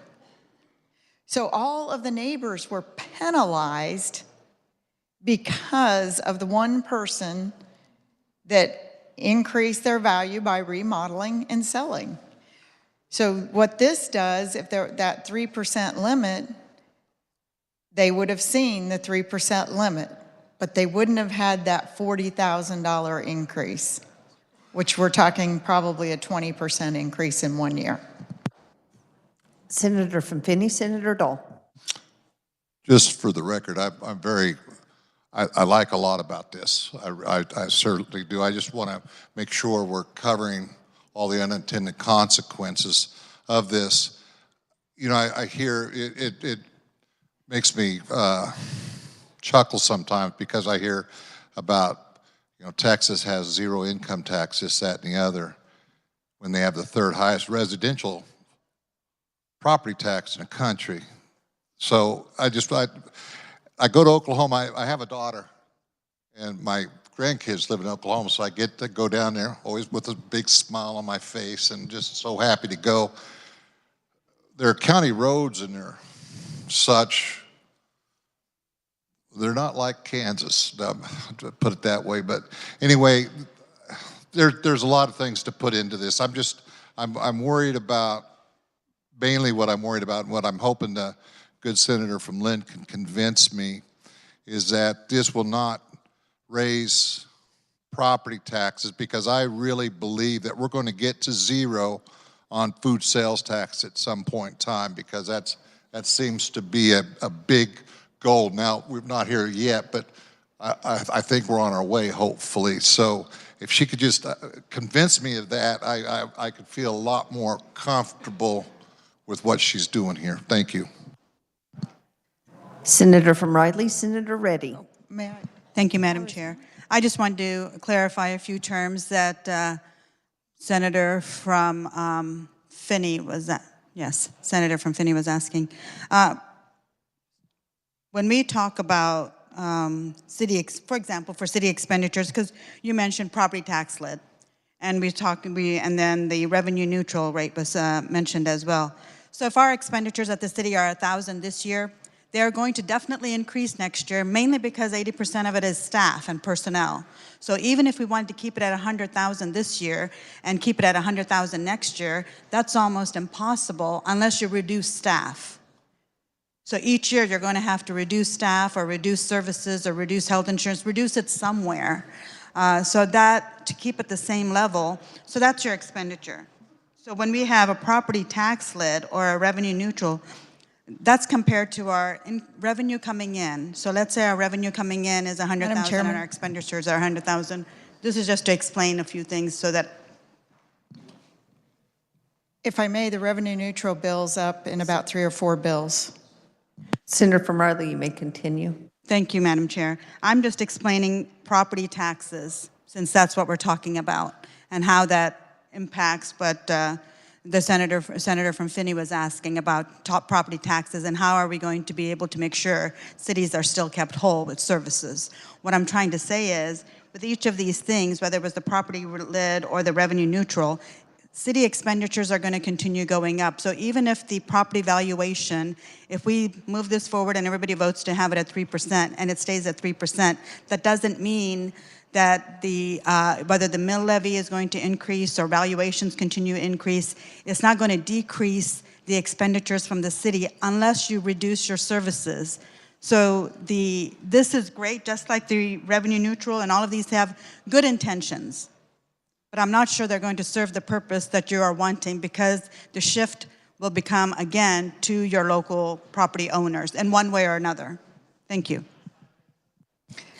Senator from Lynn, Senator Tyson. Thank you, Madam Chairman. I would ask the good senator from Riley how she can stand there and say that it is not going to decrease property taxes on fixed mill levies. It does not have anything to do with local decreasing. Individuals will fluctuate as a result of this, but not overall taxes. So I would ask the good senator from Riley how she thinks this is not a tax savings on fixed mill levies. Senator from Riley, Senator Reddy. Thank you, Madam Chair. So the mill levies are different than valuations of a property. Even if we don't increase our mill levies, your valuations are done on appraisals by fair market value, what's happening around you. That has nothing to do with the mill levy. The taxes are different. What we collect for each mill is different depending on how much you're increasing it. For example, in our community, 1 mil is $600,000. In another community, 1 mil is going to be different. But that's the valuation piece of it. But what you're collecting in taxes is very different than what you're paying as far as the mill levies that you're increasing or decreasing for each community. Madam Chair. Senator from Lynn, Senator Tyson. Thank you, Madam Chairman. You know what? I'm going to go home to my constituents and I'm going to be able to tell them I fought for them. I fought for this 3% cap. And if you disagree with me, then that's your prerogative. I get it. We are debating the bill. But the accuracy is this would be a savings to individuals on fixed mill levies. It would. It doesn't impact the local. The local governments can still raise the mill levy, raise your taxes as much as they want, not listen to their constituents, and know that they're taxing people out of their homes. At the state level, we are doing whatever we can without tying the locals' hands and reining in. You guys may not understand it, but when I saw those people's faces and how upset they were just at their valuation notice, and I'm not saying the appraisers weren't following a process defined by PVD, defined by statute. But this 3% cap, I've looked at many, many states. It works in Oklahoma, it works in Oregon, it works in other states too. But I chose the language from those two states for simplicity and the fact that they best fit the Kansas situation. Senator from Butler, Senator Fack. Thank you, Madam Chairman. It's been a very interesting debate. I've got a few comments, and I have 3 or 4 questions for the good senator, and 2 or 3 things I want to finish up with. I want to start with the word fair market value. Now, fair market value. The other thing that I would throw at this is there's a formula, and part of that formula is a budget. Now, if you want to know where the problem is, you get on that formula and look at the budget. You go look at the local budgets and sit down and get a 10-year graph on that to see what their expenses have done. That's the part that needs to be worked on. When we say fair market value, they're going for a total valuation. And if we owe $1 billion, it's going to come from all of us on different valuations. But at the end of the day, that $1 billion gets paid. So when we start tinkering with, I'm going to put a lid on you for 3% and I'm going to let you go because you don't hit 3, then we're tinkering with the system that we build in unfairness. So that's where I want to start. And if the good senator from Lynn, if she would stand for question. She's standing. Thank you. How is this not misleading property owners by giving the impression their taxes will not increase by more than 3% when that is not the case? Senator from Lynn, Senator Tyson. Madam Chairman, Kansans know that they get their valuations, and every single year in the past, until we passed revenue neutral rate, it meant an automatic increase in your property taxes across the board. What we did was we took the locals and said, if you're going to increase property taxes, then you have to have a meeting and vote to bring in more money. So the valuations, we're still trying to educate, do not necessarily mean these automatic property tax increases. That was just implemented in 2021. It's still a new system. People are learning. What we do know, the reality is the fixed mill levies, the 3% cap, would be a property tax savings for those individuals and those property owners. What the Senate President said it best. Just because your neighbor does something to his home or property, your valuation is going to go up. How fair is that? We talk about fair market value. The value of your property is what it could sell for, what you would be willing to sell it for. and to find a buyer at that rate also. So we talk about exorbitant, creating these differences and not treating homeowners with the same valuations. I just ask, why would Oklahoma and why would Oregon leave it in place since 1996 and 1997 if it was a bad program, if it wasn't working? And not only did they leave it in place, Oklahoma expands on it, lowers it for residential in 2013. That's over 10 years ago. If there was a problem with this system, don't you think they would have thrown it out by now? Absolutely. And they both use systems based on the same information that Kansas does. Different terminology, but the same results. Fair market value, cash value, same thing. Senator from Butler, Senator Fagg. Thank you, Madam Chairman. Question 2 for the good senator. Is this regressive towards the properties that are not in a high-growth area? The low-growth area may continue to be at the same market where the high-growth areas would be less than market value. Senator from Lynn, Senator Tyson. It fixes a problem in an area that are seeing it more than others. So your urban counties, Sedgwick, Douglas, Johnson, they should love this. This legislation is right for them, but it also helps rural too. Like I said, I live in a rural county, less than 10,000 people. My neighbor's valuation, 90% in 1 year. 90% on his home. Can you imagine that? Fixed income. You don't think his senator and his representative heard about it? We absolutely did. Senator from Butler, Senator Fagg. Thank you, Madam Chairman. Next question. Does this bill take us away from our property tax system is based on, and this is being fair to all Kansans? Senator from Lynn, Senator Tyson. Thank you, Madam Chairman. Would the senator repeat the question? Senator from Butler, Senator Fagg. I'd be happy to.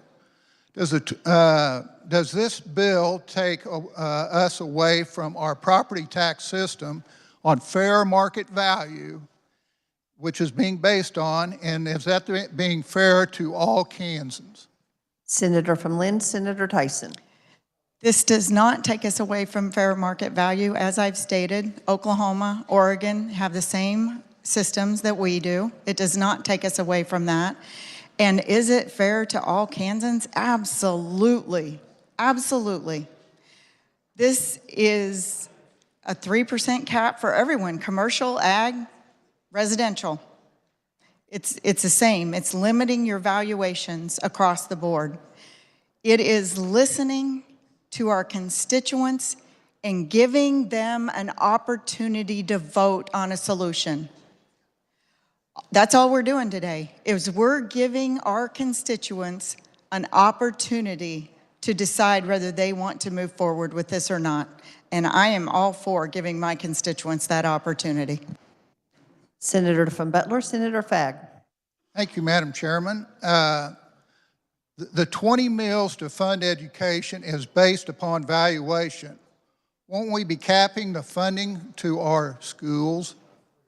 Senator from Lynn, Senator Tyson. Thank you, Madam Chairman. We are not capping the valuation to the schools.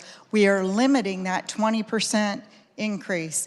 The senator may not have heard me the other day, but those valuations have gone up. How much was it? I think it was, they would have been up over $40 million hold on, and I will pull up that data. Research just sent it to me. I think this is worth talking about, Madam Chairman. I don't think the good senator realizes how much that 20 mil has cost property tax owners in the last few years. I would love to address that. We're going to get that data for you because it is a massive increase that we have seen, especially in the last 3 years. Senator, while we're waiting for that, would you take some more questions? Senator from Butler, Senator Fagg. Thank you, Madam Chairman. I'd make a couple more statements while that's going on if we could. I want to go back to, just to reiterate, fair market value. When you have a budget that's $1 billion, somebody's going to pay that $1 billion. So what we are looking at is valuation. If yours stays capped and yours don't, and yours is capped and yours don't, we're messing with the system in this thing. We've got to be very careful with that. I want to say a little bit on appraisals. I think our system in Kansas, has got a lot of checks and balances in it. I don't know how much conversation you've had with the local appraisers, but I have. And I know that when they sit down, they do the best they can with the system. It's not perfect, but I think the checks and balances are in that. Remember, if you don't like their number, go pay for an appraisal. Those appraisers spend thousands of hours of education on this. They're the experts, as best we can have. And at the end of the day, when you say fair market value is the day that you sell your house, that's when you're going to know. But if you've been in that house for 20 or 30 years, you can't base that on that. That's not what fair market value is in the way that we do our stuff. So that's... Senator from Lynn, Senator Tyson. Thank you, Madam Chairman. As I said, 2 states that base their system on fair market, they just have different terminology, have been using this for over 30 years. It has not rocked the boat. And the good senator said, if you don't like your county appraiser, go pay for an appraisal. Did he hear it himself? I'm talking about individuals that are literally trying to decide, do they pay for medicine? Do they pay for their food? Or do they pay their property taxes? Literally. We had a deputy sheriff that was moving people out of their homes because they cannot pay their property taxes. I guarantee you they cannot afford to go pay for an appraisal and challenge their county appraisal process. We've got to keep those folks in mind. Thank you, Madam Chairman. Senator from Butler, Senator Fagg. Madam Chairman, the only statement that I would want to throw to that is to remember that we are talking budget, and those budgets have to be paid. You can play all the games you want to with valuation, but it's a total valuation. That's the way they decide how much you're going to pay, and you're going to pay, and you're going to pay. But at the end of the day, that's part of the formula. The budget is the one we focus on. And I would say that SB 13 did a great job for us to sit down and focus on that budget and make sure that our local officials know that it is hard to make those payments. That's where we work on that issue. Thank you. Senator from Lynn, Senator Tyson. Thank you, Madam Chairman. There's more than one part of the equation. That was one part of the equation. This is another part. And Madam Chairman, I would like to give those numbers on the 20 mil increases, if I may. So we're looking at, from 2020, we were paying $732 million, an approximate 3% increase that year. So the cap wouldn't have impacted anything across the board. It would have individuals, but not across the board. The next year, we go to $761 million, a 4% increase. Last year, $792 million, and it would have been a 9.8% increase on that 20 mil, except the legislature, which I know it was mentioned earlier, only the inaccurate numbers, we took the first 20,000 of the 20 mil paid and increased that exemption to 40,000.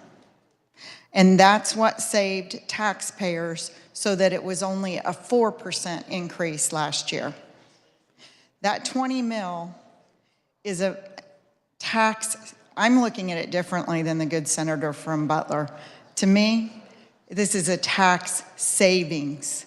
We would save the individual taxpayers from this increase. He can look at it as not capturing it for government, but it reminds me of a good quote from Chris Rock. You don't pay taxes, they take them. Senator from Lyons, Senator Longbine. Thank you, Madam Chair. The good senator from Lynn has done a great job. She has compared us multiple times to Oklahoma and Oregon. I'd just like to point out to the body they're smoking dope, and we aren't. Senator from Sedgwick, Senator Fascadeau. Thank you, Madam Chair. You know, everybody has a different opinion on everything, and just like I was standing long before the senator from Lyon, but, and that's my point here of my question that I'm asking, because everybody has a different opinion on this particular issue, Madam Chair. And so the senator from Lynn gave the senator from Finney a scenario. If you fix up your house and then you sell it, and then the other neighbors, their taxes go up or down, depending on whose opinion or who's giving their opinion. So real life situation. So my house, I've been living there for a while. The two houses on either side of me, unfortunately, they were elderly people, and so they passed away. So the houses were empty for a while. Finally, the houses sold. They came in and repaired each home on either side of me. However, like the scenario that the senator from Lynn gave to the senator from Finney, I'm not going to sell my house. It's just still there, but the two homes on either side of me, they were upgraded, and now they have new homeowners. So in that scenario, what position am I in the scenario or the bill that the senator from Lynn is carrying? Real life situation, I just want to know, because I'm in the middle of these two new homes that have been upgraded, and mine is, you know, it's still all right, but I'm not going to sell it. I'm going to continue to live in it. Beside the two new or upgraded homes, what's my outcome in your scenario? Thank you, Madam Chair, and then I'll sit down. Thank you. Senator from Lynn, Senator Tyson. Thank you, Madam Chairman. Just an overall, different circumstances, there could be different situations, but with what the good senator from Sedgwick just described is exactly what the Senate President was talking about. You get properties that are upgraded or sold in your neighborhood, and that forces your valuation to go up. And if you don't go and contest it and prove to the appraiser that yours value should not have increased, then you're going to see a valuation increase and a property tax increase. So the good senator from Sedgwick would like this in the sense that it would limit her valuation to go up 3%, no matter what her neighbors did, unless she put an addition, new remodeling, or did one of the parameters that kicked it into a new evaluation. Senator from Douglas, Senator Francisco. Thank you, Madam Chair. I'm concerned that we are saying in a neighborhood, if one house increases in value because of construction or remodeling, that necessarily raises the price of all the rest of the houses in that neighborhood. I don't think that's true. I think the appraiser should be looking at the building permits and basing the increase on those houses that have pulled building permits. So I'm just asking that we don't, without further information or research, assume that that's a given. Thank you. Senator from Lynn, Senator Tyson. Thank you, Madam Chairman. And I do not want to disparage any appraiser. I think we've got very hardworking appraisers across Kansas. We have some excellent ones, as with any industry. We have some that we've questioned their decisions. We may not agree with them, but this isn't about the appraisers. This is about fixing a process that is broken. Senator from Douglas, Senator Francisco. Thank you, Madam Chairwoman. I think that, again, we can't assume that scenario that just because your neighbor's house went up in value, that, or because of a renovation, that your house is going to do that. But we have seen substantial increases in sales. And many people who have the opportunity to sell their house are pleased about that. I am so grateful that this body did address concerns about seniors in Senate Bill 40 with our action just recently. So we are taking steps so that we're not making anyone who's on a fixed income, who has an income less than $75,000, exempting their Social Security income in a house that's worth as much as $595,000. I think those are the changes we made. Their property tax can now be fixed. It will not be increased. So this change is for everybody else, not those seniors or not those disabled veterans. Senator from Lynn, Senator Tyson. Thank you, Madam Chairman. I've looked at the people who qualify for that system. It is minimal, minimal. So yes, this does address it for everyone else in the state, and that's what we need to do. Senator from Montgomery, Senator Peck. Thank you, Madam Chairman.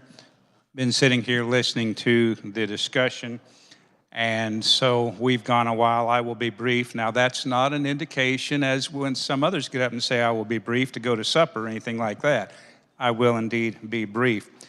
The chair lady of the Taxation Committee mentioned it, but I thought that it would be beneficial just to reiterate 1610 would simply allow voters to vote. I've heard so much discussion as though if we pass this, that it's going to cap the valuation. Nope, we don't have the authority to change the Constitution as a legislature, but we have the authority, the opportunity to allow citizens to vote. And we shall see. Citizens may not want to vote to cap the property valuations. But I can assure you, in the district I represent, citizens are not happy at all with their valuation increases. I don't know what the proposal would be for those who oppose 1610. Maybe they've got a great idea. How do we control the out-of-control property valuation increases that we have seen going on for the last many years? I have had so many people come up to me in my area and have said something about their property valuation increases. And I jokingly will say, so you don't think that it's right, it's correct? And of course they say no. I said, well, would you be willing then to sell your property for the valuation? Invariably, the answer is in a heartbeat. In a heartbeat. Tell the county to get the checkbook out and come to my place. I'll sign the deed right now over to them because the valuation is way out of control. Should we elect county appraisers? Well, I don't know. I haven't seen that proposal. I did introduce that bill in the Senate Assessment and Taxation Committee. I've heard, well, you can contest your property taxes. You can just pay for an appraisal, which again, as the chair lady has mentioned, that's not really ideal, particularly for lower income people, because those appraisals are not really inexpensive. I did find it interesting and humorous when the senator from Lyon said that, well, Oklahoma and in another state, well, they're smoking dope. Well, that might be true to our neighbors to the south because I border Oklahoma, but they were not smoking dope when they passed the legislation that has capped their property valuations. So even though I find that humorous, and it is true that they may be now, they weren't at that time, so that's not really a part.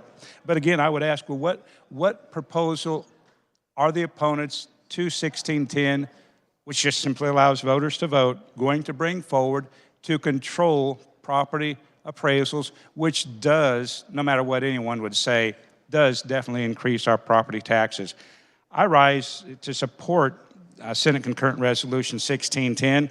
I think it is a good step in the right direction that would be beneficial to our citizens, should they decide that they want to vote to pass this. And I'm like everyone else, most comments are operating under the assumption that, yes, it's going to pass, and yes, valuations would be capped at 3%. So that's probably correct. But again, that's not what we're doing. This is the first step, passes the Senate. The House has to pass the same resolution, and then it would go to the people. So we have spent a lot of time talking almost in circles at times, I believe, on 1610. So if this is not the answer, what is the answer?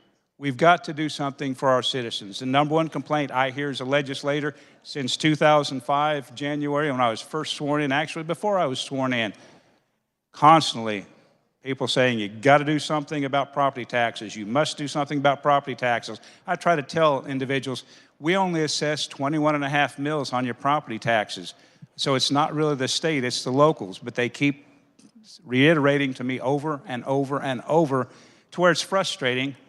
Got to do something about property taxes. I will wrap up by saying, living on a border county, I can't tell you how many people, and it's frustrating. Sometimes you just want to slap them. They come up to you and say, Peck, I moved 3 miles south, or I moved 10 miles south, and I'm in a whole different tax bracket. I have a lot more money in my bank account because I'm paying lower taxes in the state of Oklahoma than what you're charging me in Kansas. Kansas population has been declining, Madam Chairman. So we've got to do something. We've got to do something to change what we're doing. I believe this would be a good change. We shall see. It's going to be up to the body. But I'm going to be supporting 1610, and I would encourage you to do so. Thank you, Madam Chairman. Senator from Raleigh, Senator Reddy. Thank you, Madam Chair. I just wanted to know, so is it, and it's either for the senator from Lynn or a revisor, whoever can answer this, probably she knows the answer to it. Is it appropriate for, not appropriate, I suppose, is it constitutional to have an amendment where the constituents can vote? We can make a constitutional amendment on a budget item or level it as a budget item for 3% for the entire state. Is that, I'm not sure I articulated that very well. My mouth is very dry at this point. But is it constitutional to have a line item, not a line item, in the Constitution where you can cap it at 3%? Senator from Lynn, Senator Tyson. Thank you, Madam Chairman. It is constitutional to limit the valuation at 3%. In fact, we could have gone the other way. Committee, we could have gone with a 3% cap on expenditures, and otherwise it would have had to gone to a vote of the people. There's a few states, quite a few states that do that. I've always believed in local control, and this is not a limit on local governments. It just is a limit on those valuation increases. Can you imagine? I mean, literally, I know the 90% I keep talking at, but we've had 24%. The 90%, there was nobody in the neighborhood that sold their property.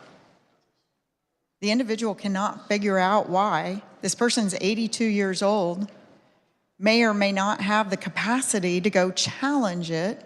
In fact, chose not to because of other reasons. They had other items going on in their life. But this was a major impact to somebody that was on a fixed income. This 3% is absolutely constitutional, and the good senator from Montgomery was absolutely correct. What we are deciding here today is the language that would go on a possible constitutional amendment, but we are allowing the voters to decide. And I got to tell you, they are demanding it. They are demanding it. Can you imagine the emotions that went through the households the last few weeks when they received these valuation notices? We would help level that out. It reminds me of an Albert Einstein quote. The hardest thing to understand is income tax. However, brilliant man, brilliant person, we all know that, but I think some would say that the hardest thing to understand is property taxes. And with this 3% limitation on valuations, it would help many of our Kansas residents. Senator from Butler, Senator Fagg. Thank you, Madam Chairman. One quick thing I'd like to add to this. When everybody got their valuations, I would say that's the start of the process. When you get the SB 13 notice in the mail, that's the time that you go down to your local officials and complain at that level. And then I would tell you that the real test in the pudding will be when you get your December tax statement. That's when it's going to tell you what's really went on with this thing. Thank you. Are there any other questions for the senator from Lynn? Seeing none, Senator, you may close. Thank you. I would like to reply to that because that is not the only step in the process. The revenue neutral is overall for the mill levy. These valuations are individual valuations. So it is not the only place to get involved in the process. On the back of your valuation form is the way to appeal your process. I encourage all of you that had these massive valuations, please appeal the process. I think we've debated this. I'm 90% sure everybody knows where they are. But I would ask the body that you seriously consider your constituents and allowing them the opportunity to vote. We changed the process on fair market values in the 1980s. All we're doing is saying, hey, look, that worked for a long time. It's out of sync right now. These valuations have gotten so high that they are literally putting people out of their homes and their businesses. We heard testimony in committee on it. So I would ask that you consider your constituents and give them the opportunity to be a voice in this process and limit the valuation increases. Doesn't stop your property taxes from going up, but limit those valuation increases to a maximum of 3% a year, unless you kick in one of the triggers to reset the value. With that, Madam Chairman, I move that when the body rises in report, it reports SCR 1610 as amended favorably for passage. You've heard the motion. All those in favor say aye. Opposed, no. No. Motion carries. We will now turn our attention to Senate substitute for House Bill 2060. The chair recognizes the senator from Miami, Senator Baumgartner, to explain the bill and adopt the committee report. Thank you, Madam Chair. I move we adopt the committee report. You've heard the motion. All those in favor say aye. Opposed, no. Motion carries. You may continue. Thank you, Madam Chair. The Senate substitute for House Bill 2060 makes 3 technical amendments. They were at the request of the Board of Regents as well as the Department of Education. So the first technical correction has to do with our Driver's Training License Act, and it's the payments from the State Safety Fund. So when we put this into law last year, we came up with the language. When the Department of Education read through the language, again, once it was law, put it into practice, they felt that it read that they needed to send reimbursement checks for the one semester more than 800 students that had taken driver's education rather than one check to the community college that had provided the driver's education training. So it simply takes the word community college, and rather than it being in the middle of the sentence, it's at the end of the sentence, so there's no confusion there. The other change has to do with our AOK to Work program, Accelerating Outcome Kansas, and what that does is it is going to codify and clarify for the Board of Regents that up to $500 can be used by the AOK student to go toward their books, tools, and personal materials required to participate in an AOK career pathway program and their industry examination. So again, that was a clarification that was requested by the Board of Regents. And the last component, the last technical fix, is that we include the term HSE which is the, I'm looking for what it represents. I can't find it right now. HSE, high school equivalency. So we often refer to GED. That's one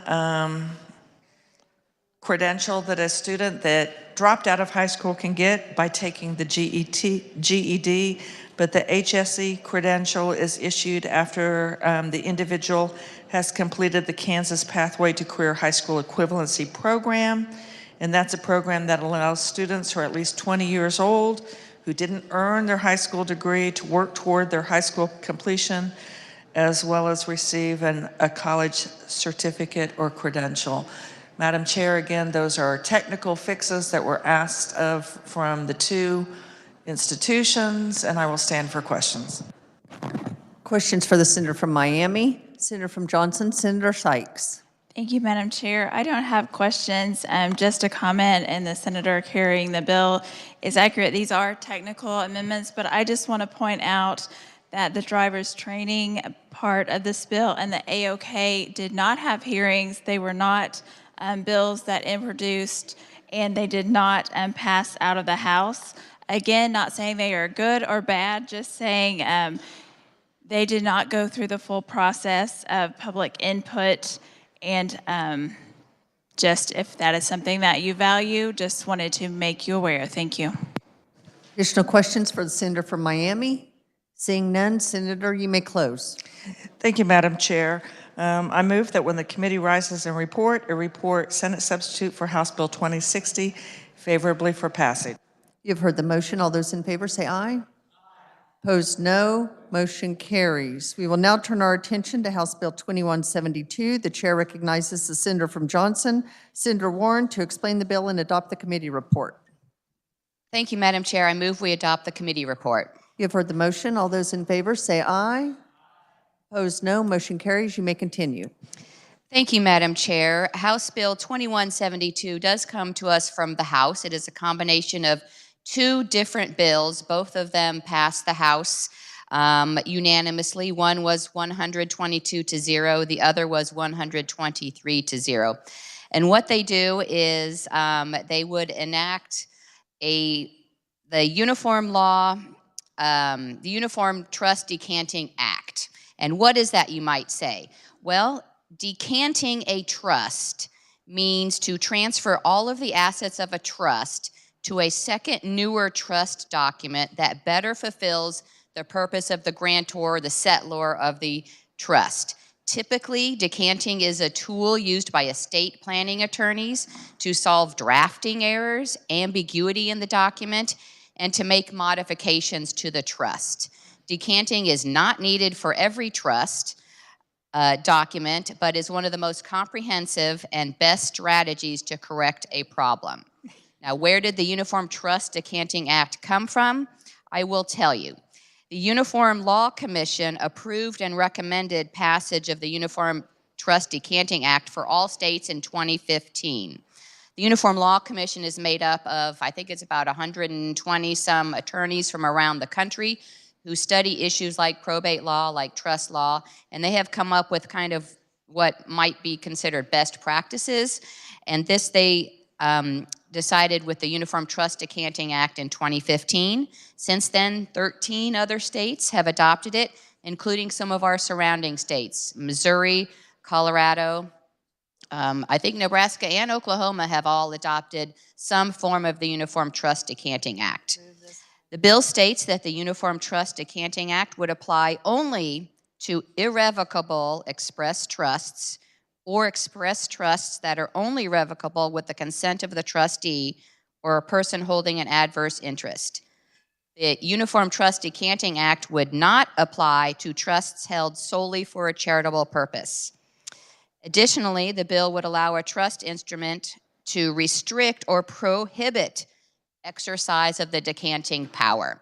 So it is a very powerful tool that can be used only if you already have the power as the trustee to decant, to pour over, to create a second trust. The second trust can be created in any jurisdiction in the country, And the bill, if it passes, would apply to trusts created after the bill becomes effective and before. Again, only if you already have the authority to do that in your trust.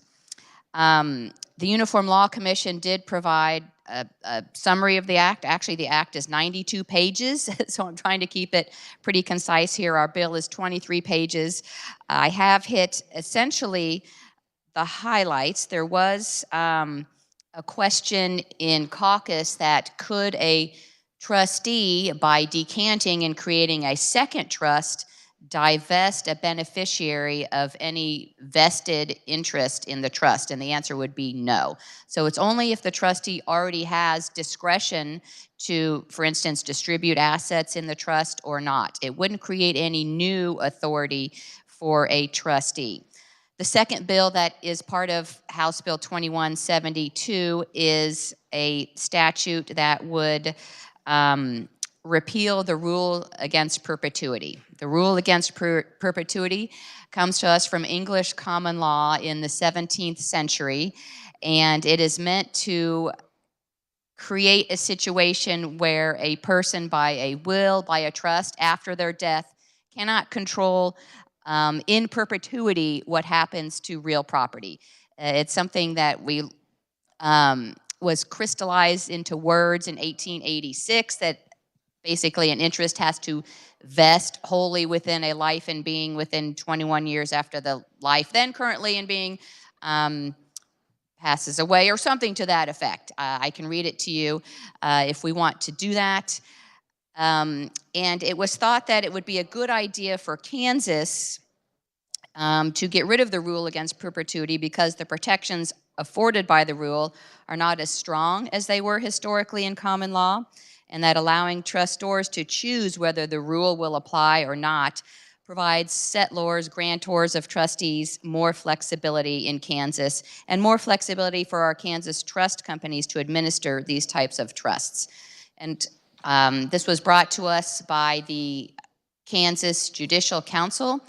And with that, Madam Chair, I will say that we did amend it in committee merely to change its enacting date to when it's published in the Kansas Register. With that, I'll stand for questions. Are there questions for the senator from Johnson? Seeing none, Senator from Reno, Senator Stephan. Thank you. Quick question for the carrier of the bill. We had discussed in caucus about the decanting and what its effect on the trusts were. Were you able to get any clarification of that? Senator from Johnson, Senator Warren. Thank you, Madam Chair, and I will repeat, as I said a few minutes ago, that the trustee, by decanting, would not be able to divest a beneficiary of any assets or vested interest in the trust that the trustee doesn't already have discretion to do. So it wouldn't create any new power or authority for the trustee to divest a beneficiary. Additional questions for the senator from Johnson? Seeing none, Senator, you may close. Thank you, Madam Chair. And just for thoroughness, I want to share with the body that the classic formulation of the rules against perpetuity is no interest is good unless it must vest, if at all, not later than 21 years after some life in being at the creation of the interest. So it's a rule of common law that we spend a lot of time in law school talking about, and I've just stated there for you, and with the bill, it wouldn't apply anymore in Kansas to trusts or in other situations. With that, Madam Chair, I move that when the committee rises and reports, it report House Bill 2172 favorably for passage. You have heard the motion. All those in favor say aye. Opposed, no. Motion carries. Body, we will pass over Senate Bill 303 and turn our...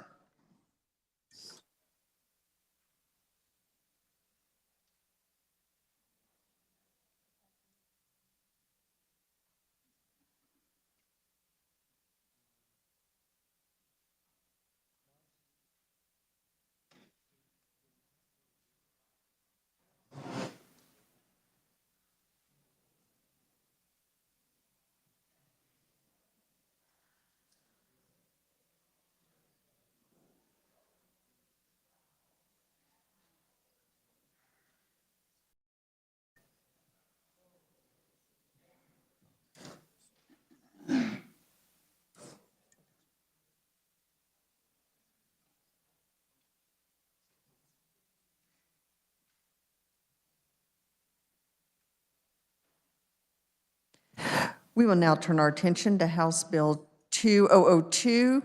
The chair recognizes Senator from Lynn, Senator Tyson, to explain the bill and adopt the committee report. Thank you, Madam Chairman. I move we adopt the committee report. You've heard the motion. All those in favor say aye.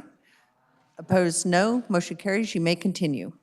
Thank you, Madam Chairman. What this is, the bill came to us from the House. It was to pay for the revenue neutral rate indefinitely, the state. The Senate Tax Committee amended it. We amended it to pay for it one more year. We pay for it in 2023, and we will pay for it in 2024 if this becomes law. Currently, that expires in 2023. The Senate Tax Committee also made some other changes to it. We amended the bill to include the revenue neutral rate draft template. There has been research provided copies for us today. There was also an amendment to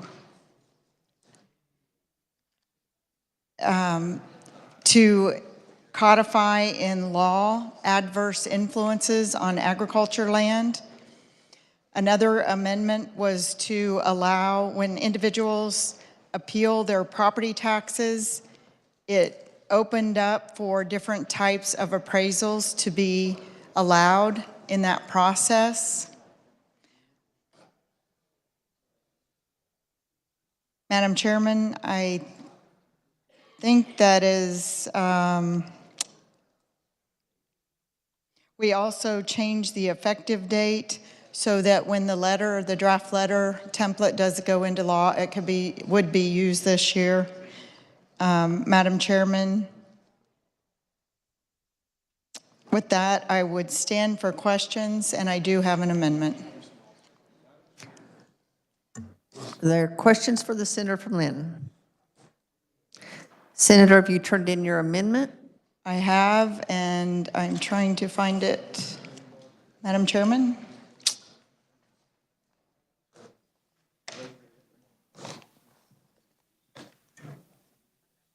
It is 2011. Please give us a moment to get that distributed.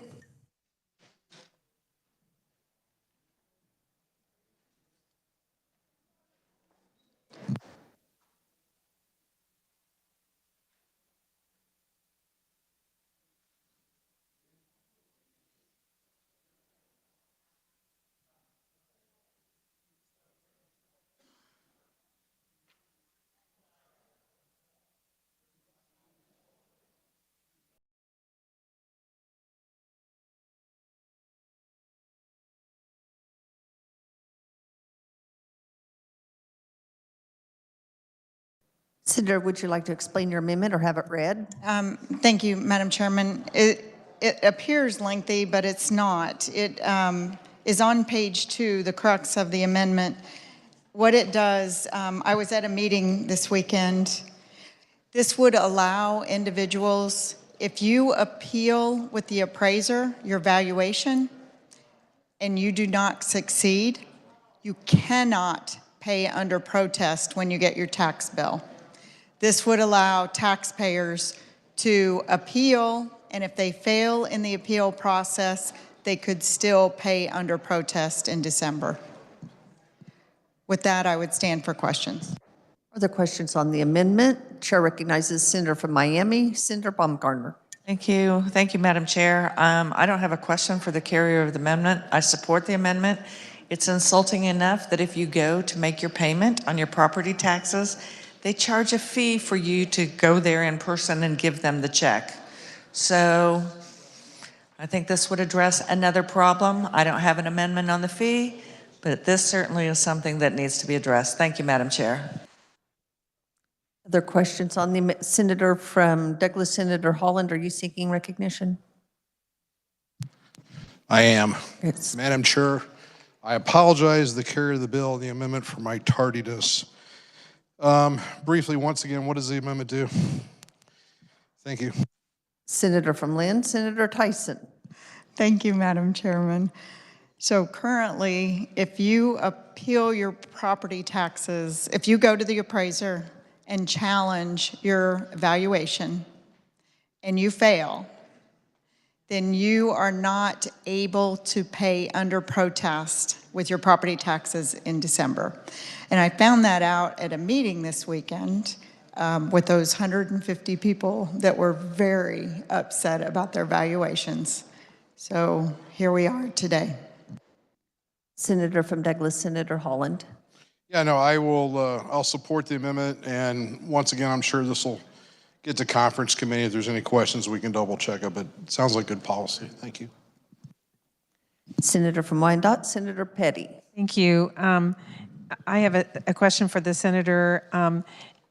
If I pay under protest, how does that impact those funds that I've paid under protest? Senator from Lynn, Senator Tyson. Thank you, Madam Chairman. I am not an expert on that, so I will have to refer to the reviser just a second.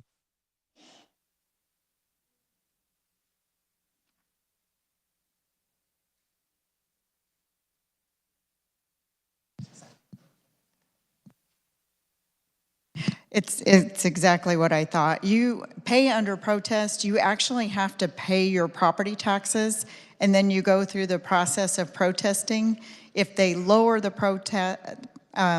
property taxes as a result of the protest, then you get a refund. Otherwise, the county just keeps the money. Senator from Wyandotte, Senator Petty. Thank you. I thank you for that answer, but I thought you had said earlier that if a taxpayer like myself, if I protest my taxes and I am not successful, and then I pay my taxes, if I'm not successful currently, I cannot pay under protest, but you're saying now I would be able to pay under protest. So does that mean the process starts all over again? Senator from Lynn, Senator Tyson. Thank you, Madam Chairman. Property tax system is not very straightforward for somebody that's not involved all the time. But so what happens is we recently got our appraisals in March. So there is a process in order to protest or challenge the appraisal that the county assessor, county appraiser sent out. That is one process. If you challenge that appraisal under current law and are not successful, they do not lower your property valuation. Under current law, that means you cannot challenge the actual dollar amount when you get your property taxes in December, which is the second type of challenge or protest, payment under protest at that point. Senator from Wyandotte, Senator Petty. Thank you. Senator from Douglas, Senator Holland. I apologize if I cut you off sooner when you were standing. Not at all. I just wanted to, I was standing to comment on the underlying bill once the motion has been worked. Other questions on the amendment? Seeing none, Senator, you may move your amendment. Thank you, Madam Chairman. I move my amendment. You've heard the motion. All those in favor say aye. Opposed, no. Motion carries. We're back on the bill. Senator from Douglas, Senator Holland. No, Madam Chair. I just rise in support of this bill.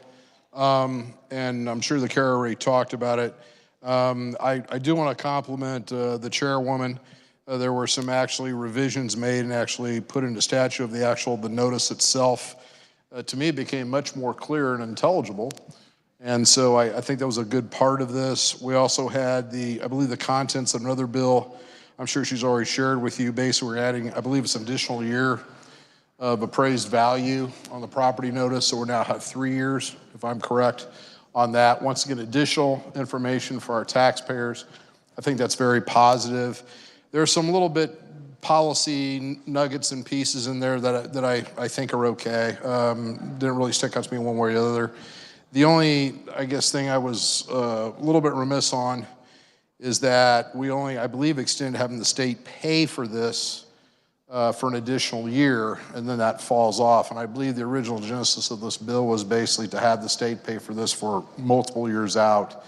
So I just want to be sure this doesn't turn into an unfunded mandate, and we'll be working to be sure that the state does keep funding the postage for this. I know we have talked to the locals, Madam Chair, about using emails, but to me, the gravitas of this revenue neutral rate notice, to me, I believe it needs to be presented formally just like your other property tax statements. I believe it should be mailed and not relegated to an email. And I do believe the state should pick up the cost of that. But outside of that one concern, once again, I think it's good policy. I asked my most important constituent, my district, Madam Chair, my wife, and she said, yes, she appreciates the revenue neutral notice. And so I think it's good too. Thank you. Additional questions for the senator from Lynn? Seeing none, Senator, you may close. Thank you, Madam Chairman. You guys have heard me say before that I have a group that we work with. We do brainstorming on property tax and solutions, and that is how this came about, and that is how 1610 came about. It's not a vacuum by any means. We're listening and trying to solve problems for the state of Kansas. Madam Chairman, I think that this improves a process that's already in place. As I said before, we do that often with software systems. I hope the body will stand in support. I move that when the committee rises the report, it report HB 2002 as amended favorably for passage. You have heard the motion. All those in favor say aye. Opposed, no. Motion carries. We will pass over Senate Substitute for House Bill 2069 and turn our attention to Senate Sub for House Bill 2127. The chair recognizes the senator from Johnson, Senator Warren, to explain the bill and adopt the committee report. Thank you, Madam Chair. I move we adopt the committee report. For the motion, all those in favor say aye. Opposed, no. Motion carries. You may continue. Thank you, Madam Chair. Senate Substitute for House Bill 2127 is a bill to redress some of the worst things that can happen to a person. It's to address child sex abuse. It's been an issue that we as a body have heard a lot about, probably in emails and from constituents as well. It's an issue that I've been working on since before session started. And the bill comes to us after, and it would address child sex abuse and protecting Kansas children. It's a bill that was worked on very diligently this session, and want to thank Senate leadership of both parties for bringing the bill to fruition. I've had input on it as well, and here's what it does. First of all, we were hearing that for some child sex abuse survivors, that the current civil statute of limitations in law wasn't long enough. The current statute of limitations is if you're a victim of child sex abuse, as defined in law, you have essentially till you're 21 years old of age to bring your civil cause of action. And we were hearing from survivors who also had input on what House Bill 2127 looks like, that's just not enough time because you're a young person and sometimes you're just not prepared to come forward. So what we did was we extended the statute of limitations to age 31. So from age 21, so put 10 extra years there. So you could bring your civil cause of action for child sex abuse until you're 31 years old. Or, you know what? If you've got a criminal conviction against the alleged perpetrator, a criminal conviction, that reopens the window for you to bring a civil cause of action within 3 years of criminal conviction against the perpetrator. Because the real goal here is to put perpetrators away from kids where they can't cause any more harm. So the bill does do that. It creates no statute of limitations for child sex abuse crimes. They're defined there in the bill. And what it also does, when I say protect Kansas children, protect them wherever they may be found. And by that I mean that we, in the bill, have made it easier for survivors to bring claims against governmental entities. We hear a lot that children sometimes are victims of adults who are in one government entity or another, and that currently you have to go through a procedural process through the Kansas Tort Claims Act before you can file your civil cause of action. We have now made it easier for child sex abuse victims to bring their causes of action against governmental entities, including municipalities. Why should they deserve protection against, again, some of the worst things that can be done to another person? We've also, in the bill, lifted the cap on damages against a governmental entity for child sex abuse injuries or damages. So again, protecting Kansas children from some of the worst things that can happen to a child. So I don't want to belabor the point anymore, but it is a pretty comprehensive bill. It addresses both civil and criminal aspects of our law. It was after many, many discussions, again, with leadership from both parties of this chamber, with the survivors, were involved in many, many discussions. I was involved in discussions as well. And it's in a place that also provides some protections for the due process of our legal system, that you ought to have, and when I say due process, plaintiffs and defendants. So it's something that I hope that the body would support to address this very serious issue. With that, Madam Chair, I will stand for questions.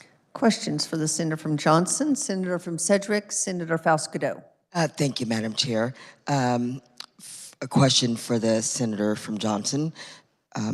So this is a really, really, really important issue.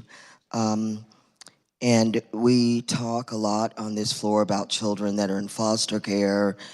Progeny came and we talked about Senate Bill, the old Senate Bill 367 of services for our youth and so on and so forth. So years ago, I was part of shepherding the current law that we have, that you could up to 21 and make that complaint, signed into law by Governor Brownback and at that time Attorney General Derek Schmidt and some others. We were there. So I think this is so important, and I just wanted to rise in support of the legislation and the work that the senator from Johnson, or both senators from Johnson, Senator Warren carrying the bill, as well as the work that Senator Holscher has done. I think it's really important, and just wanted to rise in support. And I wanted to ask, so getting it to, what was the age? Because I know now you could make those complaints up to 21. What is the age in this bill? Thank you, Madam Chair. Senator from Johnson, Senator Warren. Thank you, Madam Chair. The age would be the claim has to be brought by the time you're 31 years old. Senator from Riley, Senator Reddy. Thank you, Madam Chair.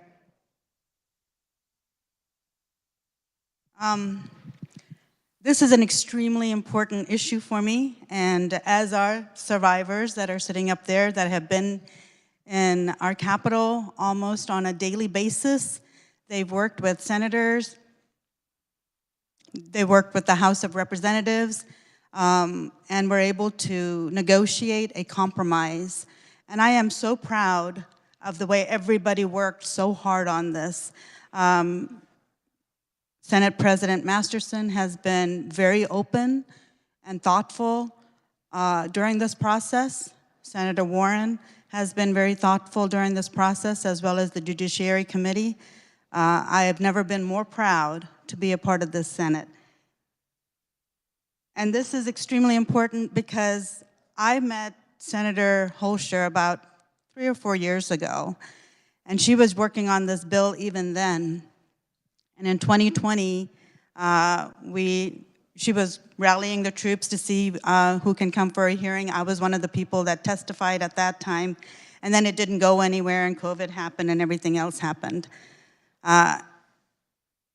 And on January 11th, I was sworn in. On January 12th, Senator Holscher came to my office and said, hey, I'm working on statute of limitations. Do you want to sign on? There was no question. It was just, yes, I'm going to do this. And it was amazing that I had to sit and pause and just take a deep breath. I texted my children. I said, that day, I said, guess what? I'm going to work on the statute of limitations. And they said, I can't believe this. It's getting so real. You're making a real difference. I can't believe it. Where is this coming from? So from my personal experience, this is so important because from the ages of 10 to 16, I have been abused by a family member in my own home. Nobody in the school district knew, nobody knew, because as a child, what are you thinking? Should I tell the police? Will they believe me? Will my mom be sent back to India? Will I be poor? Will I end up in foster care? Does it really matter? Maybe this is what everybody does. So you're not sure, you're twisted, and you're just very unclear because the people you should trust the most are not there anymore. And where do you go? Who else are you going to trust? And as you grow up, you just don't want to think about it anymore. You just want to move on with your life. So I moved on with my life and nothing. I was fine. I, went to college, did okay. Have 3 wonderful children. And 2 are physicians. One is in California. He's doing pulmonary critical care physician. My daughter is in Colorado Springs. She's a pediatric ER physician. I have a son in New York, and he works for a nonprofit as an associate director. So they are very successful. But inside, they had a mom that was very broken and traumatized and had to move on regardless because I needed to protect my children. I didn't want that to happen to me. As they entered their late 20s, I told them my story. And like I said in my testimony, this generation being what it is, they don't deal with injustice, and they seek accountability. With their support, I was able to, we were in a hotel, we had my dad come, and we had faced him, and my son had recorded our conversation where he admitted it. We were able to turn it in as evidence in Virginia. They did not have a statute of limitations. I provided the evidence. I was able to get a conviction, an indictment, and get an incarceration. That doesn't happen. In the process, we thought we can go save my mom and take her home and so she can live with us. First thing she said is, get your dad out of jail. So no more mom. I lost my family in India, and they don't speak to me. And if this has happened when I was a child, would I have been able to handle it? I can handle it as a 53-year-old woman, but I could not have handled it as a child. And that's why the statute of limitations are so extremely important. We've made progress with 31 years, and we still have a long way to go. But what you are doing with this is removing the predators off the street. This is not going to be a path for healing for everybody, but we are at least telling perpetrators, hey, we can now do something, we can make some progress, we can hold you accountable. Because they're not the creepy old guys in your forest. They're everywhere. Your teachers, your coaches, your priests, they're everywhere. Senators, I don't know, they're everywhere because they have political clout, they have the money to hire lawyers, and the victims still have to provide the evidence. So I want to say thank you. Thank you so much for letting me be a part of this process. Thank you for showing me what bipartisanship looks like. And thank you for making sure that this isn't a Democrat-Republican issue. This was our issue. And I appreciate Senator Holscher's leadership in this and the survivors that had to tell their story over and over and over again. because we're doing this for the greater good and we're doing it for the future of our children. Thank you so much. Additional questions? Senator, Chair recognizes the senator from Johnson, Senator Holscher. Thank you, Madam Chair. I know we've had some fairly long debates this afternoon, and normally I self-impose a 3-minute rule when I talk, because I believe that's how to be most effective, to put my major points in a 3-minute time frame and then move on. But today, there is a lot more to be said, and I'll need a little bit more time, so I ask you to bear with me.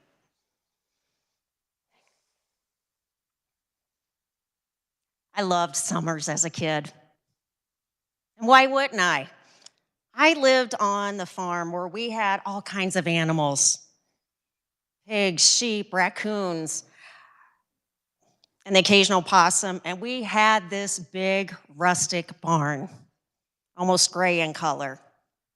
Summertime meant new life. Flowers, the greening of the grass, and baby animals. That farm was my nirvana. At a young age, I had a sort of routine established already to my day. After breakfast, I'd fling open the back door. We had one of those screen doors that sometimes if the wind caught it, it would blow it open and it would bang along the side of the house. But after breakfast, I'd rush through that back door and go outside, and I'd start checking on the animals. I'd start doing my routine. After making my rounds through the different pens close to the house, I'd head to the barn, because that's where the baby kittens were. Now, the barn was situated less than 100 yards from our house, but there was another structure in between, so it was kind of obscured. You couldn't see who was coming and going. Every day, I'd go to that barn and spend, 30, 40 minutes there with that litter of kittens. And on one particular day, after being there for a while, I got ready to head to the house. And then I heard a voice ask, "Where are you going?" Now, this was a familiar voice. Not one of my 2 older brothers who were in high school. They were working at various summer jobs already at different places during the summer. It wasn't my dad. He was at work in town. It wasn't my mom. She was in the house. This was the voice of a person who sometimes helped at the farm, someone a little older than my brothers. I responded to his question by saying I was getting ready to go to the house. He went on to ask me about the kittens and all the other animals on the farm. We talked for a while as I introduced him to the kittens, telling him the names I had given them. Then he asked me if I wanted to play a game. Well, sure, I said. He proceeded to tell me this was a game like Simon Says, where one person would tell the other something to do. He also told me that because I was a really smart girl and because I was so mature, I could probably handle playing the real version of the game like adults. Of course, I wanted to hear how adults played this game. So he went on to tell me that the directions you give to each other involves showing your private parts. And then you do things with those parts, things that at my young, tender age, I didn't understand at all. I was only about 5 at the time. I remember feeling very confused in that moment. I had never heard of such a game like this. I remember standing there so very confused at what I was being told. Now, some people listening to this might say, well, if I had been in that situation, I would have taken off and I would have run. Of course, my parents had warned me of stranger danger. This wasn't a stranger. This was somebody I knew. This was someone we were all very familiar with. And this person wasn't coming at me with a weapon or trying to hit me. He was using his words and my trust as a form of manipulation to endanger me. Something a child's mind can't comprehend. Heck, sometimes adults can't comprehend that either. And then he said something else to me. He said, "Your friend Julie plays this game with me." Well, Julie was my age. So if she was playing this, didn't that mean I should be playing it too? I stood there almost paralyzed, trying to comprehend something that was incomprehensible to my very young mind. And then all of a sudden, there was a loud sound. I'm not sure what it was exactly. Perhaps the wind caught that back screen door and flung it open. He likely thought it was my mom coming out of the house, and he took off. I quickly ran to the front of the house, went in the front door, and went to my room, making sure my mom didn't even see me. I felt so embarrassed and ashamed at what had happened and what had nearly happened. I kept wondering, what did I do to put myself in that situation? Because I was taught adults are supposed to protect you, and this didn't make sense. I didn't tell my mom or anyone in my family what had happened. In fact, I've only shared fragments of that situation with a few friends of mine. I've never spoken about it publicly until today. And I ask you this, if it has taken me this long, over 47 years, to speak about the abuse that almost happened, can you please understand why it takes years, often decades, for victims of sexual abuse to come forward? There's something else you need to consider. For years, I didn't even recognize this as an attempted assault, an attempted sexual assault. Not until I had my own children, because I kept thinking I did something wrong. But once I became a mother, when I saw the faces of my own innocent children, I realized kids don't do something to make this happen. Predators work to find children when they're alone, and they use forms of manipulation in these situations. Because keep in mind, the person who nearly assaulted me had been to our farm many times. He knew where the rest of my family was going to be. He knew the barn was fairly obscured. He knew my routine. He knew I'd be alone in that barn that had always been a safe place for me. As I tell you this story, my mind keeps wanting to push it back. My mind keeps trying to shield me from the embarrassment, the shame, and the trauma of that day. But I have to tell you this story so you will understand why victims typically can't talk about their abuse until decades later. And I have to talk to you and tell you about Lisa, who was sexually abused by her father and couldn't come forward, as doing so could have meant putting the rest of her family in danger, the possibility of being sent to a foster home. When she was finally able to come forward in her 50s, SOL was gone for her case. I have to tell you about 10-year-old Earl, who was playing football in his front yard when an older neighbor asked if he'd like to go fishing at his family's cabin. Earl left with the familiar high schooler, and once they arrived at the cabin, the neighbor's demeanor changed dramatically, and he sexually molested him for the next several hours. After years of anxiety and personal struggles, Earl filed a complaint in his 50s. Of course, too much time had lapsed. Incidentally, his attacker is still out there and was recently helping with a group who mentors young children. I have to tell you about Tess and Kim, who were both victimized by the same predator, their gymnastics coach. Because an adult found out about the case, about the abuse, claims were brought forward in Tess's case, and her attacker served a 2-year term. However, there are 11 other known victims of the same predator, and none of those crimes can be pursued because of the narrow statute of limitations. That means he is out there. And our statutes have prevented us from removing this known predator from the streets. And then there's Whitney, who was in 5th grade when her older brother started sexually abusing her. In her 20s, she told her father, and his response was, "That's what brothers and sisters do." With no support, she waited decades before coming forward to tell her story. It was too late to take legal action. You've heard about Usha, who was victimized by her father, a physician perceived by the community as a person of honor and integrity. You've heard about Taryn, a 2-time Olympic silver medalist who was abused at the age of 15 by Larry Nassar. And there's Aubrey, whose step-grandfather began abusing her at the age of 4. When she told her mother as a teenager, they went to the police and were devastated to learn statute of limitations had run out and there was nothing they could do. And there's Carrie, who was sexually assaulted at the age of 8 at a daycare provider's home. No action because statute of limitations had passed. And Julie, who came to the hearing last week, who lost her beloved husband to suicide 25 years ago as he could no longer compartmentalize the pain from the sexual abuse he suffered as a child. And Joe, who was abused by family members, told a priest and was ignored because her father was a prominent person in the community. And Katie, abused at the age of 15, was raped by 2 grown men while another man watched. After dealing with years of trauma and suicidal ideation, she came forward to report the crime when she was 33. Imagine the additional trauma she endured hearing there was nothing that could be done because the statute of limitations had run out. And Susan, who was raped by 4 different priests starting at the age of 9, she was warned if she told anybody that she would burn in hell.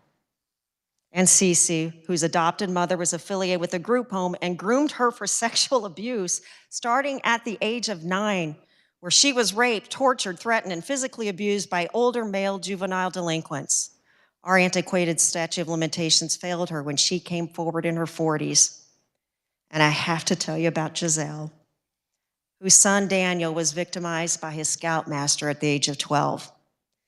The abuse was discovered by Daniel's father, and despite getting help and receiving the support of his family, he couldn't escape the trauma and died by suicide at the age of 37. You have to understand this abuse, childhood sexual abuse, robs children of their innocence and prevents them from growing into the people they're supposed to be. If you're lucky, you're able to get support from family and friends and possibly therapy to help you cope. But for many survivors, every day is a hellish struggle. For some, it's unbearable. It's one more point to consider. Remember what my would-be predator said to me? He said, "Your friend Julie plays this game with me." That means there were other children he preyed upon. Abusers don't just abuse one child. They'll prey upon dozens. They'll go wherever they can find them. In the Scouts, on sports teams, in their neighborhood, in churches, or sometimes a barn. It's past time to reform our statute of limitations so we can identify the hidden predators in our society to prevent future victimization. Additionally, we owe it to the survivors to be able to pursue justice, as well as the acknowledgement that the crimes committed against them were horrendous. The current narrow statute of limitations minimizes the crimes against them and produces additional trauma. In closing, I want to show appreciation to Senate leadership, especially Senate President Masterson for his work on this bill, and to Michelle, his assistant. And many thanks to the brave survivors, some who are still here in this gallery, who have come to the Capitol nearly every week, sharing their stories with lawmakers. We see you. I ask everyone on the Senate floor to please join me in support of this bill. Additional, we'll have order, please. Order, please, Senator. Additional questions for the senator from Johnson? Seeing none, Senator, you may close. Thank you, Madam Chair. In committee, we heard heart-wrenching testimony from survivors and heard their stories. And we heard the pain that they have been dealing with and some really heart-wrenching stories were shared. And I too have seen their advocacy work here at the Capitol. And those who weren't able to come forward but are out there, we hear you.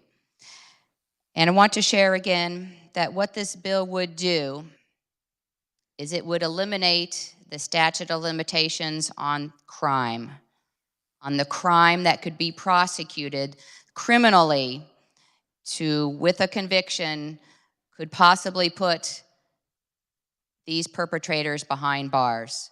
There will be no more statute of limitations on, let me just read you a few of the crimes that we're talking about.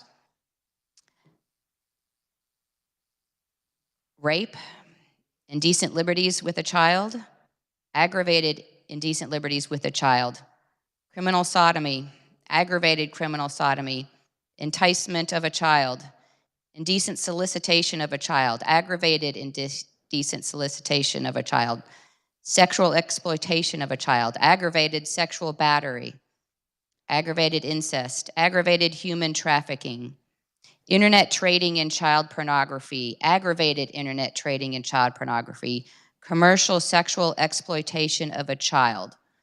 These are what we will be able to prosecute criminally against these perpetrators. On the civil side, civilly, a civil case does not remove a person from the ability to continue the bad behavior, quite frankly. So that is why on the criminal side, wanted to eliminate the statute of limitations so you could prosecute these crimes. And on the civil side, again, it was a compromised position because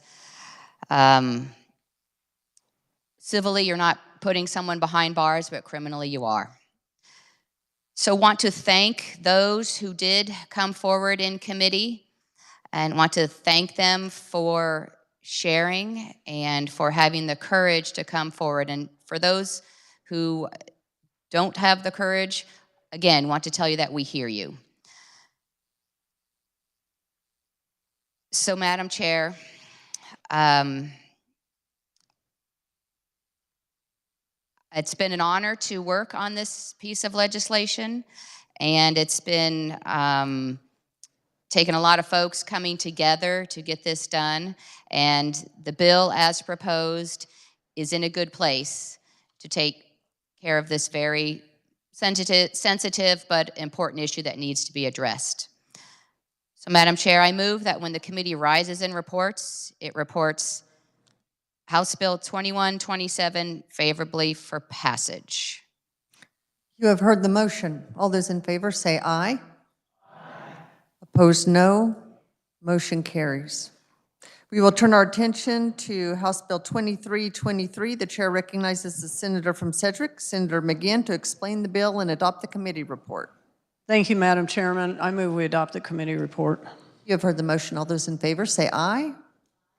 Opposed, no. Motion carries. You may continue. All right. Thank you. House Bill 2023 would require all property transfer agreements between a fire district and City of Johnson County on land annexed by the city to occur within 1 year of the date of the annexation. Should such an agreement not be reached, the property would automatically be transferred to the city. Madam Chair, this bill came to us by Representative Essex, and it has to do with as cities, particularly in Johnson County, grow outward, trying to set dates in a timely manner so that the fire district and the taxes will change within a year. Kind of didn't think that this was necessary, but it did pass the House 120 to 1. The county did chime in with a few more clarifying details about the annexation with certified mail in 10 days. And so as these rural communities go into the city, oftentimes their taxes are cheaper in the city, and this keeps this from going on past a year, outlines the criteria in which to do this, and so that the folks that are in the city aren't paying the rural tax on the fire department. So with that, I stand for questions. Are there questions for the senator from Sedgwick? Senator from Johnson, Senator Gossage. Thank you, Madam Chair. A couple of the cities that are near are in my district. In fact, I live in that area. I live in the country, and we, of course, have cities on the outskirts that are annexing. And, of course, those folks who live there have to petition to be annexed. They just don't come in and say, hey, you're going to be in the city. And so they are serviced by rural fire districts who get the tax on this because they service these folks. And prior to, I believe it was 2014, if they couldn't come to an agreement, the fire district, the city, Then they could come together under the Johnson County Board of Commissioners, who could kind of be the go-between. They could help with figuring out an agreement. There was a 60-day notice.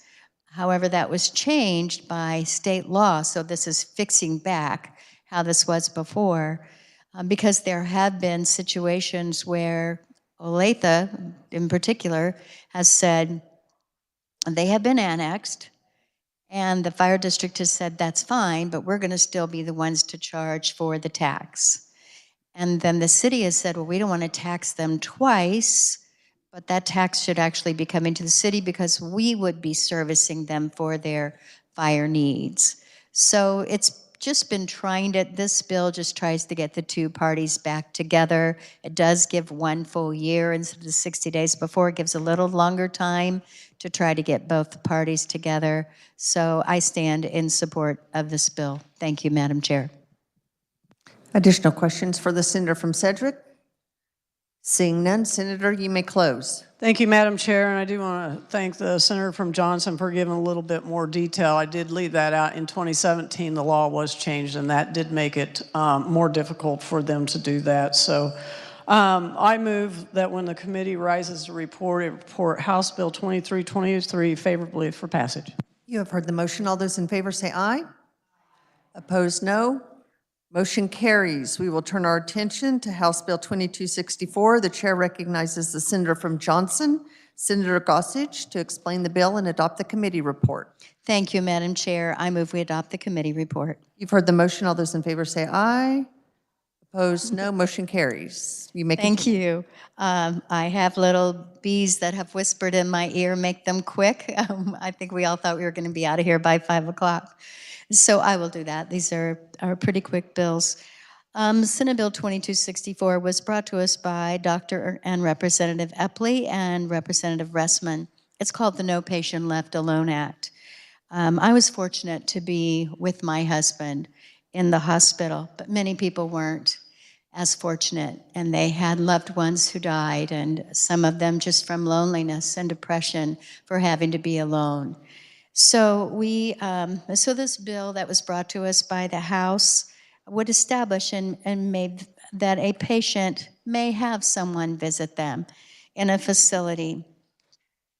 So what it does is it would specify that a patient care facility would not be able to take action to prevent a patient from receiving in-person visitation, but it also clarifies it would prohibit the facilities from preventing a patient who is terminally ill or receiving end-of-life care from receiving in-person visitation from two individuals. It also clarifies, Madam Chair, that they could, the patient may refuse to see people. They can specify which people they would like to have come visit them, but also protects the facility that if they do require that they wear protective masks or other equipment, that they do that, then they can require that, and the visitor would have to meet that requirement. It also would establish a patient care facility may adopt visitation policies and procedures that are more stringent for intensive and critical care units, require a visitor to agree in writing to follow the facility's policies and procedures, temporarily suspend a visitor's in-person visitation should that visitor violate the facility's policies, and revoke a visitor's in-person visitation should the visitor repeatedly violate the facility's policies and become violent or aggressive. And then we did have testimony that included neutral testimony from the Kansas Healthcare Association, the Kansas Center for Assisted Living, and neutral testimony for the Kansas Hospital Association and Kansas Adult Care. Also included in this, there are federal patient Bill of Rights, and we felt it was good to put this in here, number one, to protect the patient, but also to protect the facility that brought up the point that we want to do this, we get it, we understand that, and they've backed off on CMS about maybe we made a mistake of not letting their loved ones come in or not allowing people to visit. But their concern was we might not be able to get federal funding if we do some of these things. So could we put something in there regarding the federal funding? Instead, what we did was say, let's put in this patient bill of rights. As long as you're allowing this, you should not have to be losing your federal funding, and as a compromise to that. And I will stand for questions, Madam Chair. Questions for the Senator from Johnson, Senator from Wyandotte, Senator Petty. Thank you, and I do have a question for the Senator from Johnson. So you did, Senator, you did kind of speak to the the potential loss of federal funding, but can you share with the body how that is addressed in the current bill as it is? Senator from Johnson, Senator Gossage. Thank you. On the bottom of page 3 are those federal patient bill of rights that, as long as they are following those, again, they shouldn't run into a foul with the federal government. And I've not heard anything from the Hospital Association. I did get an email stating that there might be an amendment regarding this. And I believe Senator Petty may have that amendment. Senator from Wyandotte, Senator Petty. Thank you. Well, I'm not planning on offering an amendment, but I think it is important to bring to the attention of the body that as this bill was passed out of the House, it did have in the bill, and this would be an amendment that did address the valid concerns from Leading Age Kansas about the potential of possibly losing federal funds. It also addressed the concerns from the Kansas Hospital Association. And I think it's important for the body to realize that that language that spoke to the federal funding for the hospitals and long-term care could equate to approximately $1 billion in funding, federal funding. So it's no small change, and it is a valid concern.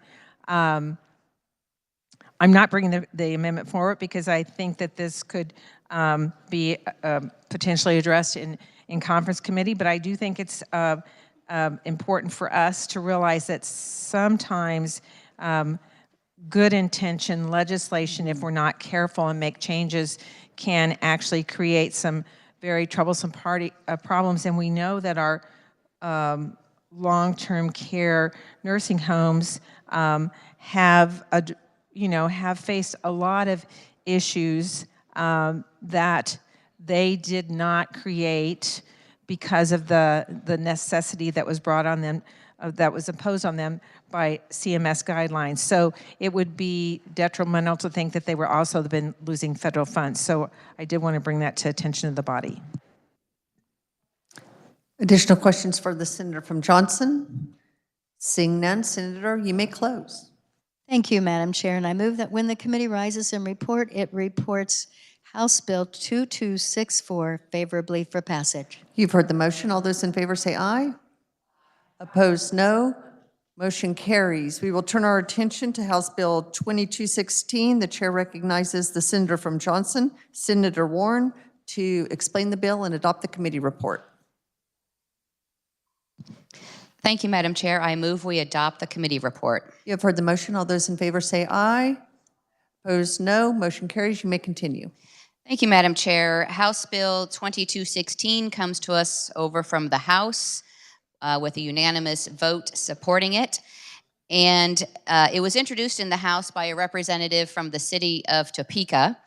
And what it does is that it would remove for a first-time offender the mandatory term of imprisonment for driving with a driver's license that was canceled, suspended, or revoked for the following reasons: for failure to appear in response to a traffic citation, or failure to pay fines or otherwise comply with a traffic citation. Other types of reasons that your license may have been revoked, suspended, or canceled do not apply in this bill. So it's only if your license had been revoked suspended or canceled for your prior failure to pay a fine or appear in court when you were cited to do so. And with that, Madam Chair, we did amend the bill to make it effective upon its publication in the Kansas Register, and I would stand for questions. Are there questions for the senator from Johnson? Senator from Sedgwick, Senator Falscadeau.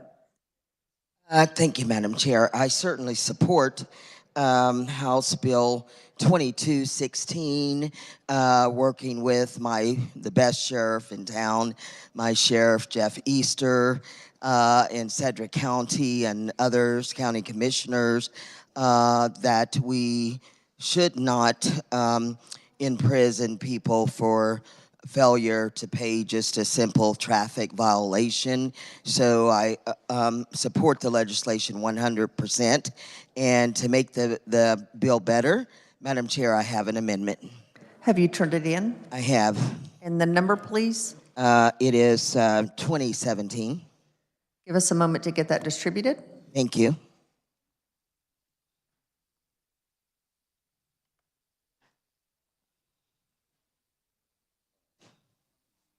I'll take it. Oh, no.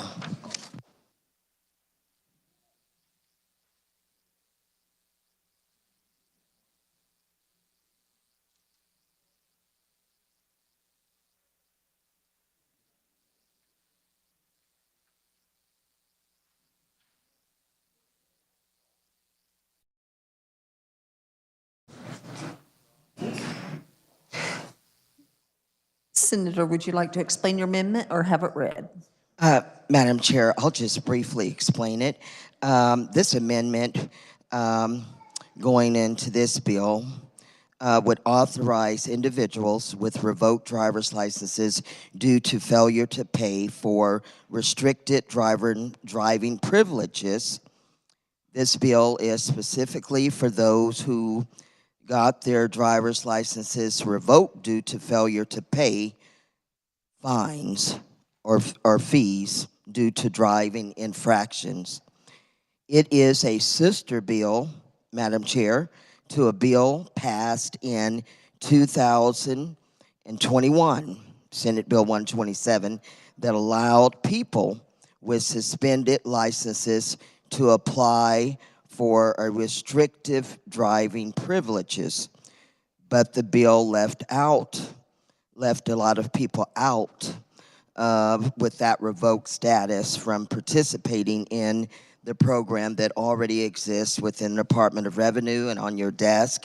I have it passed out. It's we want people to pay for their simple traffic violations. We also want them to get to work to pay.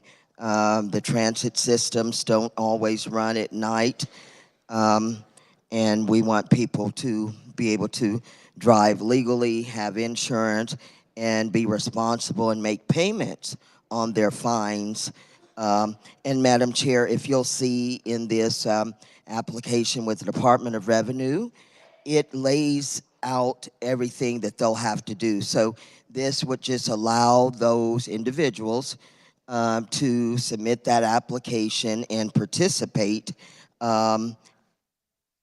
with what we're doing here today with House Bill 2216. So if we're going to, if this bill says we're not going to arrest them and put them in jail for simply not being able to pay a fine, well, that's good, but we still want them to get to work and be able to drive legally by allowing them to have a restrictive driver's license, fill out this application. Department of Revenue will then make that decision if they qualify or not, and let them make payments on that fine. Since we're not sending them to jail, we want them to go to work. Madam Chair, and with that, again, just to try to make this bill better and to help the same people that we won't imprison for a simple traffic violation. Thank you, Madam Chair. I'll stand for questions. Questions on the amendment? Senator from Johnson, Senator Corson. Thank you. Just two quick questions for the carrier of the amendment. Did we have a hearing on this bill in the Senate Judiciary Committee? Oh, Senator from Sedgwick, Senator Falscadeau. Thank you, Madam Chair. And yes, we did have a hearing, which I was so thankful for. The senator carrying the bill gave us a hearing on this bill. And, I'm sorry, we had a hearing in the Senate Transportation Committee. Yes, we did, on the amendment that would go into House Bill 2216. Yes, answer is yes, Madam Chair. Senator from Johnson, Senator Corson. And thank you, Madam Chair. My recollection is that law enforcement is strongly in support of this bill. Is that correct? Senator from Sedgwick, Senator Falscadeau. Yes. Other questions? Senator from Johnson, Senator Warren. Thank you, Madam Chair. Just want to correct the record and the recollection here. Senate Judiciary Committee did hear the bill that is now the amendment, and we didn't continue or have the opportunity to work the bill because there were a lot of questions from committee about reinstating temporary driving privileges and what it meant to be reinstating those privileges for persons who have had their license canceled, because the amendment, I think, applies to you've had your your license revoked, not just suspended, but revoked. And committee had questions about, well, what's the difference between suspended versus revoked? Revoked sounds like a more serious underlying infraction, that your license has been revoked instead of suspended. So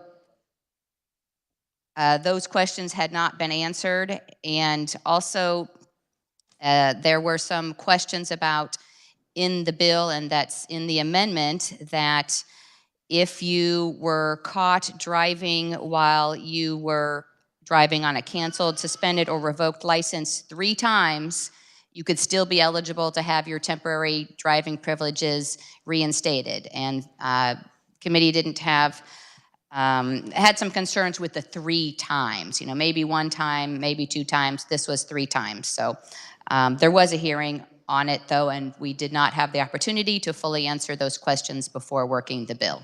Thank you. Senator from Sedgwick, do you care to respond? I would, Madam Chair. This bill was, the amendment that I'm offering is Senate Bill 2. At the beginning of the 2023 legislative session, there was a hearing on this amendment that's on our desk right now. It had a hearing in the Senate Transportation Committee. The bill was worked. The bill was amended. The bill was moved out. It did go to the Senate Judiciary Committee. It had a hearing, and it has not been worked. But, Madam Chair, here we are again. Remember, everybody, we were here on this floor last year talking about the same issue. And promises made, you guys heard it, it's in the minutes. I can pull a journal that we would look at it again this year. Okay, Madam Chair, I'll answer those questions posed by the gentlelady from Johnson. So the difference is this, and I want everybody to hold this question in their hand as, so what's the purpose?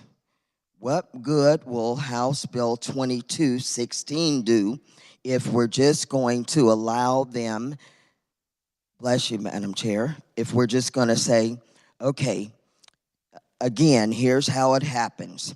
There are so many different scenarios, and I'm not talking about every scenario, just 2, Madam Chair.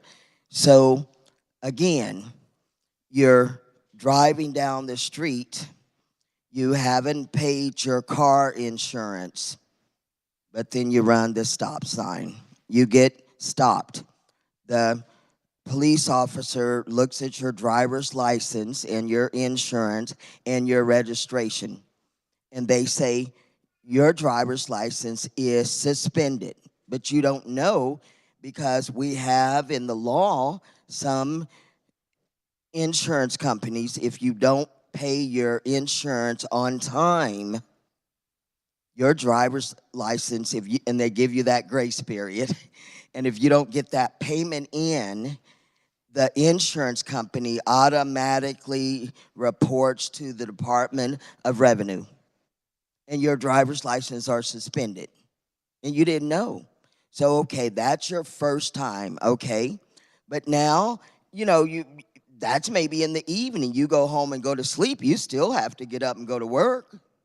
And in Wichita, it takes to get a place where I can get in my car in 15 minutes. It's an hour and 25 minutes on the bus just to get to somewhere I can get in 15 minutes. So I got to go to work. I got to pay my bills. So you drive.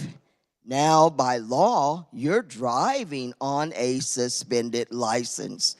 So you haven't had a chance to go pay that fine. You still haven't had a chance to go and pay your car insurance. Now, that's 3 times, but you just found out and you haven't had a chance to get fix the problem. Now, House Bill 2216 will help so that police officer won't arrest you. They won't arrest you and send you to jail. They'll simply allow you to participate in the current program that already exists.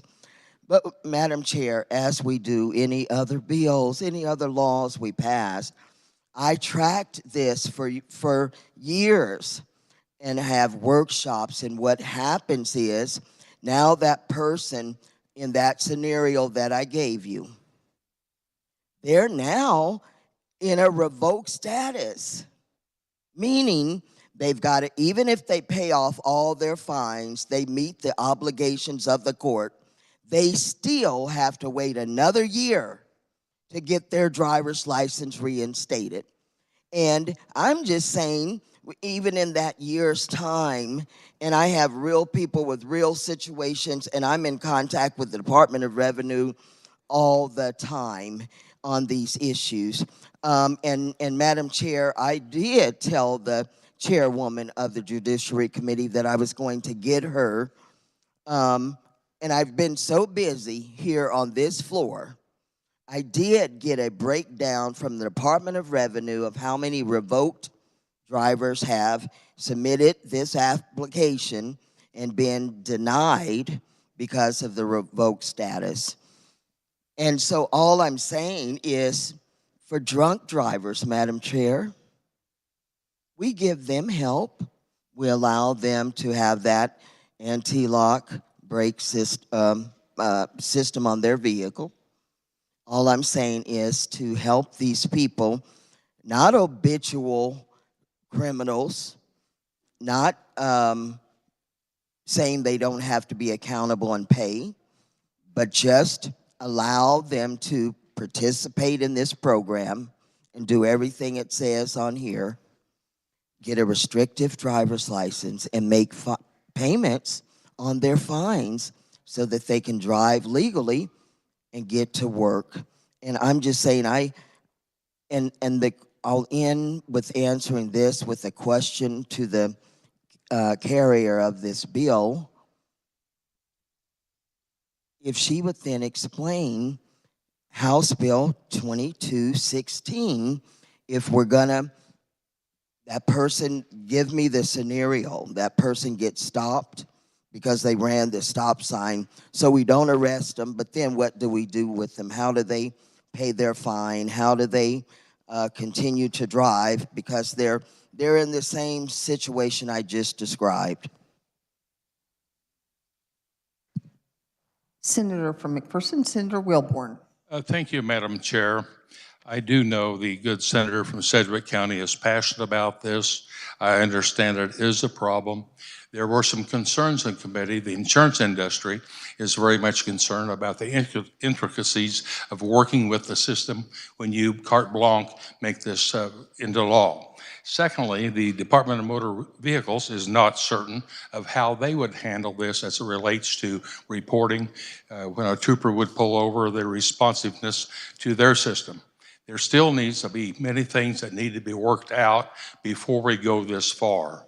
That's the reason the underlying bill was a good start moving forward. But this puts a little too much systems work ahead of us before we can implement this at all. So even though I understand, I'm sympathetic, I think we need to get there, but this is not the time to do it. Thank you. Senator from Sedgwick, would you care to respond? Absolutely, Madam Chair. I appreciate the Vice President's comment, and we all know where this is going, and I appreciate the kindness that you've delivered. We're not going to move forward with this amendment, but I'd like to ask because I'm certainly confused. It's a driving issue, and it pertains to the law as well. Will there be an opportunity for an interim, because we've been saying this now for the last almost 8 years. So is it an opportunity, because I'm not sure if it's in the Transportation Committee, because it keeps going back and forth like a ping pong, back and forth. And my legislation I keep working on, sheriffs, county commissioners, they steal a little bit of my language and my hard work, and they help certain people in certain situations. I know about it. And so I am, you know, Madam Chair, I'm not getting any younger, but I still get all the text messages. They're on my phone right now. My phone, I can't even take any more pictures on my phone because I have so many people saying, what am I going to do about my driver's license? Can I get a restricted driver's license? I got to go to work. I got to do this. I got to do that. I'm just trying to help people get back and forth to work and school and doctor appointments and be law-abiding citizens. And Madam Chair, I don't know how they can do that when it's snow on the ground. How do they get where they go? I mean, so I get it, but you know, I'm gonna just end this with saying I don't think it's fair that we allow drunk drivers to get a break, and they still get to keep their driver's license. Do you know that? Their driver's license aren't restricted or revoked or canceled or anything. It's just not fair that they get a break because of the money behind the feds or whatever the issue is, or insurance, I don't know, or who you know, or whatever. I just don't, so this is one of those kicking the cans down the road. You know, I'll just tell people to do that when they call me. I don't know what to tell people anymore. I feel it hurts me deeply to go back year after year and I don't know. I see these people, and I guess I'll give them rights to work, Madam Chair. I'll do that. But in the meantime, will you interim something to study it, because somebody's not telling the truth. Because right here on my computer, I have something different from the Department of Revenue. I have something totally different. And I've been so busy, I'm going to forward it to you guys, though, eventually. And Madam Chair, I came up here to fight for the voiceless. We stand here all the time and we give big corporate businesses breaks. We give everybody breaks, but these, I don't know, I know people, they said, wow, I've been taking the bus for years, or asking for rides because their driver's license, they just couldn't pay the fine one time, and it snowballed into where we are today. And a lot of them are confused. They think they can do this because of what we passed in 2021 or whenever. They think they can do it, but they're in that revoked status because they didn't know what to do. But so will you give me an interim? If this is a shame, if the Department of Revenue, we need to hire some new people over there then. If they don't know how to implement it, we don't know how to implement it. No wonder the people who are applying for don't know how to do what they're doing either. If we don't know, who knows? And I'd rather, I don't know. Madam Chair, so my question is there, and is there a interim committee meeting so that we can find out? Senator from Johnson, Senator Sykes. Thank you, Madam Chair. I just want to say thank you to the senator from Sedgwick for bringing this. Our underlying bill is concerning motor vehicles relating to driving with the license canceled, suspended, or revoked, and this is continuing that conversation. Again, I want to say this was heard in 2 committees, and there was no opposition to this in those hearings. Actually, I have in the Senate committee hearing on January 24th, proponent testimony was provided by Senator Fasquedo, chairperson from the Kansas NAACP, representatives of Americans for Prosperity, Kansas, and Racial Profiling Advisory Board of Wichita, a private citizen. Written only proponent testimony was provided by representatives of the American Civil Liberties Union, Kansas Appleseed Center for Law and Justice, Kansas Association of Chiefs of Police, Kansas Chamber, Kansas Peace Officers Association, Kansas Sheriff's Association, Overland Park Chamber, the Caring Center of Wichita, 3 private citizens. The proponents stated Kansas has a high rate of driver's license suspensions.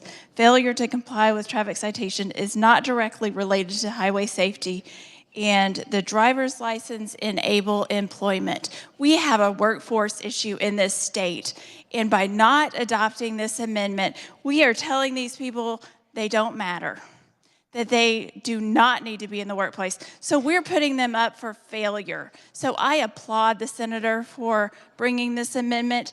It goes right alongside with the original bill, and if we care about getting Kansas back to work and eligibility, we need to pass this and pass it now. Senator from Miami, Senator Baumgardner.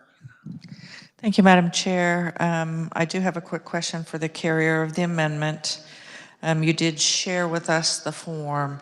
So how many individuals, did you say you did receive a number from, did the carrier of the members of the amendment say that she did receive a number from the Department of Revenue? Senator from Sedgwick, Senator Fasquedo. Madam Chair, I have answered this question even in the committee, and I have some numbers on my laptop now. You know, if you want to pass over this and I'll come back. I don't know where we're going with this, but I believe from recollection, without turning my laptop on right now, it was about 754 that applied, and they were denied because of a revoked status. You know, everything else was fine. They had car insurance. Everything else was in order. They had completed their obligations with the courts, and they just wanted to apply for the restrictive driver's license program within the Department of Revenue and Driver's Control, and if they qualify, then that information is sent to the department drivers department in their local communities, and they can pick up that then driver's license, and it's restricted. We would do it the same way, Madam Chair. We would implement it the same way that we do the current law with the restrictive driver's license. It's the same thing that and they'd have 12 months to make payments on their fines. So yes, 754 of my recollection, and that's within 2023, 2022, and 2023. Senator from Miami. They were denied. Senator Baumgardner. Thank you, Madam Chair. When we had the hearing on the bill that the amendment is based on, I was listening virtually, and one of the questions I asked for clarification was, were there 15,000 individuals that were impacted? And I believe I was corrected that it wasn't 15, but instead it was more like 50,000 individuals. And, you know, the issue of folks not being able to pay a traffic fine, or folks being behind, not realizing that they were behind on insurance, losing their license, that ability to crawl out from under when we don't within our communities have very convenient mass transit for them to get to work, for them to be able to continue on with their lives is a problem, and we do continue to address this in our Joint Corrections and Juvenile Justice Committee as well during the interim, that this needs to get resolved. So I am hopeful. I'm hopeful that the insurance folks will come together. I'm hopeful that perhaps our Secretary of Insurance would step in or the insurance commissioner would step in and help. But we cannot continue to cast a blind eye to this issue because it's not going away. I believe it's getting to be more significant. And I just want to, for those of you that haven't paid much attention, to the bottom of the application, so they send in their $25 to get it processed. It's non-refundable. So when it gets rejected, they're now out $25, even though in good faith, they're trying to get that license so that they can get to work. Thank you, Madam Chair. Senator from Johnson, Senator Warren. Thank you, Madam Chair. Appreciate the discussion. Just, I think, a point of clarification. In committee, we heard testimony that there were lots of folks who were driving on suspended license, or excuse me, have had their license suspended. And what the bill that we were hearing was having their license revoked. And again, that's a much smaller number. I think it was about 1,700 or 1,500 for revoked, not suspended, which is a bigger number of folks who have suspended licenses, but revoked. So thank you, Madam Chair. Senator from McPherson, Senator Wilborn. Thank you, Madam Chair, again. There is no question that this is an issue, but we need to have all the stakeholders at the table to make this work properly.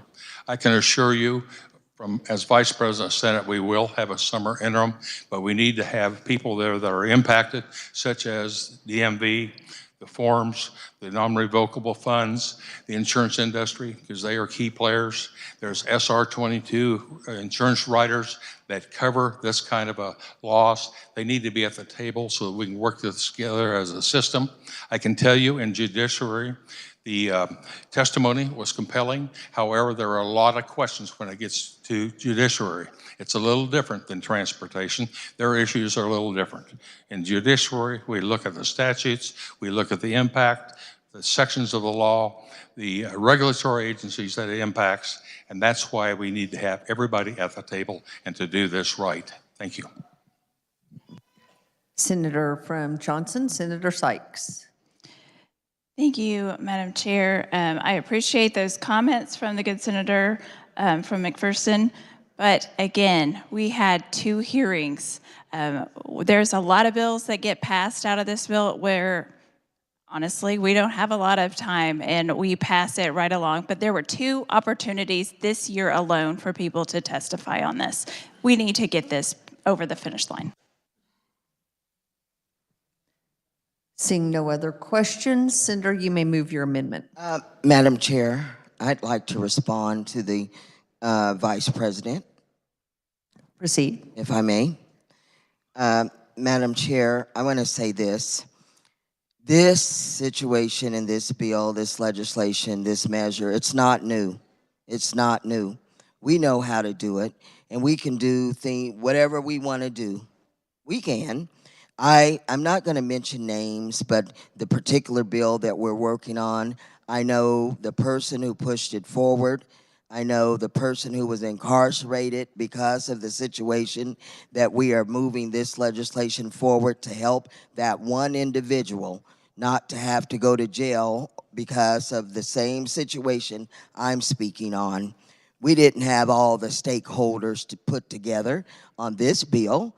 House Bill 2216, I saw it on the front page of the Wichita Eagle.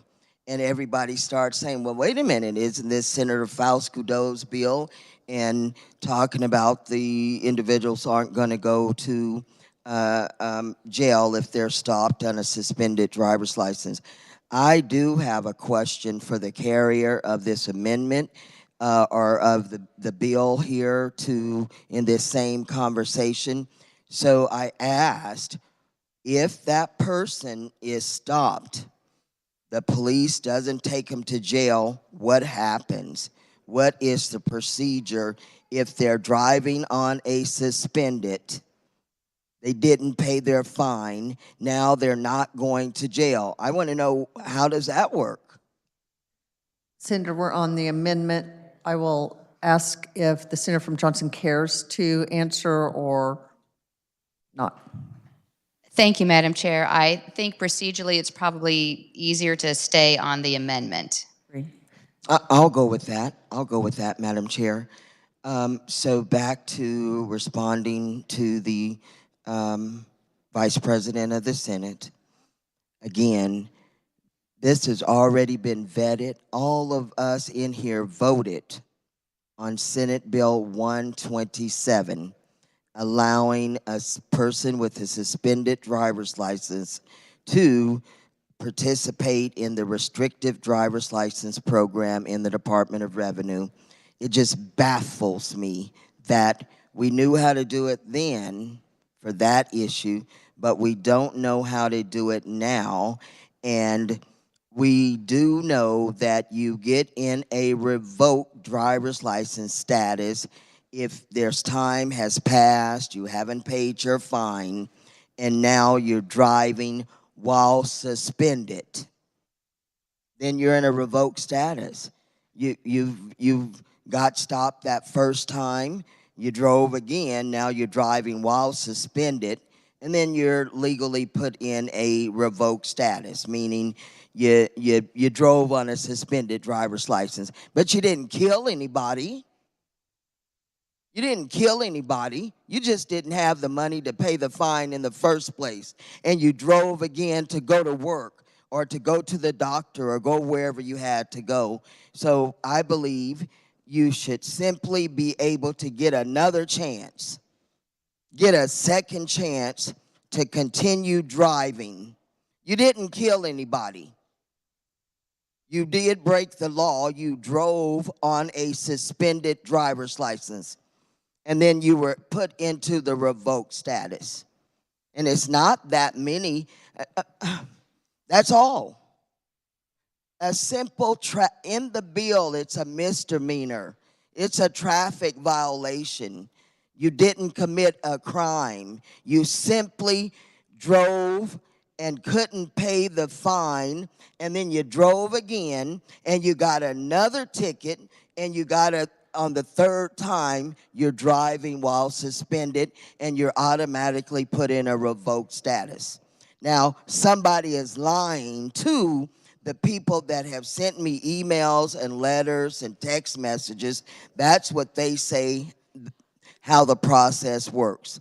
When they call the Department of Revenue or when they go to the motor vehicle department, that's what they're told. Or when they go and stand before a judge, that's how you get in a revoked status. I've studied this for years.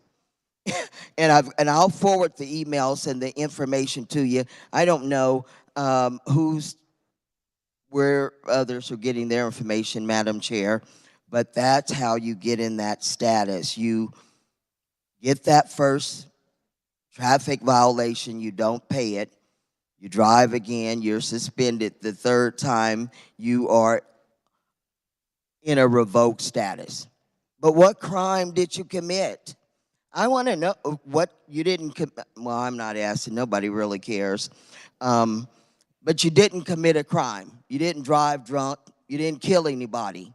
You just simply got a ticket and couldn't pay it, and it rolled over into a revoked status.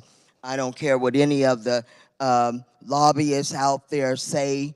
Oh, we gave them a chance the first time, and they didn't do it. We're not going to give them another chance.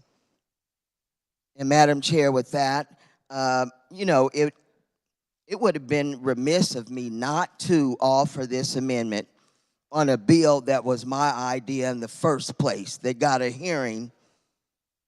And thankfully, the sheriff told me he was coming to testify. He's thinking it's my bill, but it was a trick. And so, therefore, I withdraw my amendment. Amendment's been withdrawn. We are back on the bill. Any additional questions for the senator from Johnson? Seeing none, Senator, you may close. Thank you, Madam Chair. Appreciate the discussion today, and House Bill 2216 is a step. And with that, Madam Chair, I move that when the committee rises and it reports House Bill 2216 favorably for passage. You have heard the motion. All those in favor say aye. Opposed, no. Motion carries. We will pass over Senate Bill 23 and turn our attention to House Bill 2024. The chair recognizes the senator from Johnson, Senator Gossage, to explain the bill and adopt the committee report. Thank you, Madam Chair. I move we adopt the committee report. You have heard the motion. All those in favor say aye. Opposed, no. Motion carries. You may continue.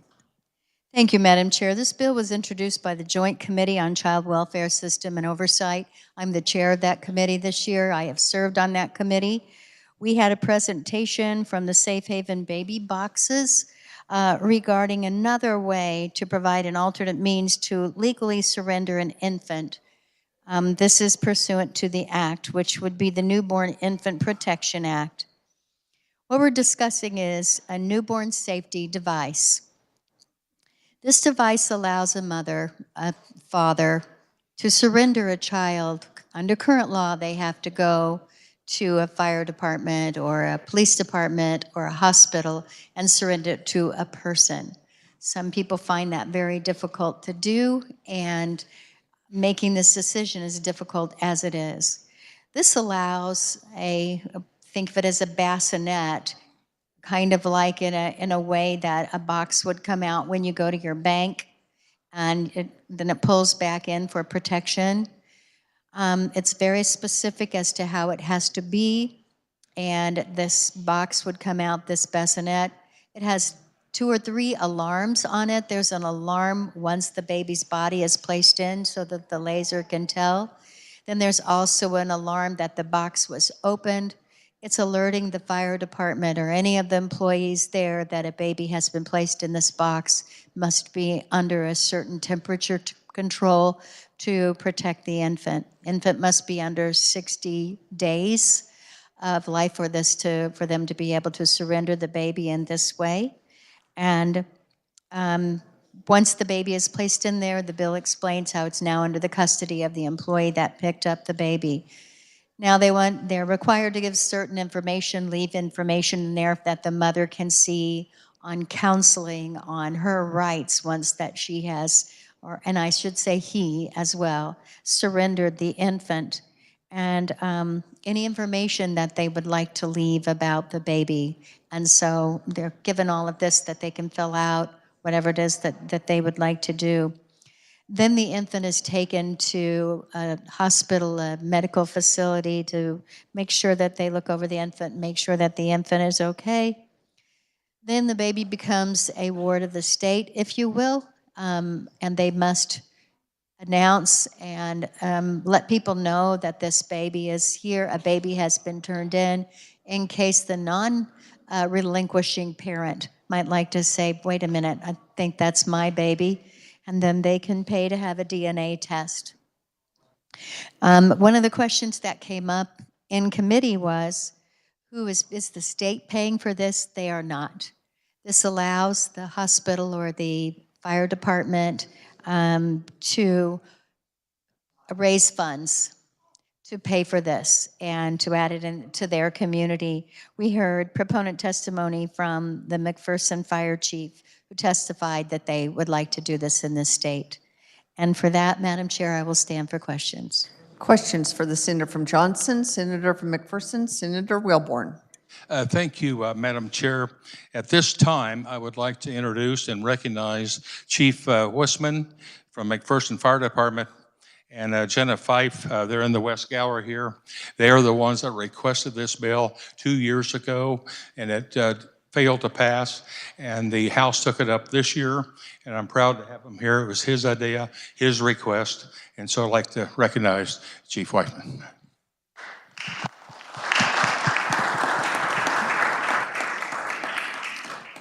Senator from Douglas, Senator Holland. I will yield to the senator from Wyandotte. Senator from Wyandotte, Senator Petty. Thank you, Madam Chair. I do have a question. So, Senator, this device, as the legislation is currently written, it would be in the same locations that we currently have in statute for a safe drop-off of an infant by a parent or a guardian. Is that correct? That is Senator that from is Johnson, correct. Senator Gossage. I'm sorry. That is correct. Senator from Wyandotte, Senator Petty. Thank you. And that location, just as the representatives that are here that asked for this bill from the fire department, they would have to go about doing the funding to raise the money for that device to be installed, and then that it has to have two cameras on it. Is that correct? Senator from Johnson, Senator Gossage. I don't recall reading about cameras. It may be, but the bill does state that it can be installed in a police station, sheriff's office, law enforcement center, fire station, city or county health department, hospital, ambulatory surgical center, or recuperation center. Those are all considered authorized facilities. Senator from Wyandotte, Senator Petty. Thank you for clarifying that, as long as they have that 24/7 availability. And then I did have one question. So under the bill, what is the responsibility of that person that, I had this question was asked of me, that of that person, either that parent or that guardian that would drop off this infant, they have to be, do they have to fill out a survey form or a information form? Do they have to provide some information when they do drop off that infant? Thank you Senator for from Johnson, Senator Gossage. I'm so sorry. Thank you for that question. As it states that the employee of the authorized facility where the device is located would be required to take physical custody of the infant. And then the bill would also specify that an employee must notify a law enforcement agency and surrender pursuant to the bill. Such agency would be required to report and surrender to the Secretary of Children and Families. It goes on to say that they deliver the infant and then any information that they have. So say that the person who relinquished the infant did fill out some information, then they would give that information over to the Secretary and the law enforcement. Senator from Wyandotte, Senator Petty. Thank you for that information. Senator from Douglas, Senator Holland. Thank you, Madam Chair. If the Carrie would stand for some questions. She will. So I guess what I'm, and I'm not on the committee, Madam Chair, and this really just kind of piqued my interest, this bill. What is the bill actually doing as far as this device? Why are we even mentioning a specific type of device in this bill? Senator from Johnson, Senator Gossage.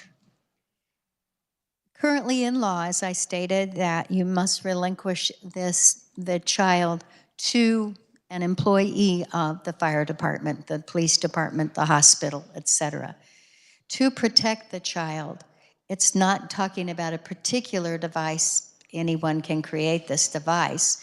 It's just stating what that device should be. There's no brand name or anything like that. It's just, these are some of the regulations over this device to protect the child. Senator from Douglas, Senator Holland. So was there a specific vendor that addressed the development of this bill? Senator, Yes, as I mentioned, Senator from Johnson, Senator Gossage. There is Safe Haven Baby Boxes is one organization that does create these. And again, it's the community. So if the community says they would like to do this and they have fundraisers in their community, they can reach out to whatever vendor may do this. I don't know any other vendors. This was the individual's group that came and testified. Senator from Douglas, Senator Holland. Okay, thank you, Madam Chair. And I do appreciate the fact that what would be fair to say, Madam Chair, the purpose of this device would basically be encouraging those people as just simply abandoning their child out of fear or desperation, that if they did not want to actually give their child to somebody at the fire department or the place, this would basically be a way to help facilitate those transfers. Senator from Johnson, Senator Gossage. I waited that time. Yes, it is an alternative means to legally surrender an infant. We heard testimony in the Child Welfare Committee about, infants turning up where the firefighters would find the infant in a trash bin. And maybe somebody called in an anonymous tip. Didn't want to be known, didn't want anybody to see that they had the infant. Very tragic stories. Senator from Douglas, Senator Holland. So if say a person were to basically leave their child, say like in a basket, in a blanket, and not give it to a person at the fire station, would they have been broken a law? Senator from Johnson, Senator Gossage. I'm sorry, was the end of that question, would they do what? Would they have broken a law, Madam Chair? That's a good question. There are laws against abandonment of a child. And I remember it being in here about that, the violation and the penalty for abandonment. But then again, we do hear of children left on the doorstep. It's just not safe. And if they don't know who this person is and they can't find this person, trying to penalize them is how you do that. Senator from Douglas, Senator Holland. Okay. And I'm just gonna, if this bill were to pass, obviously, so there's nothing brand specific about this, and the specifications for such devices, are they generic enough that there's many vendors out there marketing or selling these types of deals? Or is it, even though it's not brand specific, is this pretty much limiting, and obviously it's not, is it basically just, are we basically specifying in essence a requirement for a facility? Are we limiting that? That's just my question. Senator from Johnson, Senator Gossage. I believe so, Madam Chair. Senator from Douglas, Senator Holland. I appreciate the body's indulgence. Thank you. Additional questions for the Senator from Johnson? Seeing none, Senator, you may close. Thank you, Madam Chair. I move that when the committee rises and it reports favorably for passage, House Bill 2024. You have heard the motion. All those in favor say aye. Opposed, no. Motion carries. We will turn our attention to Senate Bill 112. The chair recognizes the Senator from Johnson, Senator Gossage, to explain the bill and adopt the committee report. Thank you, Madam Chair. I move we adopt the committee report. You have heard the motion. All those in favor say aye. Opposed, no. Motion carries. You may continue. Thank you, Madam Chair. Some in this floor may remember Senate sub for House Bill 2249, where it gave the authority for APRNs to practice within their scope of practice.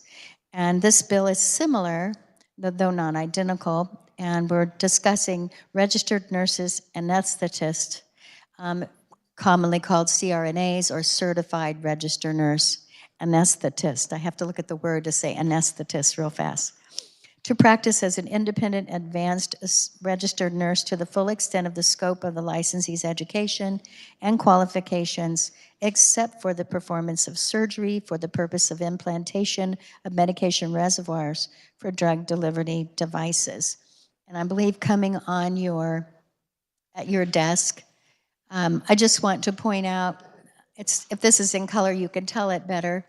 You have to look real closely to see the little darker gray triangle in these counties and recognize your county. Notice that in 18 counties, there's no anesthesia providers.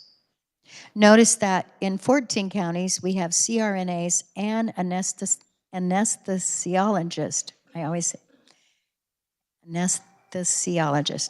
And then 73 counties, CRNAs are the only provider for anesthesia services. So they do great work out there. They're helping so many people. They work at hospitals. So this bill allows them to prescribe, procure, and select the medications they need to do their job without having to put that all together, present that to a doctor, and say, this is what I need. Have the doctor ordered that, but they're still responsible for storage, controlling, understanding rules and regulations regarding any of the medications that they need. And I would also add,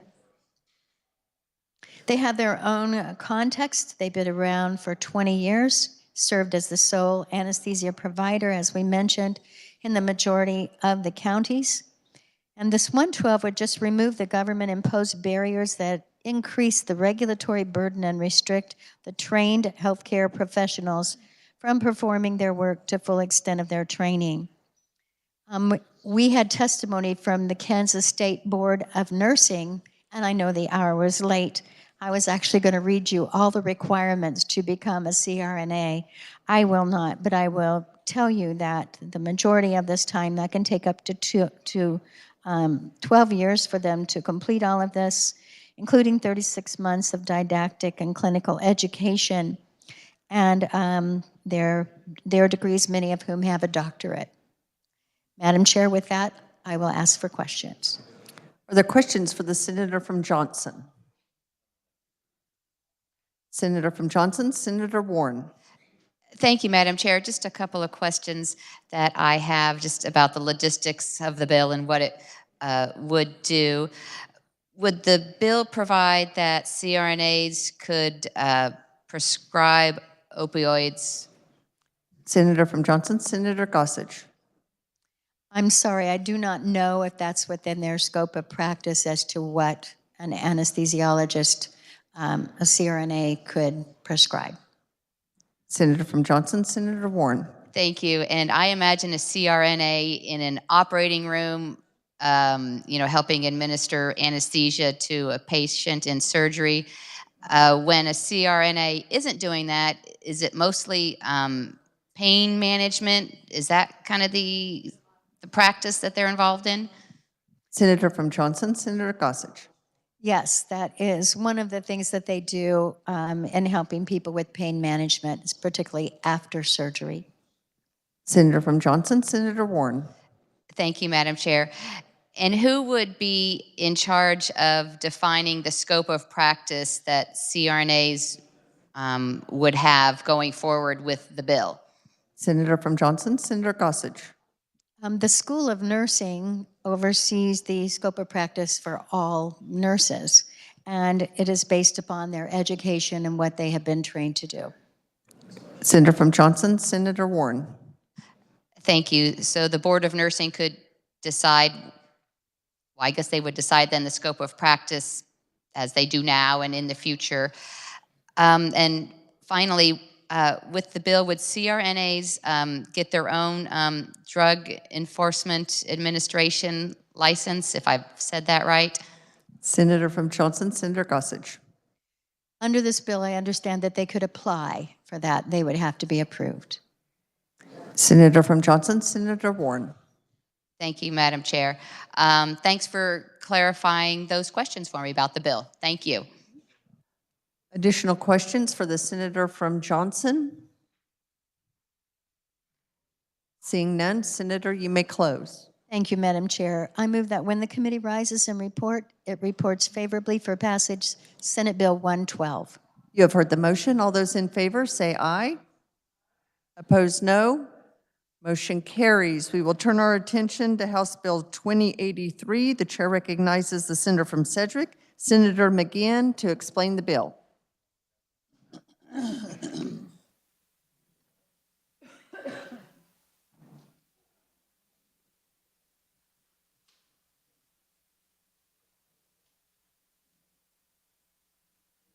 Thank you, Madam Chair.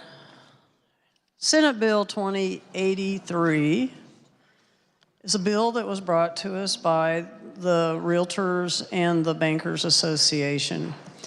And basically, what this bill addresses is vacant properties from government and taking actions against property based solely on the property being vacant. So in its original form, that was the bill that was brought to us by the Realtors and the bankers.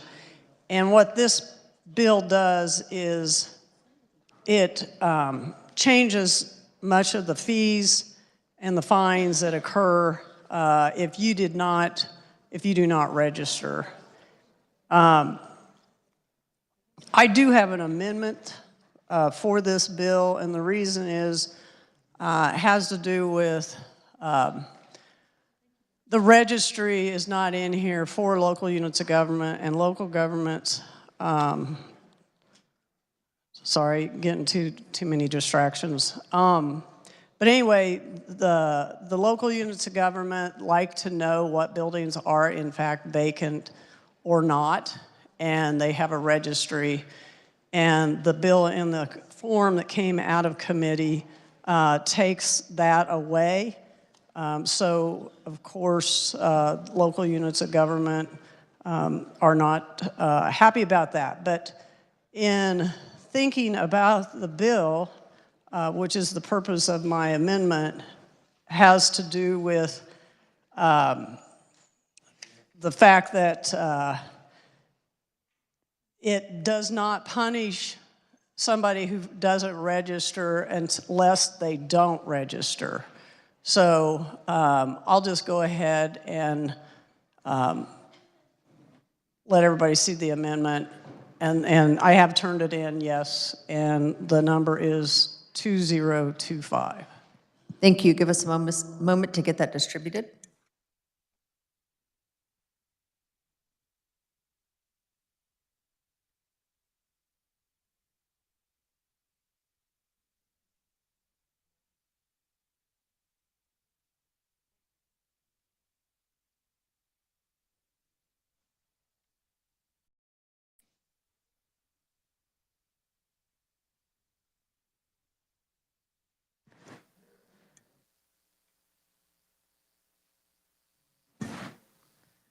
Senator, do you wish to explain your amendment or have it read? I think I'll just explain it. So the way the bill came out of committee, there's no opportunity for local government to find out about vacant properties or to even deal with them, even though they have somebody that has a house next door that's been abandoned and that type of thing. So what this does is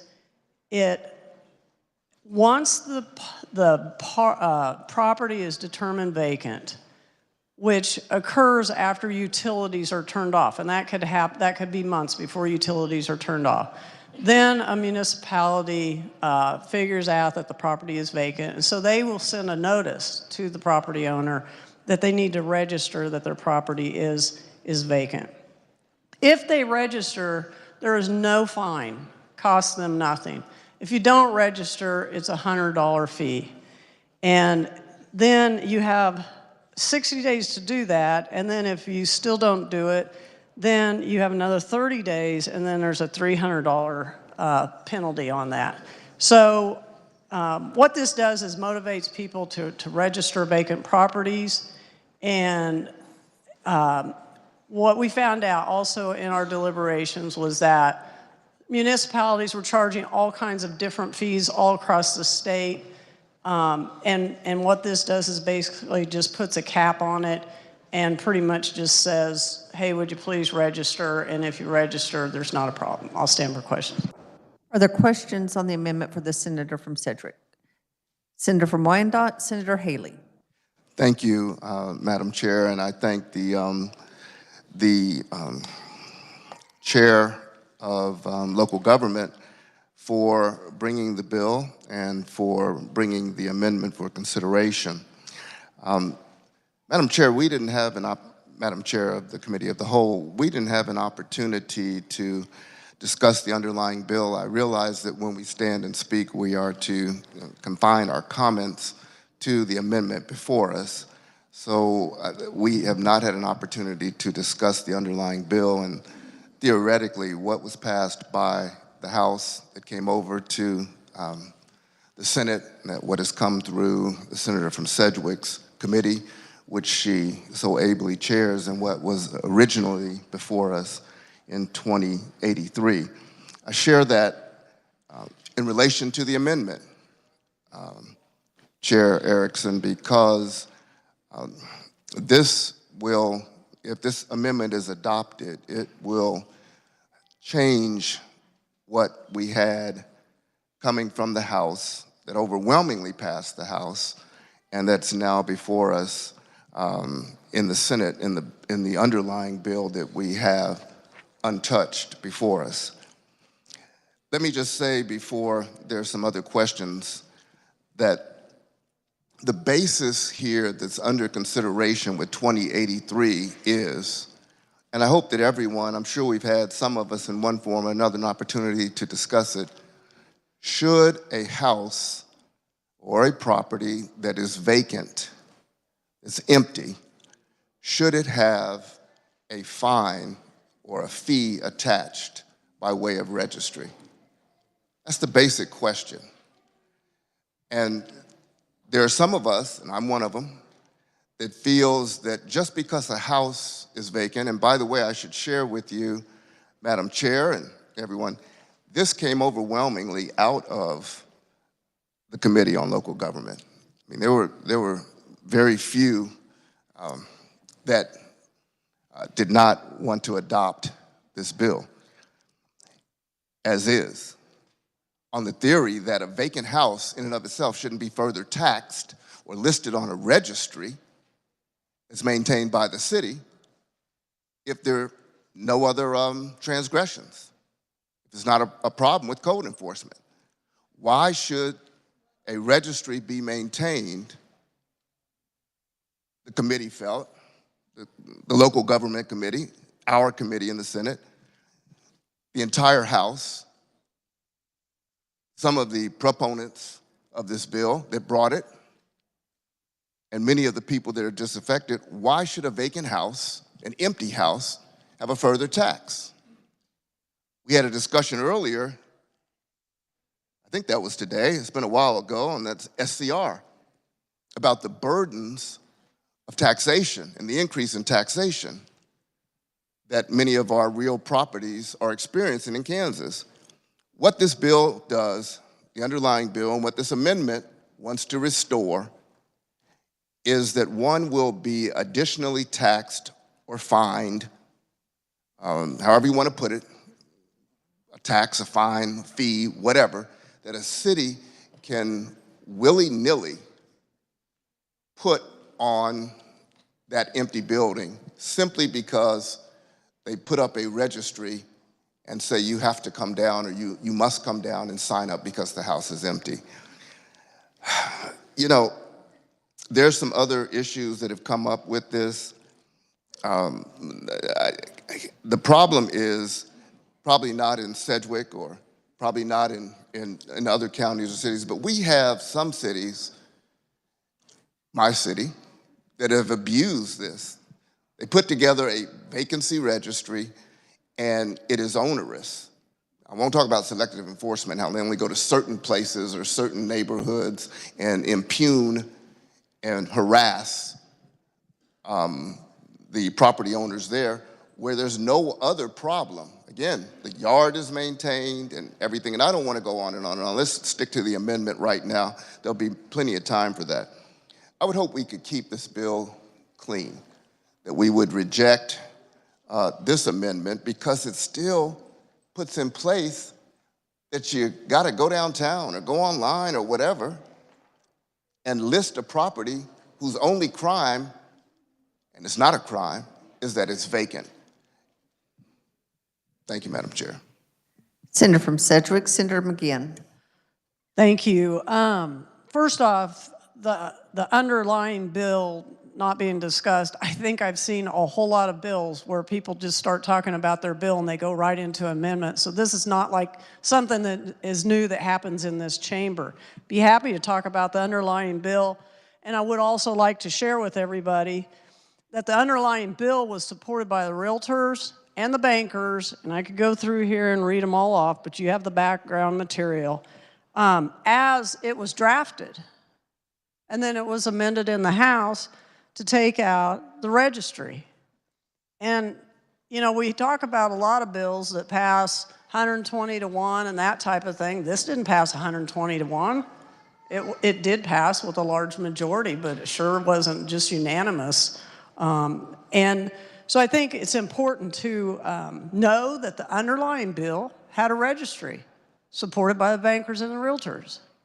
And it's only because it helps with order of a community. And there is no fine as long as you register. So we don't even have to talk about $1 other than registering. So I just wanted to clarify that. Senator from Douglas, Senator Francisco. Thank you, Madam Chair. I think that some confusion was created because the original bill, or the bill as filed, was prohibiting a municipality from doing any of three things: having a register, or, you know, for vacant properties, paying any tax or fee or other charge for such property, or paying any tax fee or other charge for a legal mortgage, equitable mortgagee, or lien holder. What the House action did in their committee was to strike the prohibition on a community maintaining a register. So as this came to the Senate and was heard in our Senate committee, there is now no prohibition, and a municipality is allowed to have a register. So I think what this amendment does is simply saying you can have a register. We heard that some communities were establishing penalties for people not registering, and what the senator from Sedgwick has brought to us is a limit for those penalties for failure to register a building as vacant property.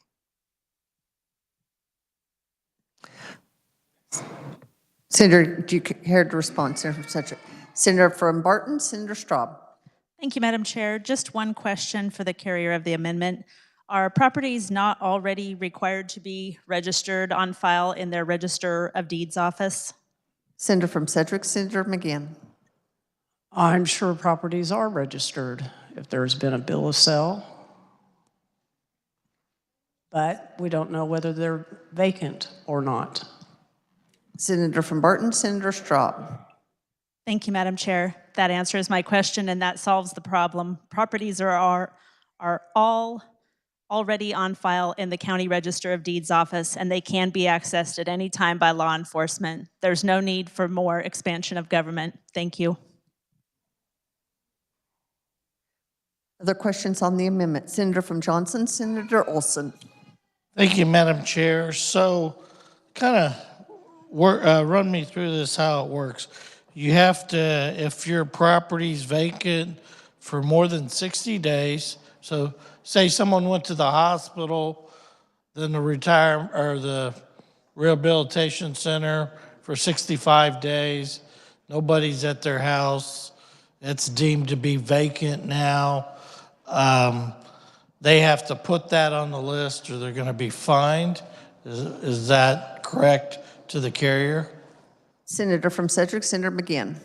No, that's not correct, because if they're going to the hospital, they're probably not going to turn off their water and their electrical utilities. Senator from Johnson, Senator Olson. Thank you, Madam Chair. I mean, you know, I know a lot of times people buy properties, their investments. Sometimes they don't have all the utilities turned on as they're getting the property put together. And, you know, now this is another, I don't know, fee or another cost. We already knew who owns the property. It's the person, either the bank or the person who is on the title, who's registered down at the courthouse. And I don't know, I mean, to me, I think this is wrong. I think you're going after a situation, you're gonna start piling up fines. And I mean, if a person owns the property, that's my right to use my property how I want, as long as I follow the laws of the city and the state. And why should I have to tell someone if I leave for 60 days, turn all the utilities off, or maybe I go to Florida for 4 months and turn all the utilities off? And now that is a vacant property, and you could be fined because you're a snowbird. Or there's many situations that could get you in this situation. I think this is wrong, and I can't support this amendment. Senator from Sedgwick, do you care to respond? Just real quick. This process already exists, so it's not like we're adding something new. I think we need to be very clear. This bill is going to bring people a long ways from being fined $3,500, different things like that. What this bill does is it just says, would you please register that it's vacant property so that we know that, so we can watch it differently. Banks like to know that. Realtors like to know that.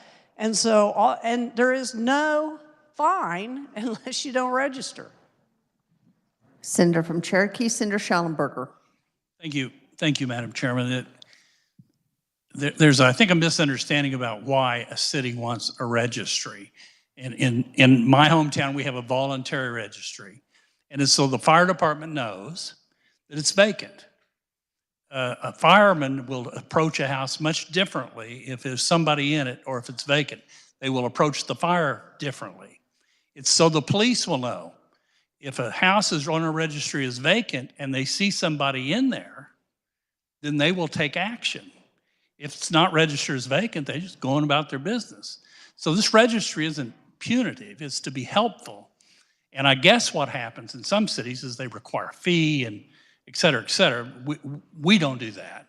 But the reason for the registry are real legitimate reasons. It's not to infringe upon property rights or anything like that. It's who are you there? Do you want us to watch it? If there's a fire, what do you want us to do? Who do we call? And all that might be on the you might go to the Register of Deeds and figure out who owns it, but you don't know if they've rented it or et cetera, et cetera. So that's what the registry's for. Senator from Reno, Senator Stephan. Thank you. Could we get some assurance that this penalty wouldn't be an avenue by which foreclosure and sheriff's sale couldn't possibly proceed over time? Senator from Sedgwick, Senator McGinn. Well, I don't think a sheriff's sale would occur unless they had more information about what situation the property is in. So I can't answer exactly probably the question that you have. Senator from Wyandotte, Senator Haley. I have some experience with this, Madam Chair, in answer to the question from the senator from Reno. So any liens that are outstanding on property, and a lien is one that should be paid, most times we see them in certain areas as code enforcement. Someone doesn't abate a problem that they had with the grounds. And I'm answering a question, but I'm addressing the chair. So these liens do, if they go stale, if they are not paid in a timely fashion, they are then applied and can be held as a basis or in addition to other like delinquent taxes or what have you. They do compound. Also, they do incur interest and other penalties, again, if they are not dealt with in a timely fashion. So what the amendment that's before us would create, if it's adopted, and I certainly hope that it is not, for many of the comments that have been made and insights that seem to be existing here already, Madam Chair, is that $100 up to $300. Let me tell you, in Wyandotte County, well, I kind of wish I lived in Cherokee now from what I heard, because it should be permissive and not punitive. Because in Wyandotte County, if you don't pay the vacant registry, it can compound to be up to $3,000 in 1 year, $250 being the basis. That then becomes a $3,000 in a year. And otherwhere in between, come on, for a house that has not committed any crime whatsoever, but just was not listed on the vacant property registry. It's what has me up here right now. Really, this is what has me incensed. Now, if we were in Cherokee and you've signed up on the vacancy registry, well, they're going to be your friend and work with you to make sure that if you have an issue, according to what we hear from a very learned source from Cherokee, that's fine. I would love it. If there were a permissive registry, vacant registry, that were put in place that anyone is invited to participate in for their protection or the protection of the surrounding community, that wasn't going to incur a fee or a fine, let's go. That's great. That's not what this bill, if amended, would do. It's a punitive measure, and it's one that can incur in fines that can compound themselves and then be used against that fragile homeowner, that snowbird, perhaps, that unprobated mom or dad's house that no one has finished getting probate, but they still cut the grass outside, but no one's living in it. That investment property that's being renovated, and it's been more than 60 days, but you don't want to add to your expense $100 to $300, or if you're in Wyandotte County, because you didn't list on the registry, up to $3,000 in 1 year. It's, you either get this or you don't, Madam Chair. You either understand the invasion of personal and real property rights that government and the local government, somebody once said, the government that governs least governs best. This is absolutely bizarre that these vacant registries, compulsory and punitive, are allowed to exist or to continue. So I'm sorry, I got well beyond the senator from Reno's question, but yeah, it's a bad thing for the lien in and of itself.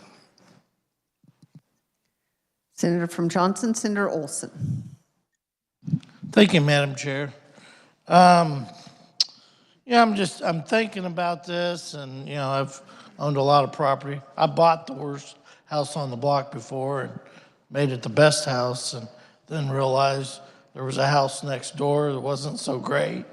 But that's just things you have to live with. It's that guy's property. And I mean, in Johnson County, some cities, when you rent, you're a landlord, they have rental inspections. You pay, so much a door or unit, and they inspect. Of course, I've paid several times, never seen the inspection side, but it's a good way for collect revenue. My biggest fear is there's unintended consequences too. And I get it. There's people that don't take care of their property. I believe there's already ways of taking care of them people. We know who owns that property. And now we're going to try to add them to a list. And maybe it's voluntary, like the senator from Baxter Springs said.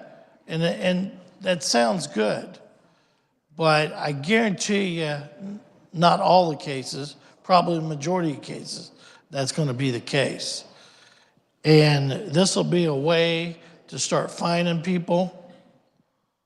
And so I don't know. I mean, to me, I'm not going to support this amendment. Probably not going to support the bill. So I ask the body not to support the amendment. Thank you. Senator from Wyandotte, Senator Petty. Thank you. I have a question for the carrier because I seem to be hearing some conflicting information. So the amendment as proposed, you mentioned that in order for the property to be vacant, there's no utilities that are being paid for at the time. So there's no utilities on. And this, so that, I mean, I haven't spent winters in Florida or Arizona. I've spent them in Topeka.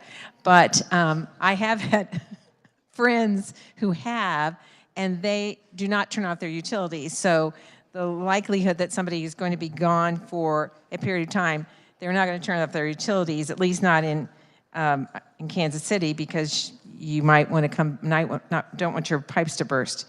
So I can't see that happening. So the utilities are so it seems to me that negates that case.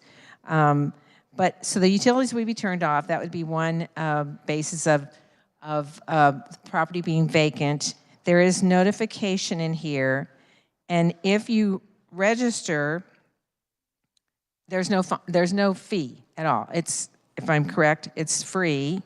You're just registering. If you don't register within a period of time, once you've received the notification, then there is a fine, a penalty. And then if you don't respond within 60 days after that notice, then the fine increases to the $300. Would that be correct? That would be from correct. Sedgwick, Senator McGinn. Oh, thank you. And Madam Chair, I'd also like to add that in working with the realtors and the bankers on this, it was 30 days and it's now 60 days. So it gives people more opportunity to have that grace period.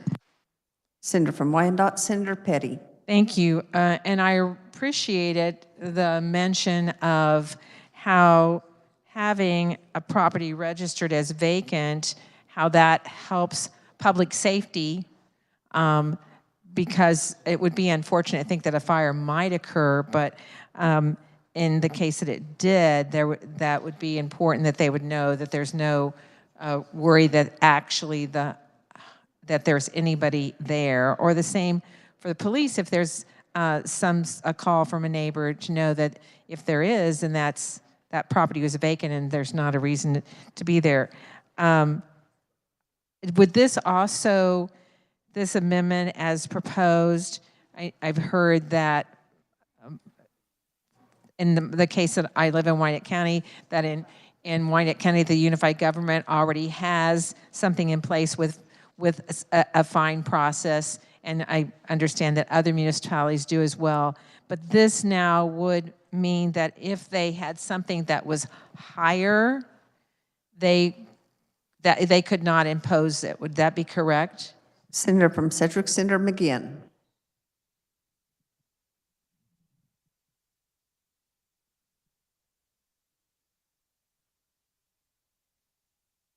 So what this bill does is puts a cap on for all municipalities. So if Wyandotte County is at $3,500, they can now only charge $100 and $300 if they do not register.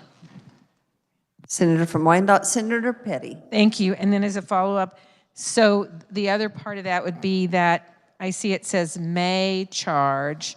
So then that also would mean that they, since you said it's up to 100, it could be that they may charge $1 or they may charge $10. That would be determined by the local municipality, but they can't exceed that amount. Senator from Sedgwick, Senator McGinn. That would be correct. Thank you. Senator from Cowley, Senator Alley. Thank you, Madam Chair. If this goes on, the amendment, what is the maximum that they would fine or fee? Senator from Sedgwick, Senator McGinn. The maximum would be $300 after they've had 60 days. And Madam Chair, I'd like to also just explain this too. Everybody seems to think if I go on vacation, all of a sudden my property is vacant.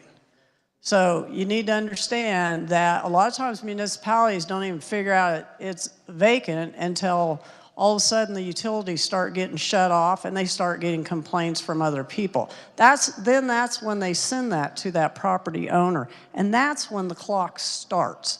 So it's not like I went on vacation and all of a sudden my property is considered vacant. Senator from Cowley, Senator Alley. Thank you, Madam Chair. If this amendment doesn't go on and the underlying bill does not pass, the individual cities that have this practice now can charge what they want to. There's no uniformity. Is that correct? That is Senator correct. from Sedgwick, Senator McGinn. Senator from Cowley, Senator Alley. So this is actually just a registry to make sure, as the senator from Cherokee said, the communities have notified that the property is vacant, but there is a time frame, that, like you say, 60 days. Senator from Sedgwick, Senator McGinn. That is correct. It lets law enforcement and other know that its property is vacant.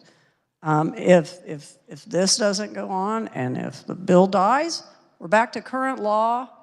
And if Wyandotte County wants to charge $3,500, then they can do that.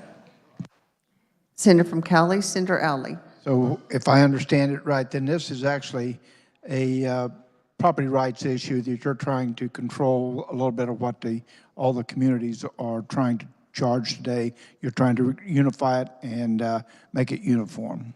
That is correct. Thank you very much. Additional questions on the amendment? Are you with Senator from Wyandotte, Senator Haley? Thank you, Madam Chair. You know, I get back to the basic argument.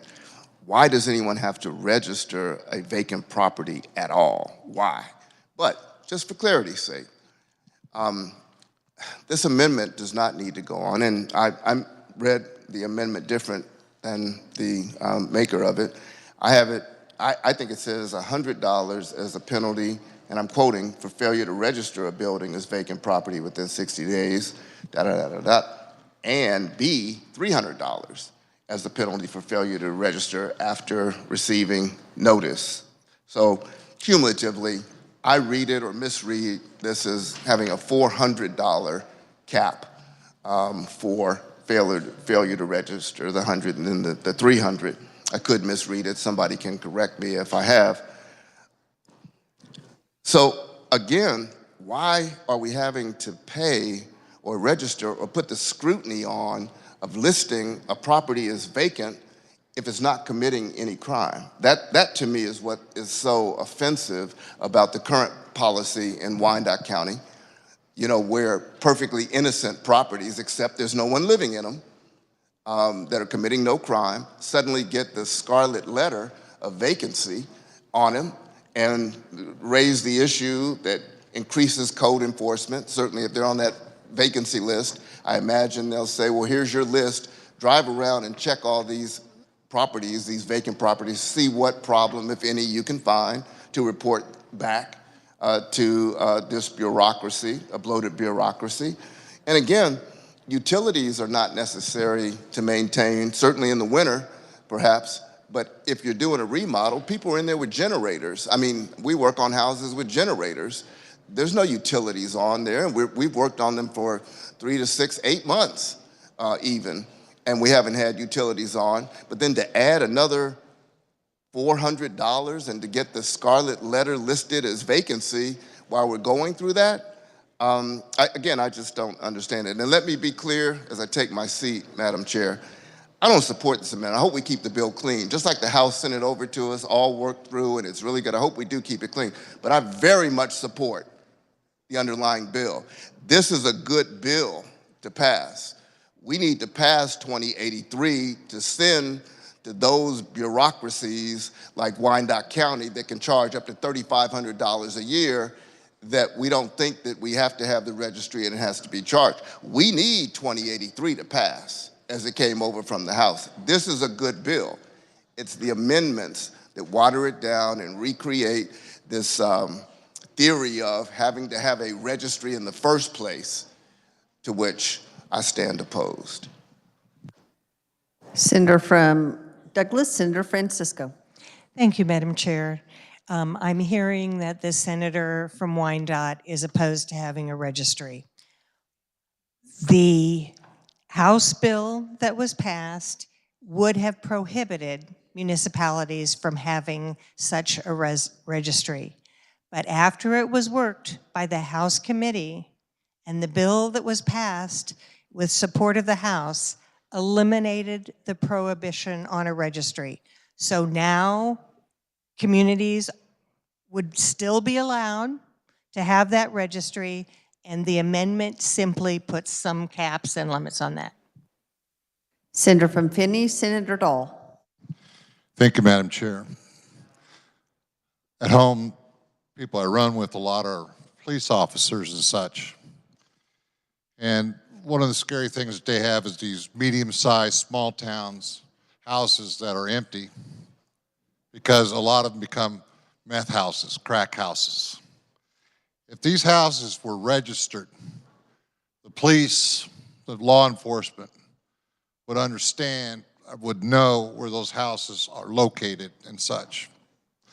Secondly, on shutting off and on utilities in the wintertime, I can't imagine anyone shutting off their utilities if they're going to go to Florida or somewhere, because their pipes would freeze. They'd come back with a basement full of water.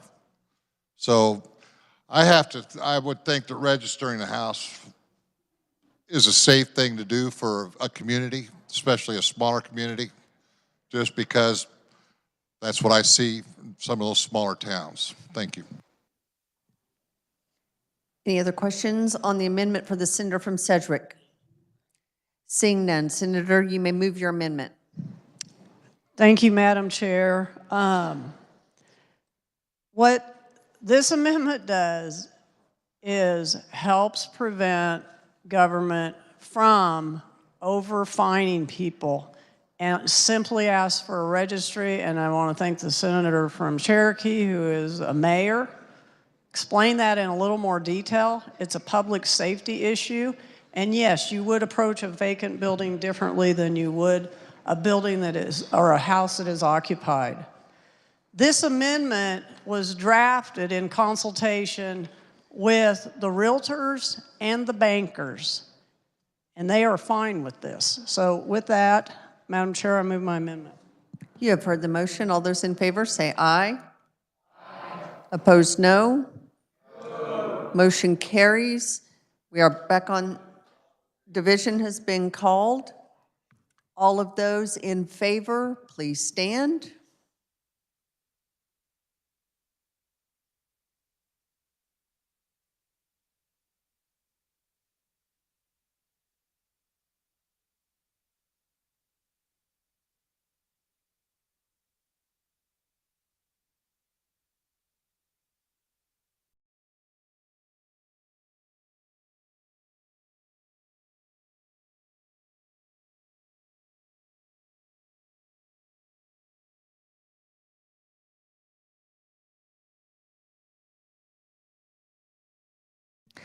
All those opposed, please stand.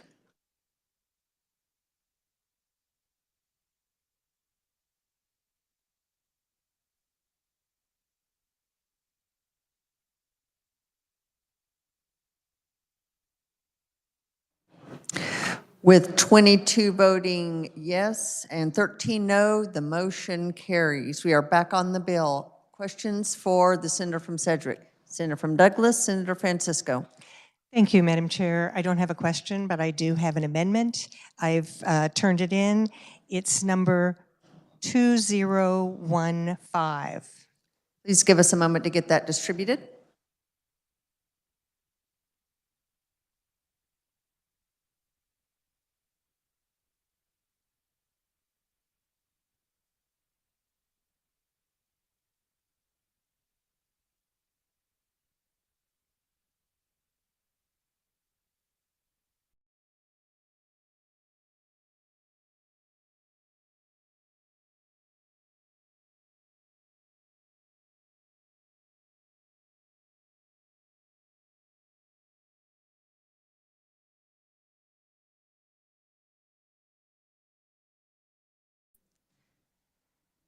Senator, do you wish to explain your amendment or have it read? I would like to explain my amendment. Please proceed.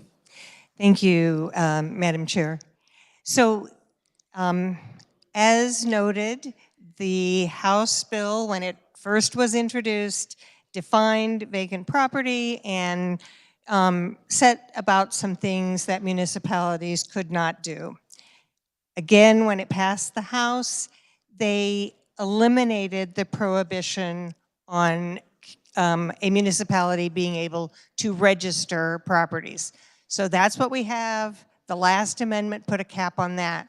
The other concern I have with this bill, and this is in lines 13 to 15, it defines vacant property. And it says vacant property means any parcel of residential or commercial real estate that for property consisting of a single unit is not occupied, for property consisting of multiple units has one or more units that are not occupied. So communities may have various ways that they define vacant property. One could be turning off the utilities, but the bill as presented and allowing for that registry simply says the property is unoccupied.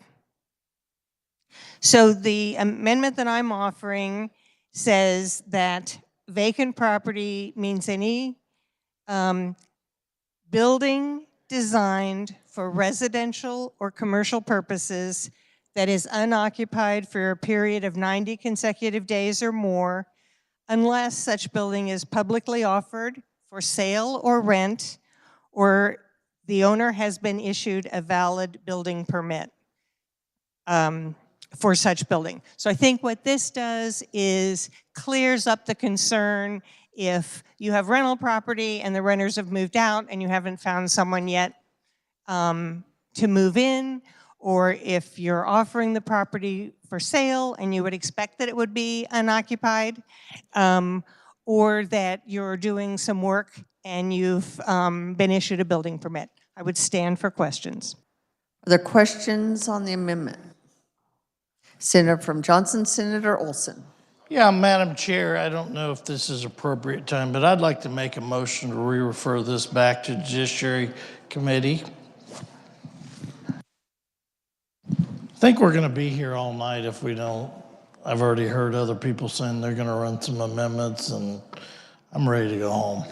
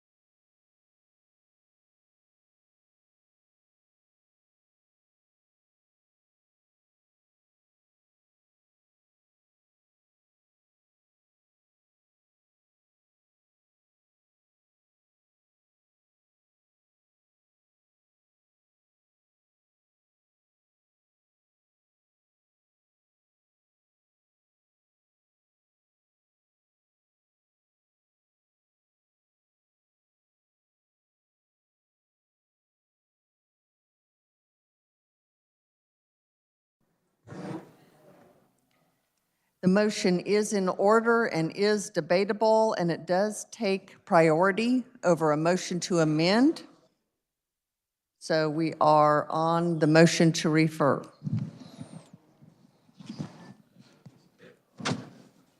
Are there questions on the motion to refer to judiciary? Senator from Sedgwick, Senator McGinn. So I guess I'm missing why we're sending it back to judiciary. Senator from Johnson, Senator Olson. I think we're going to be debating this bill a little longer. I just heard another member saying he probably is going to be working on an amendment. I think this bill, maybe it's a good bill, but I think it's got a little more work that could be done to improve it. And I think sending it to Judiciary Committee might be the right thing to do. I seen one earlier today or the other day go, you'll send it. I'm gonna make a new motion. I wanna make a motion to refer it back to local government. Okay, the motion is in order and debatable to refer it back to local government. Madam Chair. Are there questions on the motion?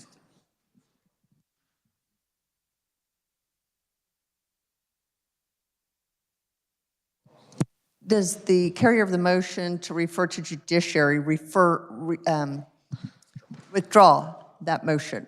I withdraw the first motion. The second motion to send it back to local government is the one I want. Thank you. Thank you. We are on the motion to send it back to local government. Senator from Sedgwick, Senator McGinn. Madam Chair, it is getting late, and I thought we were going to be on our way home at 5, and so I would support that motion.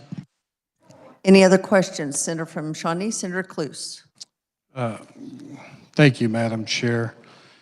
Since the senator from Johnson, Senator Olson, was referring to another amendment that would happen to be my amendment, which was pretty good.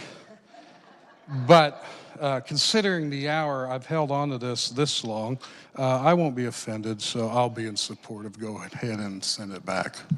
Any other questions? Senator from Wyandotte, Senator Haley. Thank you, Madam Chair. I rise in strong opposition to the motion from the senator from Johnson. He does understand, as he's articulated, why this is necessary. The underlying bill, even as amended, is still necessary. Relief is immediately needed in certain counties, certainly in my county, from what is an ongoing practice. And this bill, though now, in my opinion, flawed because of the amendment that was adopted, because it means you still have to register, it's still a good measure. And I believe we're halfway there. I do understand the hour is late. I actually have a flight in the morning myself, and but I think we're almost there. We probably are within 10 minutes or so of bringing this to fruition.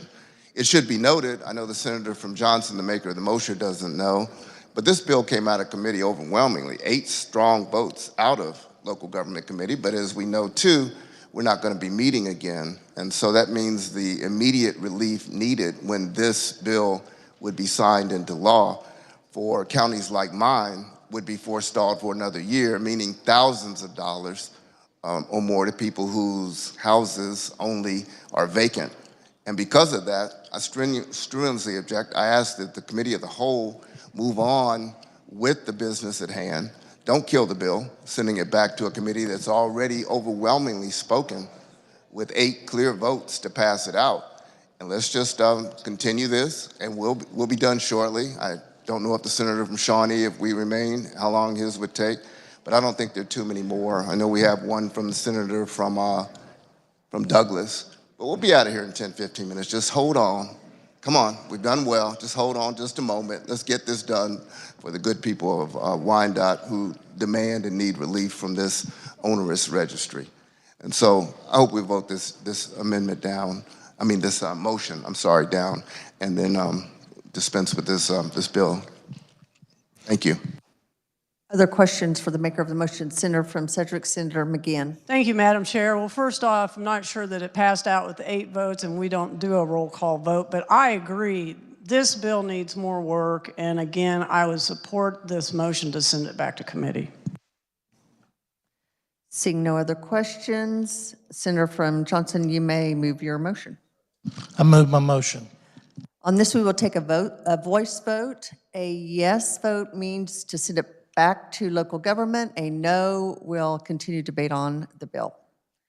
So all those in favor, say aye. Opposed, no. Motion carries. So we will refer that back to local government. We will now turn our attention to the next bill, House Bill 2336. The chair recognizes the senator from Shawnee, Senator Dietrich, to explain the bill and adopt the committee report. Thank you, Madam Chair. I move we adopt the committee report. You have heard the motion. All those in favor say aye. Opposed, no. Motion carries. You may continue.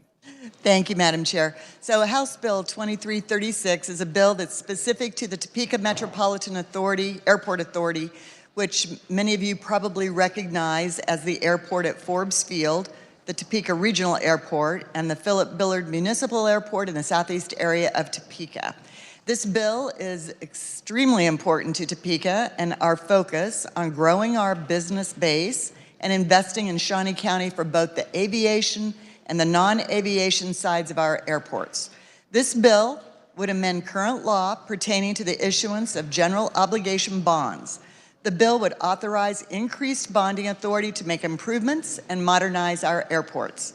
The MTAA, along with Topeka's local city, county, and greater Topeka partnership leaders, have a pressing need to improve the infrastructure at both airports, to develop hangars to accommodate modern aircraft, and build maintenance, repair, and overhaul hangars that would be acceptable for NIAR Works contracting.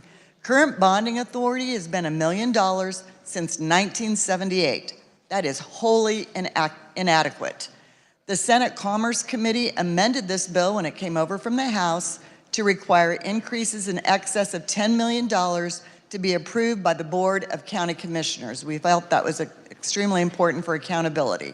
So this bill would authorize bonding authority that is equal to or which exceeds $10 million to be approved or disapproved by the elected Board of County Commissioners. As a reminder, any resolution to bond is subject to a protest petition by the voters. The MTAA still has to publish the resolution once each week for 2 consecutive weeks in the official county newspaper, and if within 30 days a protest petition is signed and delivered to our county election officer, then that will trigger a vote of the electors in the county. This bill also permits the elected Board of County Commissioners to approve the issuance of bonds in an amount to exceed 1.85% of the assessed valuation of tangible personal property within the county. In the House and Senate committee hearings, there were no opponent testimony. The proponent testimony was provided by representatives of the Metropolitan Topeka Airport Authority, the Board of County Commissioners of Shawnee County, the City of Topeka, and the Greater Topeka Partnership. Today, we got a letter from the mayor expressing his support. So this is a Shawnee County bill. It only impacts our county and our airport.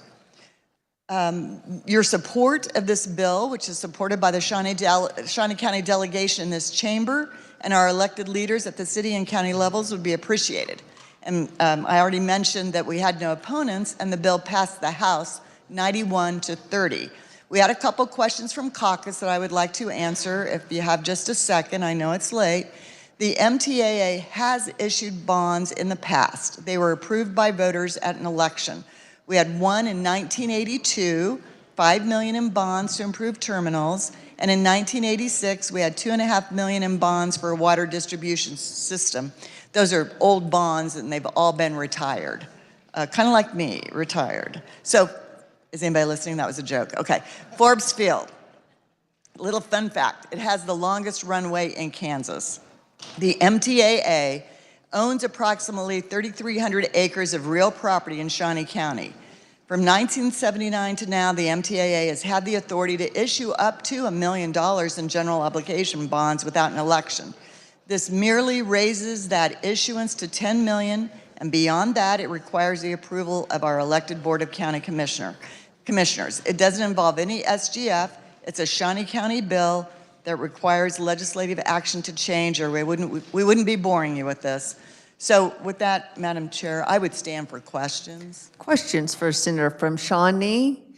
Chair recognizes the Senator from Shawnee, Senator Cluse.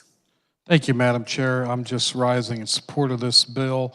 And just to mention a few things, you know, I live out here by Forbes Field and been out by this little airport and that whole area quite a number of times. I sit on the Joint Committee, Shawnee delegation here, and we've had opportunity to go down to Wichita and experience it's called NYRA.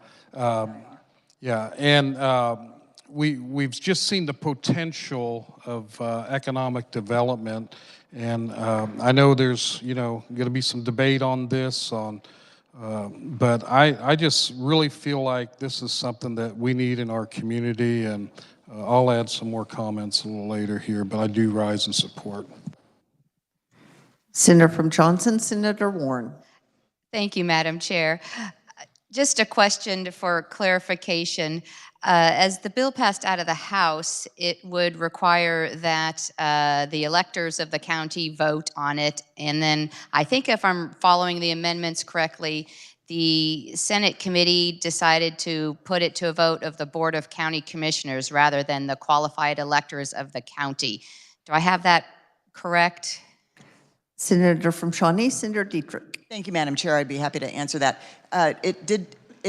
Each iteration, I guess, of this bill has a vote of the electors because it's subject to a 5% of the registered electors in the county protest petition. So when it came from the House, it still had that in there. What it didn't have was that the county commissioners would be available to authorize any bonding over $10 million. So what you saw that came over from the House had the ability for the MTAA board to authorize $10 billion in bonds and a protest petition if one came forward. There was no involvement with any elected officials or county commission. Senator from Johnson, Senator Warren. Thank you, Madam Chair.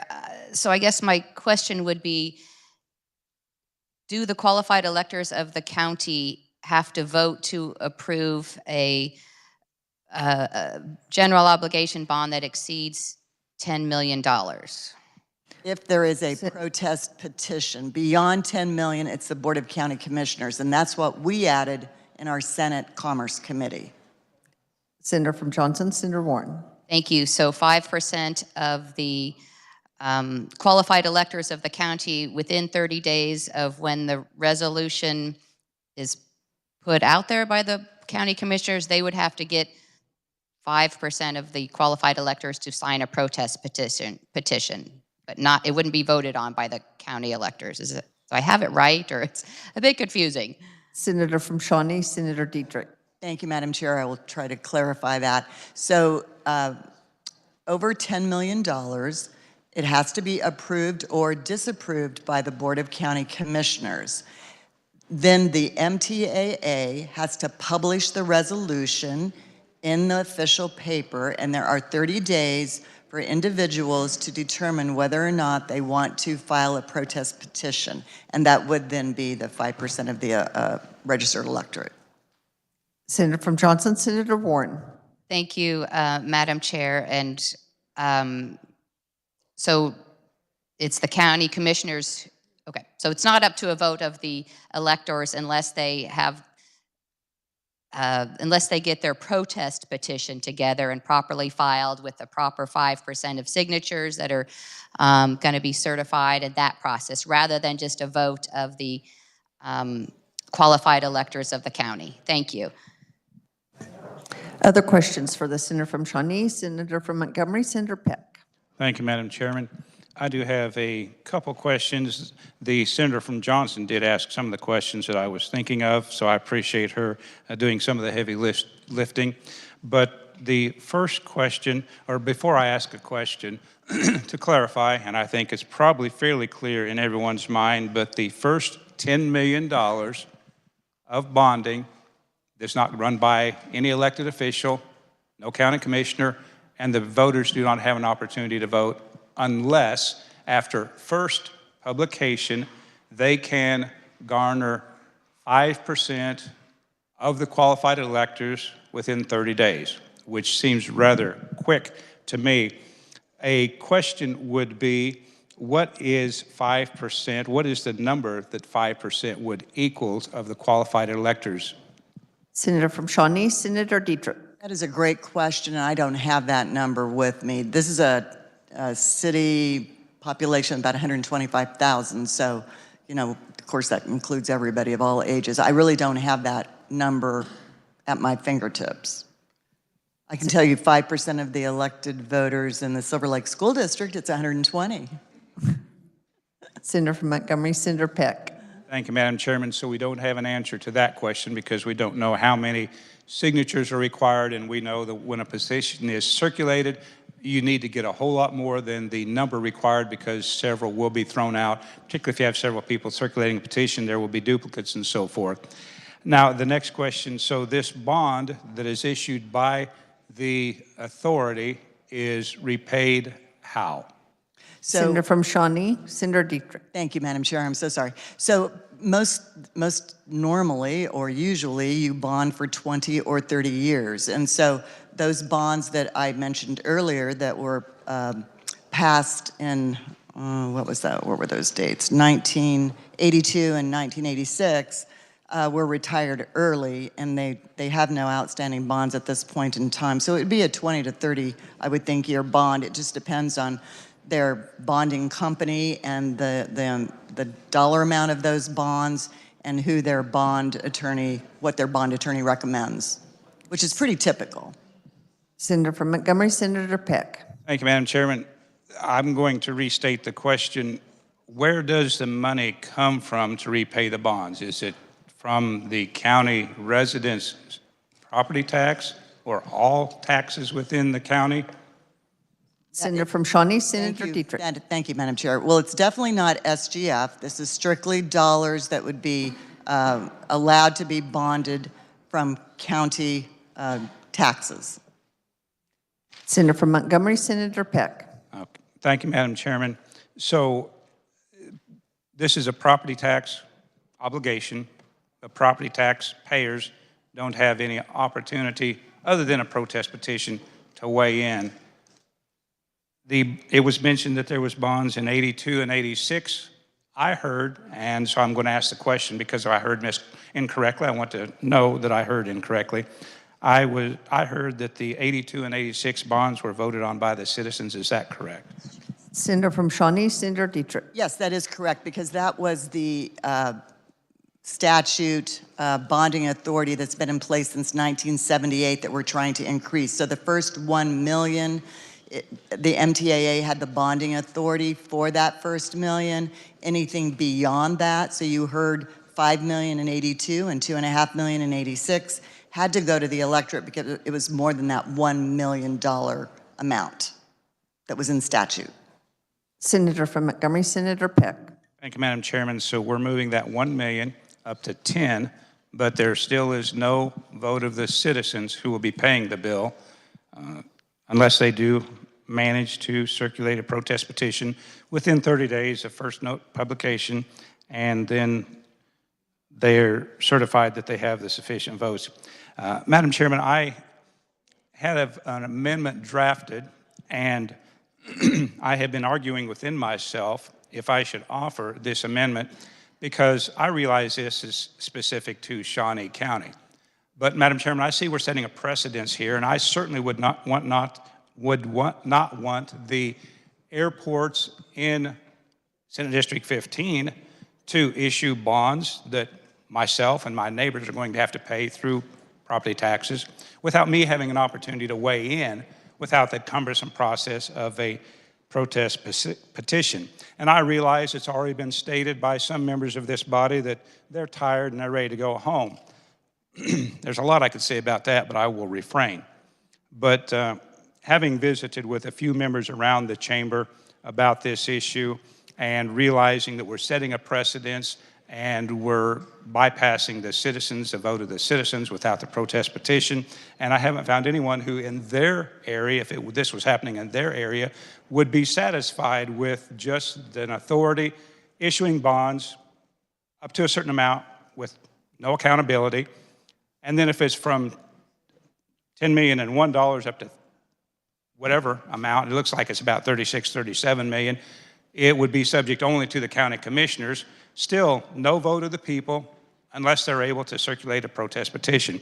So with that, I'm going to go ahead. Don't want to spend a lot of time, but I do want to offer an amendment, and I have turned it in, Madam Chairman.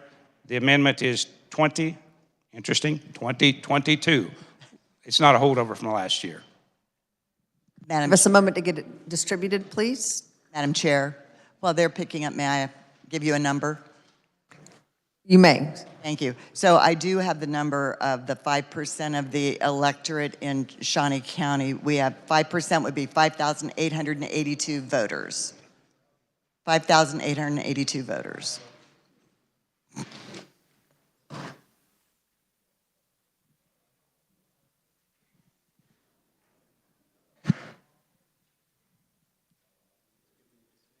Senator, do you wish to explain your amendment or have it read? I will explain it for time's sake. This simply makes it a lot more likely that voters will have an opportunity to weigh in. There are several changes in the bill through this amendment.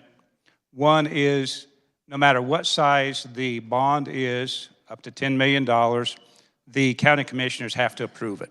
So at least there is an elected body who's accountable to the voters, who's approving the issuance of bonds up to the first $10 million.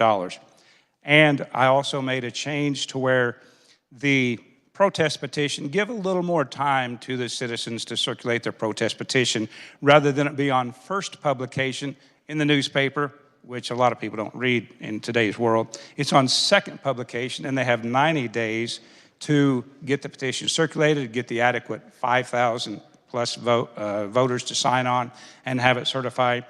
Actually, I reduce it to 3% from 5%. So again, this is designed to allow the voters more say in debt that they're going to have to pay. And then the next level, if it is above $10 million, it would have to be approved by the county commissioners and voted on by the citizens, who would be those that are facing the tax, up to a maximum of $30 million. So the authority couldn't issue bonds above $30 million. And I believe that explains all of the amendment. And with that, I'll be happy to stand for questions. Questions for the Senator from Montgomery on the amendment. Senator from Leavenworth, Senator Pittman. Thank you, Madam Chair. Not so much a question, just an assertion that we should vote this down. We had the senators from Shawnee County who obviously represent their people well, who have advocated for this. If you all were trying to advocate against something that I was advocating for, I would want you to have a very good understanding of my district. I think they cover that well. There is accountability to the voters through their commissioners. When we issue bonds as a state, we don't send that out to the vote. We authorize it just the same way that this local control, these commissioners will be accountable to their voters. And there is a petition in place. I think there's a lot of accountability. Obviously, this airport needs the money. I urge us to vote this down and get on with the bill. Thank you. Senator from Douglas, Senator Holland. Madam Chair, I will yield to the Senator from Saline for his comments. Senator from Saline, Senator Clays. Thank you, Madam Chair. I just want to give some clarity because I'm going to oppose this amendment, but not because there's a layer of oversight from the county commission, but just because it's sort of bizarre to me, and I don't know the reasons why, that different cities and their airport authorities are treated differently under the law. So I want to give some examples here and maybe just clarify how these bonds are used. A business wants to locate at the airport. It's an MRO facility. It's going to repair, rehabilitate aircraft, maybe convert that aircraft from one use to another. The airport authority issues bonds to rehab or build new hangars in which that facility will locate. The business then leases that space from the airport authority. The property taxpayer, while they are ultimately the individuals backing that bond, they aren't necessarily the payer of that bond. It's typically the leaser who is going to be the one who is paying for that bond. The risk here is low, the benefit ultimately good paying aviation jobs in our state. And I want to just give an example because the cities are being treated differently here for some reason. In Salina, my hometown, the Salina Airport Authority would issue a resolution. It would go to the city. I'm not sure why here it goes to the county, but that resolution goes to the city, and then the city commission would approve that, and then they would move on with issuing those bonds and building that facility. In fact, and just to give you an idea of the numbers here and why they're just so embarrassingly low and sort of crippling to economic development, in the last 72 hours, Salina approved $10 million in general obligation bonds. The maximum that's allowed under this $10 million was approved in the last 72 hours for the expansion of One Vision Aviation to complete maintenance contracts for Airbus narrow-body aircraft and for regional aircraft for SkyWest Airlines. That's supporting hundreds of jobs in my community. It's going to rehab hangars and build new hangars at our airport that will be leased to One Vision Aviation, who will pay the lease, which will then ultimately pay the bond. The ultimate owner of that asset then, if the individuals who are leasing the facility move on like they did with Beechcraft when it moved off to Mexico, which is the same facility that's now has One Vision Aviation in it today, the airport authority has that asset. That asset continues on. It can be leased to others in the future. In Salina, our bonding cap under state law, because a few paragraphs before this law that we're editing is the one for us, somehow different, and I don't understand why either. Our bonding cap is 10% of the assessed valuation of the city. That means our cap is over 40 million. This thing's capping Topeka, a city 3 times the size, at 30. Just to give you an idea, access to the funds that build, renovate, and lease facilities has created an airport industrial area in Salina with an annual payroll of $400 million and an economic impact of over $1.3 billion, supporting 7,000 jobs. The MTAA here in Topeka, and while I'm not the senator from Topeka, I certainly care what happens in Kansas and certainly care about what happens in our aviation industry in this state. It's something that we're known for, but seems to be an industry in decline in our state over time as we're competed against by other states for these jobs. But it has tremendous untapped potential. The 777 freighter conversion project, we've talked about in IR Works. What that really is Boeing 777s coming into Kansas en masse to be converted from passenger use to freighter use. It's an astronomical number of jobs. The first places they will go is Wichita and Salina. Topeka has the potential to be the 3rd location, but it's not yet. The demand for rehabilitation and new build hangars is coming, though. And creating red tape for bonding authority in excess of what other cities have, this is in excess of what other cities, smaller cities have, is going to cost Topeka and Kansas nothing but jobs. Thank you, Madam Chair. Senator from Douglas, Senator Holland. Thank you, Madam Chair. And first of all, I really appreciate the Senator from Saline's comments. I am the ranking on the Commerce Committee. I am not a Shawnee County resident, but I am the ranking. And a couple things really struck me about this legislation. The unanimity, did I say that right? The unanimity, well, you know what I mean. The consensus on the support for this bill was 100%. There were no opponents to this bill. And the second thing that really struck me about that is that, as the Senator from Salina alluded to, Madam Chair, really the true economic benefits that this is going to bring the city of Topeka. I mean, this is the capital city of our state. Have you been to Billard Airport? It looks rough. I was there in December. It is in serious need of renovation and makeover, because as we're doing good work here in the state of Kansas, as we're driving economic development, we need to have these facilities here so executives, business people, whoever, can get to our capital city. We can provide better access. And also what the senator from Saline alluded to is that we have a heck of a development economic opportunity at Forbes Field. Now, my understanding, Madam Chair, and I may be wrong on this, is I think Forbes has probably the longest runway in the state. And we have the opportunity here for NIAR dollars, as the good senator was alluding to. You've got Wichita, business with that. You've got Salina business. But now you have potentially Topeka picking up some of that overflow. So I guess what I'm concerned about here is that when I look at this amendment, and what we heard on committee, Madam Chair, is that the MTAA and the way this is structured currently, there's lots of other airport authorities who basically have their county commissions or city commissions. They approve these things. They don't take them to the voters.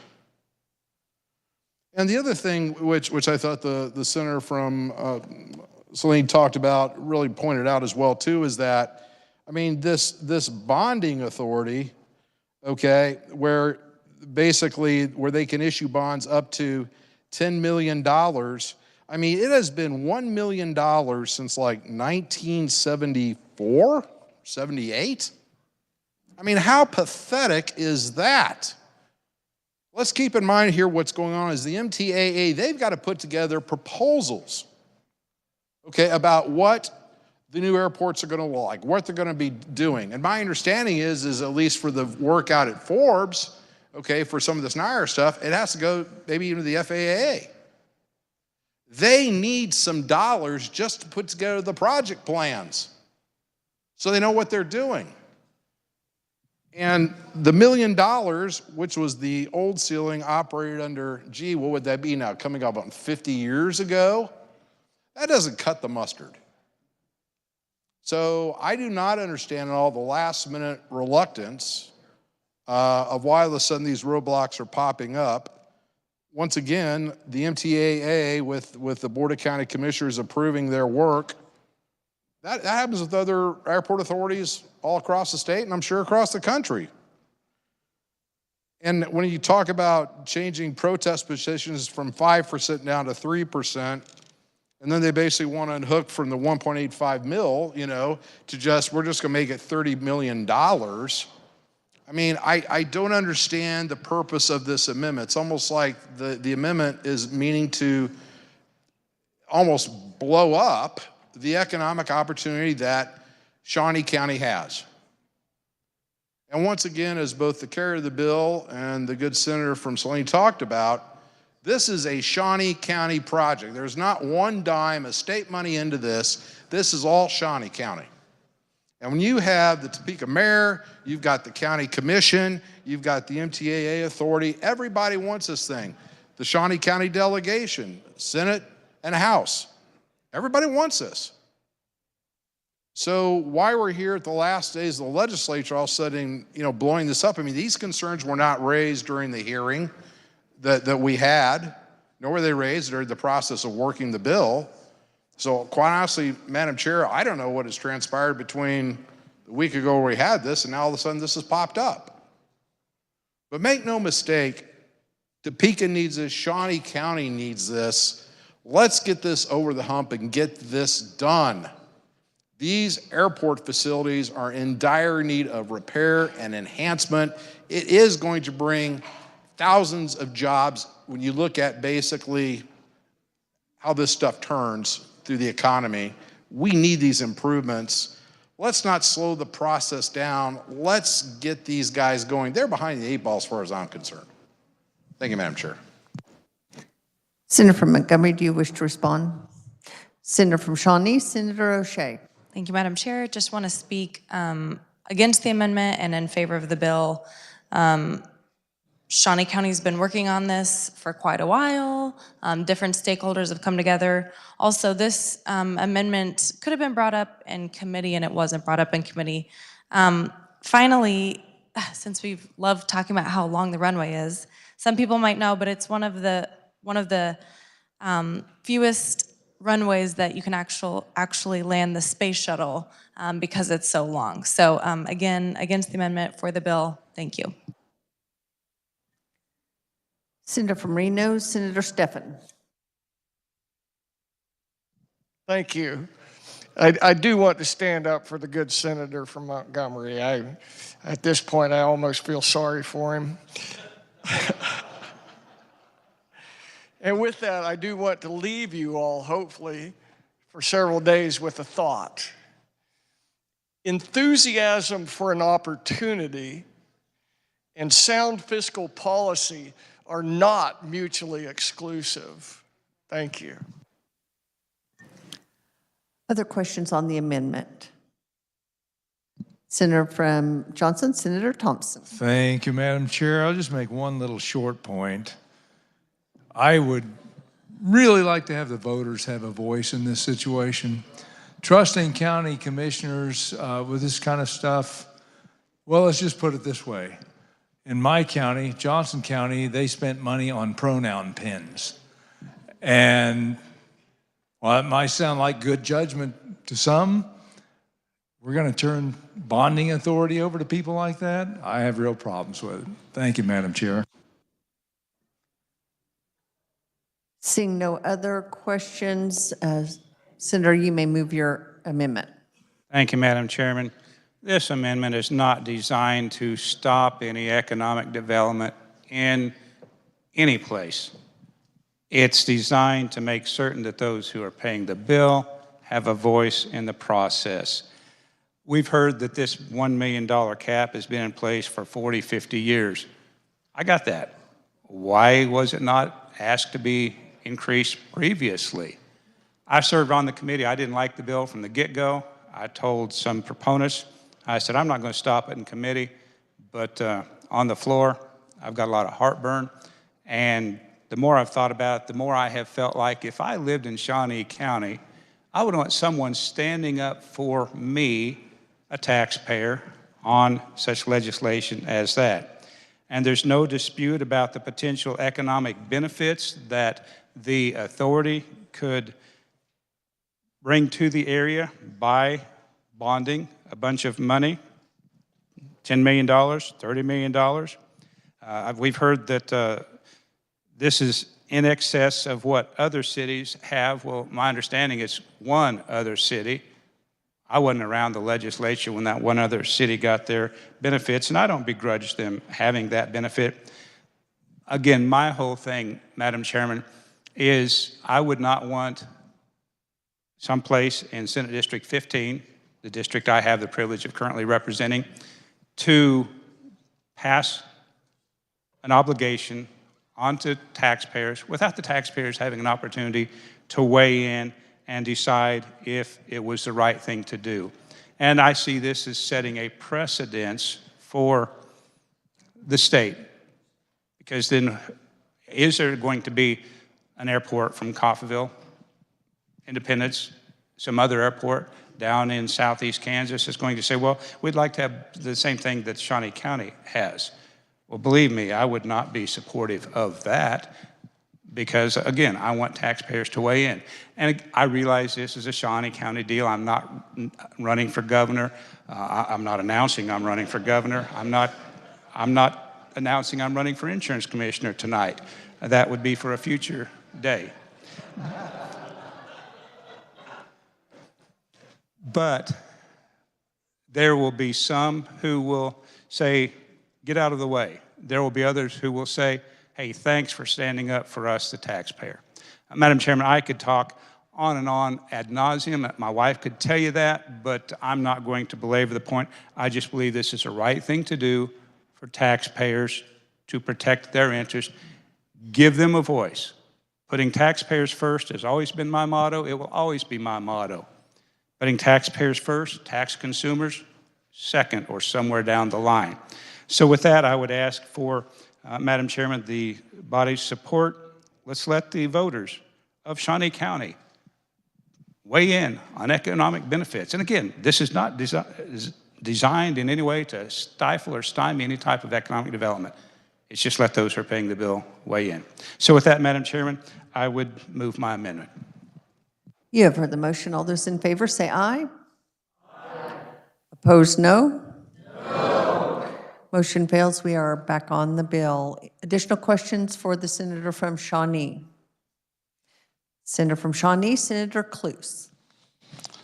Thank you, Madam Chair. And just wanted to thank the Senator from Douglas, Senator Holland, and Senator from Saline, Senator Clays, who I spent some time with communication concerning this, and he articulated things and his knowledge much more than I could have. But one thing I would just say in layman's terms is the economic development, especially for this southeast quarter of Topeka and the airport, is important to me, along with my fellow colleagues here in Shawnee County. And so once again, I rise in support of this bill and trust that we can see this and the body will help us get this through. Thank you. Seeing no other questions, Senator, you may close. Thank you, Madam Chair. I would just like to thank the body. You know, when we bring bills from our own communities to this chamber, you know, we do our best to support that community, and that's what we're asking you to do here today. And I will say, on behalf of my county commissioners, they are fine people.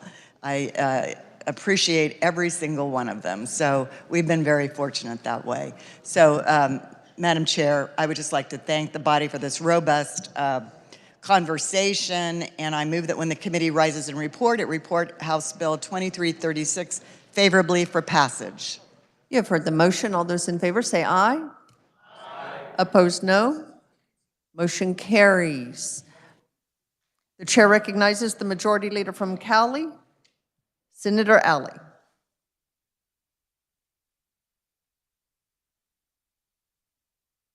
Thank you, Madam Chair. I move the Senate resolve itself into committee of the whole for the considerations of bills on the calendar under the wrong page.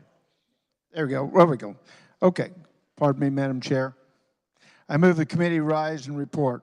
You have heard the motion. All those in favor say aye. Opposed, no. Motion carries.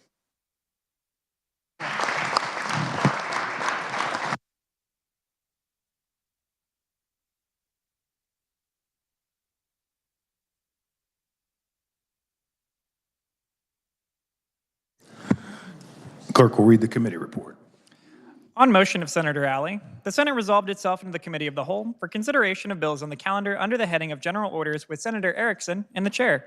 Recommended House Bill 2021-2172, 2323, 2264, 2216, 2024, Senate Bill 112, and House Bill 2336 be amended by the adoption of the committee reports and the bill be passed as amended. House Bill 2083, as amended by Senate Committee of the Whole, be referred to the Committee on Local Government. House Bills 2060 and 2127 be amended by the adoption of the committee reports recommending substitute bills and the substitute bills be passed. SCR 1610 be amended on motion of Senator Tyson and the concurrent resolution be adopted as amended. House Bill 2002 be amended by the adoption of the committee report, be further amended on motion of Senator Tyson, and the bill be passed as further amended. Senate Bills 303, 23, and House Bill 2069 be passed over and retain a place on the calendar passed.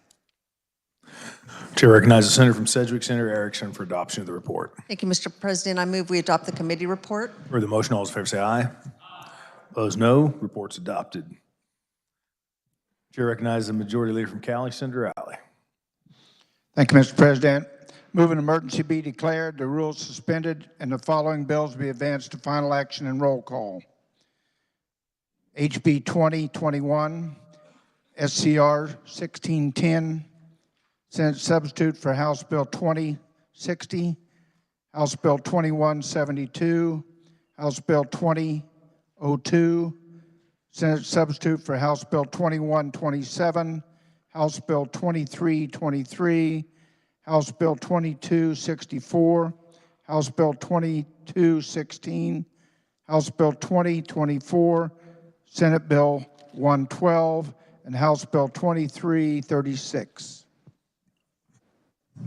You've heard the motion. All those in favor say aye. Opposed, no. Motion carries. We'll hold for final action. We're now ready for final action. On the first roll call, we will take the following. The bills on page 11 and 12, House Bill 2021, SCR 1610, Senate sub for House Bill 2060, House Bill 2172, House Bill 2002, Senate sub for House Bill 2127, and House Bill 2323. Clerk will read the titles. House Bill 2021, an act concerning children and minors. SCR 1610, a proposition to amend Section 1 of Article 11 of the Constitution of the State of Kansas. Senate substitute for the House Bill 2060, an act concerning education. House Bill 2172, an act concerning trusts. House Bill 2002, an act concerning property taxation. Senate substitute to House Bill 2127, an act concerning childhood sexual abuse. And House Bill 2323, an act concerning fire districts. Clerk will call the roll. Alley. Baumgardner. Billinger. Blasey. Bowers. Clays.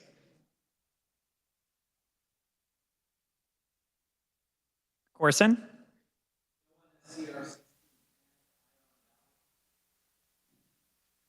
Dietrich. Dahl. Erickson. Fag.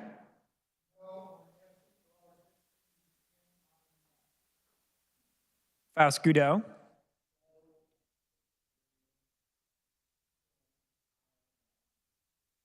Francisco.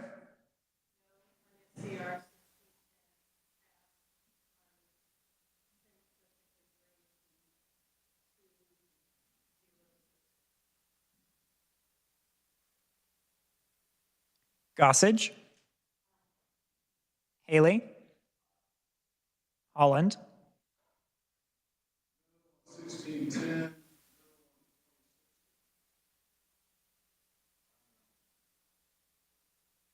Holscher.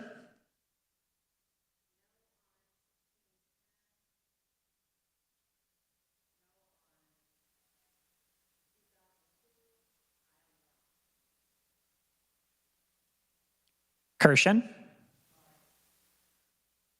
Cluse. Longbine. Masterson. McGinn. Olson. O'Shea.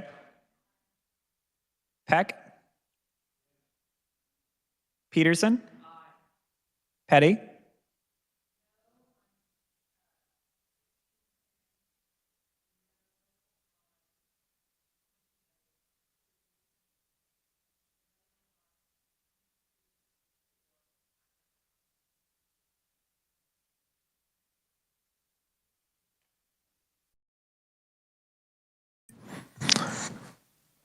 Senator, could you repeat? I don't think 2264 is on this roll.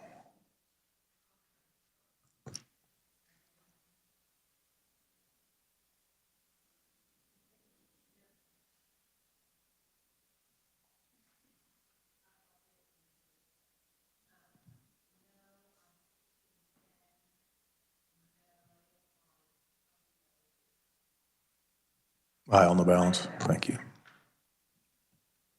Pittman.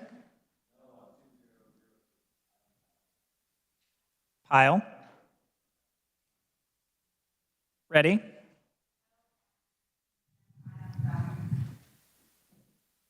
Reichman. Schallenberger.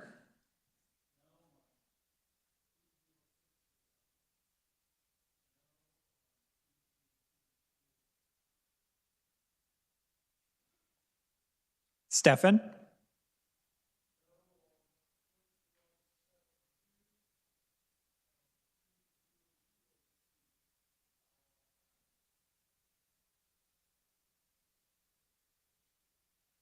Straub.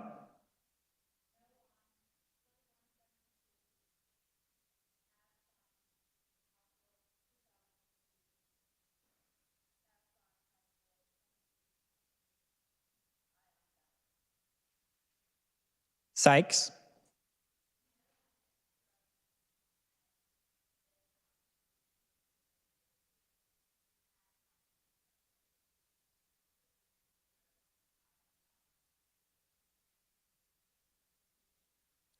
Thompson.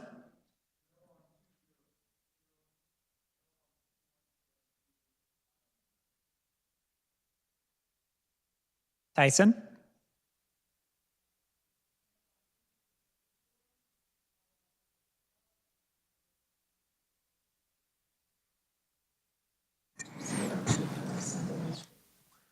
A couple of those were not on this roll, Senator. Could you repeat?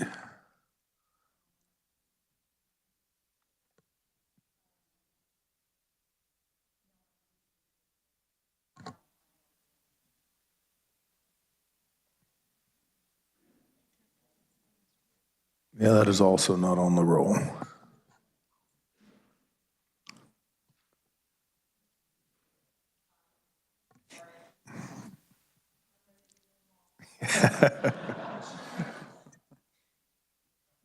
Where?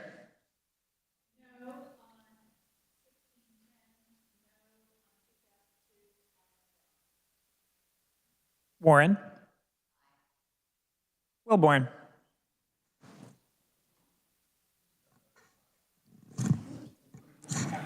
Has every senator had an opportunity to vote? Does any senator wish to explain their vote? Senator from Lynn, Senator Tyson. Thank you, Mr. President. It's been a long day, and I want everybody to hear this. It's from a county commissioner in central Kansas, not in my district, who was a former county appraiser regarding 1610. To establish fair market value as designed by statute 79-301A no longer works. Over the years, due to rising values and rising mill levies, the two no longer are friends and do not work in this economy. I hope this helps. I urge you to pass 1610. I would hate to be the legislator that stands in the way. I'm sorry. I am so passionate about this. Thank you, Mr. President. Would you like your mark spread on the journal? So ordered. Senator from Brown, Senator Pyle.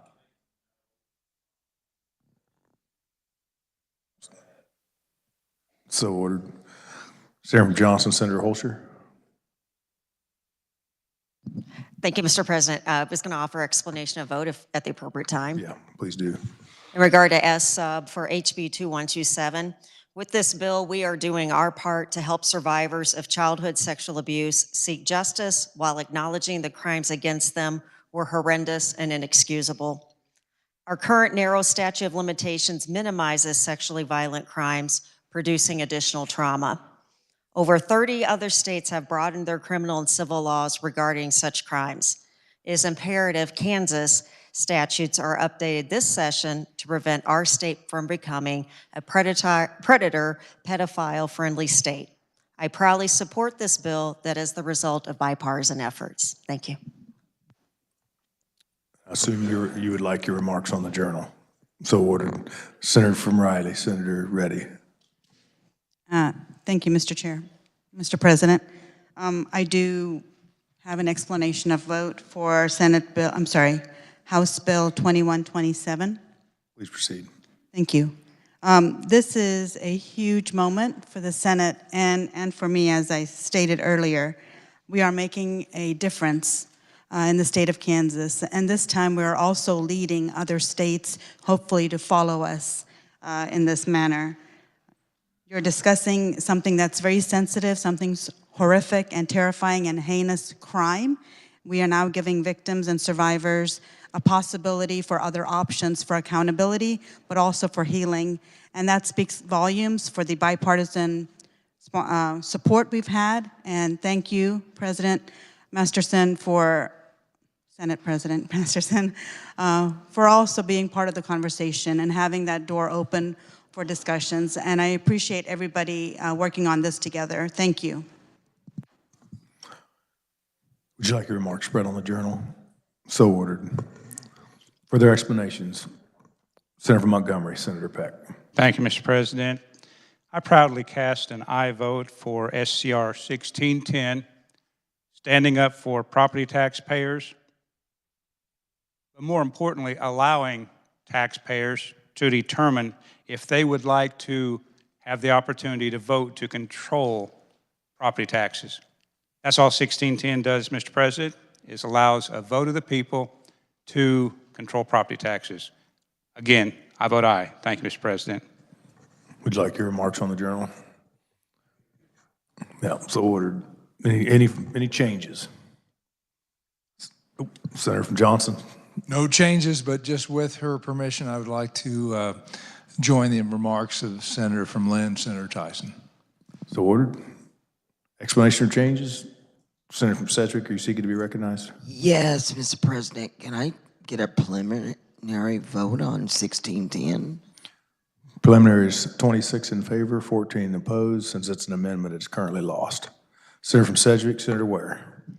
Thank you, Mr. Chair. Mr. President, with their permission, I would like to join the remarks of the senator from Johnson, and I don't remember her county, right there. Riley. Thank you very much. Thank you so much. So ordered. Any further changes or explanations? Seeing none. Senator from Lynn, you seeking recognition? All of the Senate. The call's been requested. It takes 5 hands. 5 hands being seen. The call is in order. Senators will be in their seats. Sergeants will close the doors. Clerk will call the roll. Stalls for time. So fun.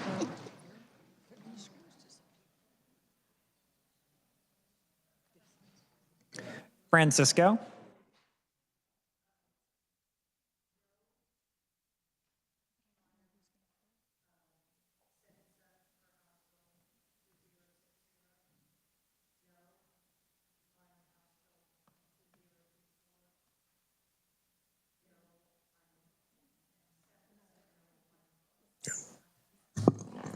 All we need is the change in your pass on the first roll.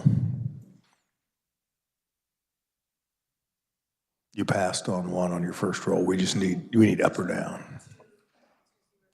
Yes. Okay. Everybody gets a pass. It's late, right? Who we got next? Straub.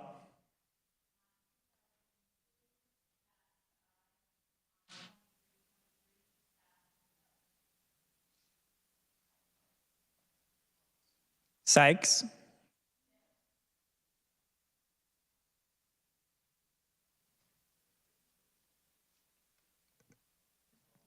Call is raised. Any final changes before we close it? Seeing none, clerk will close the roll, tally the vote.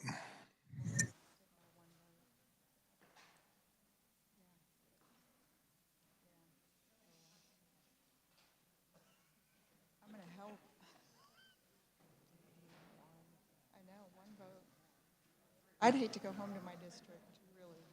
To Pockies. Pardon? Yeah. Oh, yeah. You can go home. You can say you fought the fight. Well, you can go home. Oh, they know I fought the fight. They know. I don't have to. Yeah. They know it. They know I fought it. Yeah. They're probably not. He's probably not running again anymore.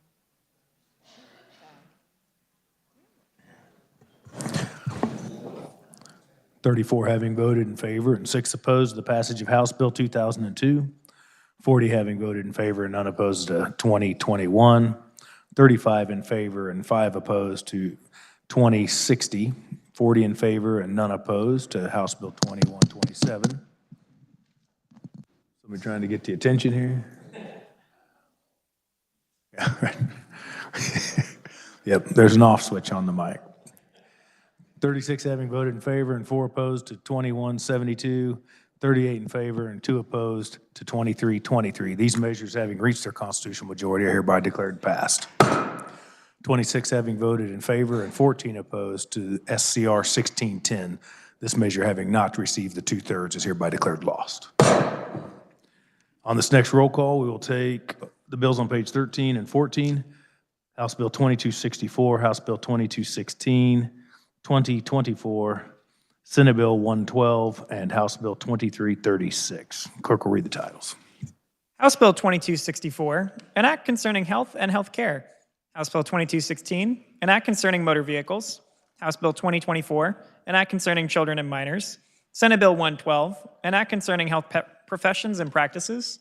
And House Bill 2336, an act concerning the Surplus Property and Public Airport Authority Act. Clerk will call the roll. Alley.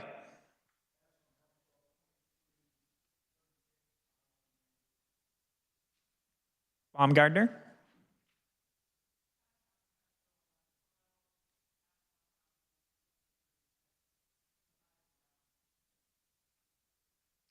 Billinger.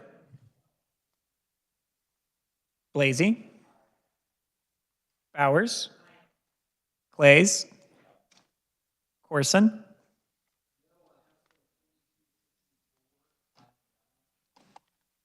Dietrich.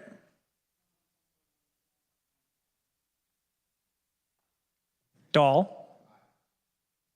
Erickson. Fag. Faust-Goudot.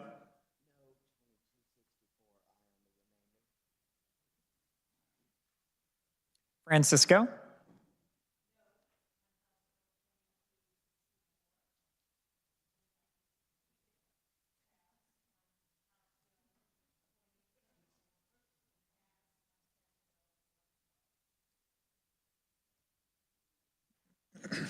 Gossage.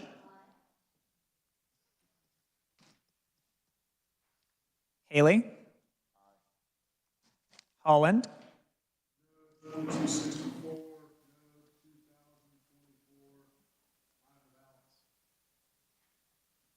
Holscher.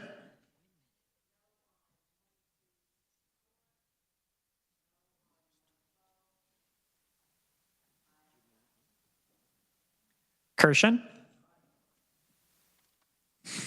Cluse. Longbine. Masterson. McGinn. Olson. O'Shea. Peck.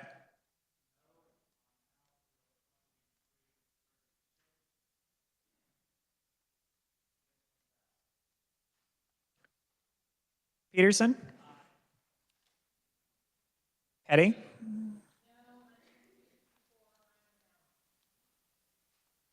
Pittman. Pyle.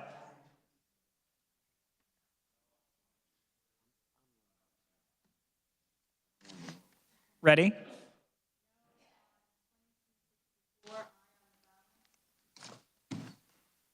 Reichman.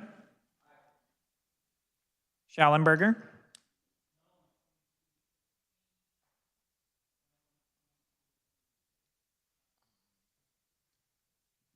Steffen.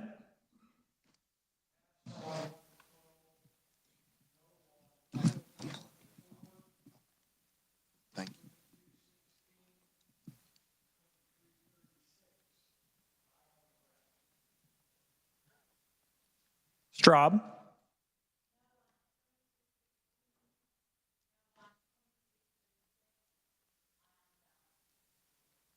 Sykes.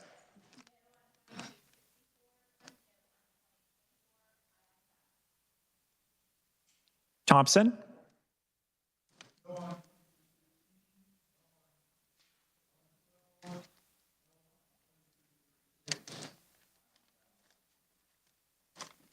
Tyson.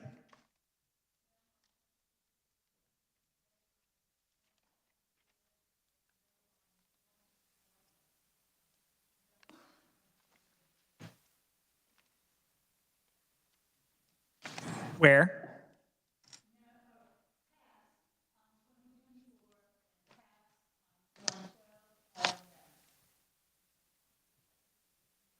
Warren.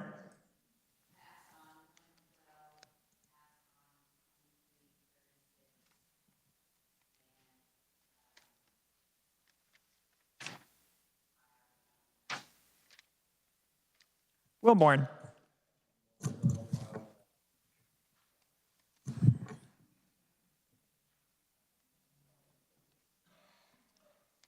Has every senator had an opportunity to vote? Call's been requested, takes 5 hands. 4. I got 5. Call is in order. Senators will be in their seats. Clerks will close the door.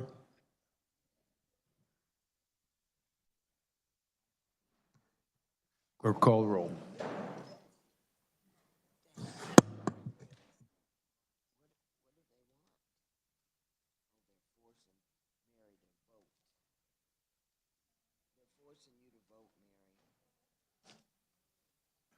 If we would, could we keep it quiet? Because when we do this, it's hard for them to hear. So as we go through the roll, please keep it down. Allie.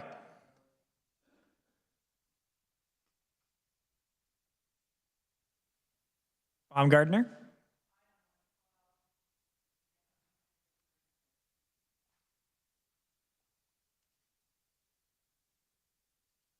Francisco.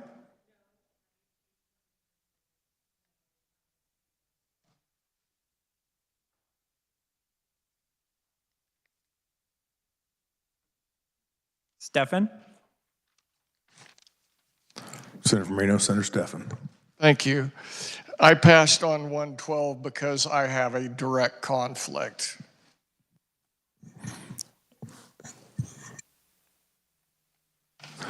Without objection from the body, the conflict is sustained and the pass is sustained.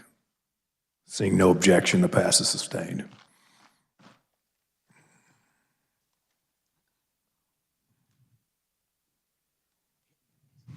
Where?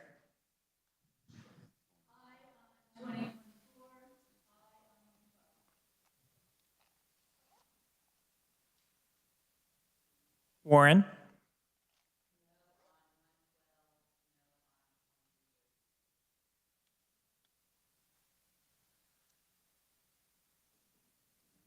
Wilborn.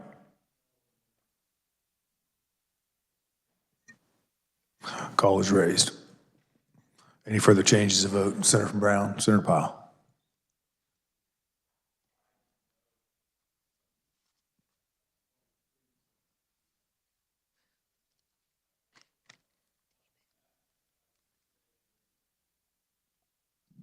Mr. President, I'd like to just say that on, I believe it's 2024, expanding the legal surrender of an infant.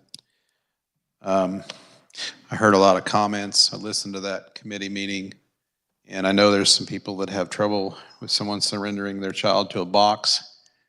I would just remind everybody about Moses and his mother put him in a basket and put him in a river. Thank you, Mr. Chairman. Would you like your remarks spread on the journal? Very good. Senator from Reno, Senator Stefan.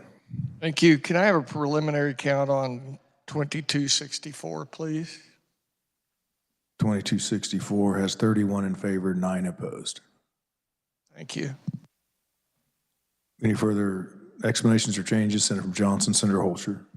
Thank you, Mr. President. I'd like to offer explanation of vote on HB 2024. Please proceed.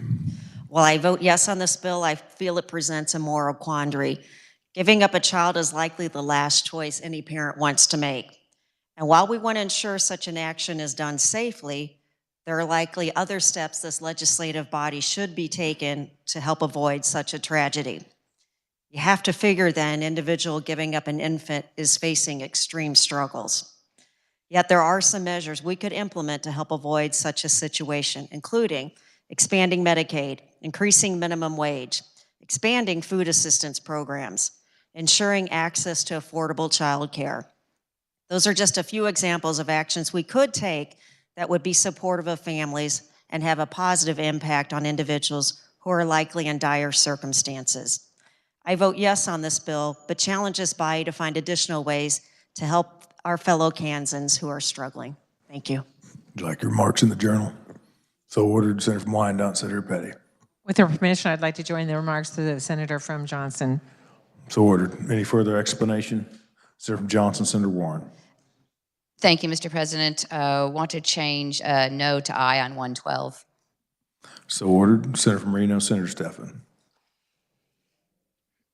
I voted yes on 2264, in honor of all those Kansans who died alone.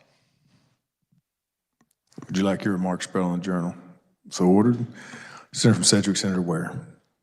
Thank you, Mr. President. With her permission, I would like to join the remarks of the senator from Johnson. So ordered. Any further explanation or changes? Seeing none, clerk will close the roll, tally the vote.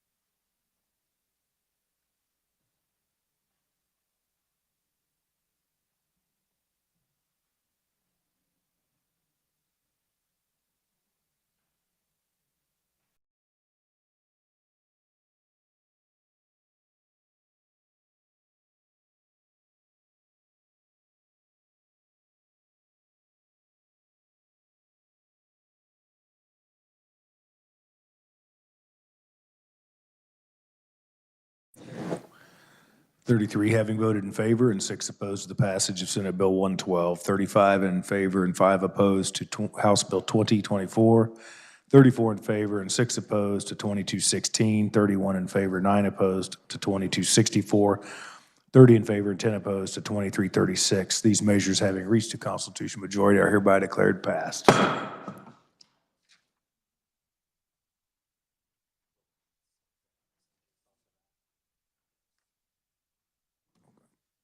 Messages from the House, clerk will read.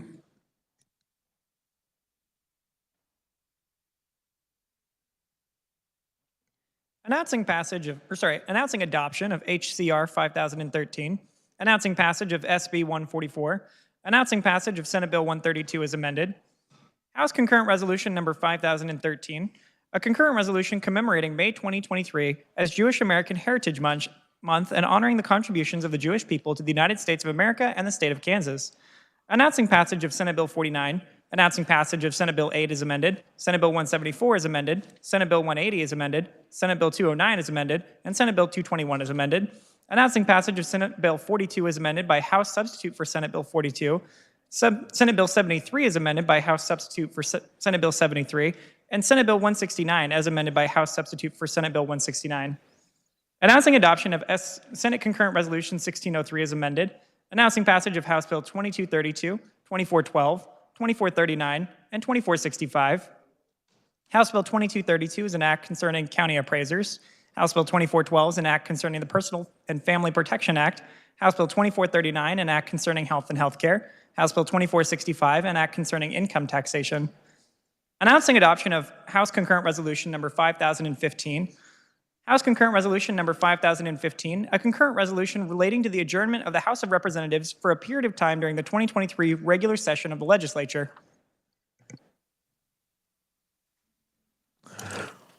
This constitutes introduction of HCR 5015 and those bills previously read. Before I recognize the majority leader, I'd say that we're actually going to have an adjournment resolution that only pertains to the House because we got a little bit of a disconnect in schedule, which is somewhat unusual, but they can only adjourn for that distance of time with our permission. So we're about to grant that to them. The chair recognizes Majority Leader from Cali, Senator Alley. Thank you, Mr. President. I move an emergency be declared, the rules suspended, and HCR 5015 be adopted by voice vote. You've heard the motion. All those in favor say aye. Opposed, no. Motion carries. Are there announcements? Hold on. At this time, I'm appointing the Senator from Shawnee, Senator Cluse, to replace the Senator from Shawnee, Senator Dietrich, as a conferee on House Bill 2298. And that was merely a correction. We had the wrong name earlier. Are there announcements? Senator from Sedgwick, Senator Peterson. Thank you, Mr. President. House and Senate Transportation Conference Committee will meet in 582 North Monday at 10:45 on House Bill 2020 and other bills in conference. Any further announcements? Senator from Shawnee, Senator Cluse. Thank you, Mr. President. Just a reminder again, Monday, April 3rd, 5:30, the 38th Annual Special Olympics Shrimp Peel. And if you have anything you want to donate towards this good cause, we would appreciate it. Seeing no further announcement, Chair recognizes the Majority Leader from Cali, Senator Alley. Thank you, Mr. President. I move the Senate adjourn pro forma until 9 a.m. on Thursday, March 30th, 2023. For the motion, all those in favor say aye. Opposed, no. Motion carries. Senate's adjourned.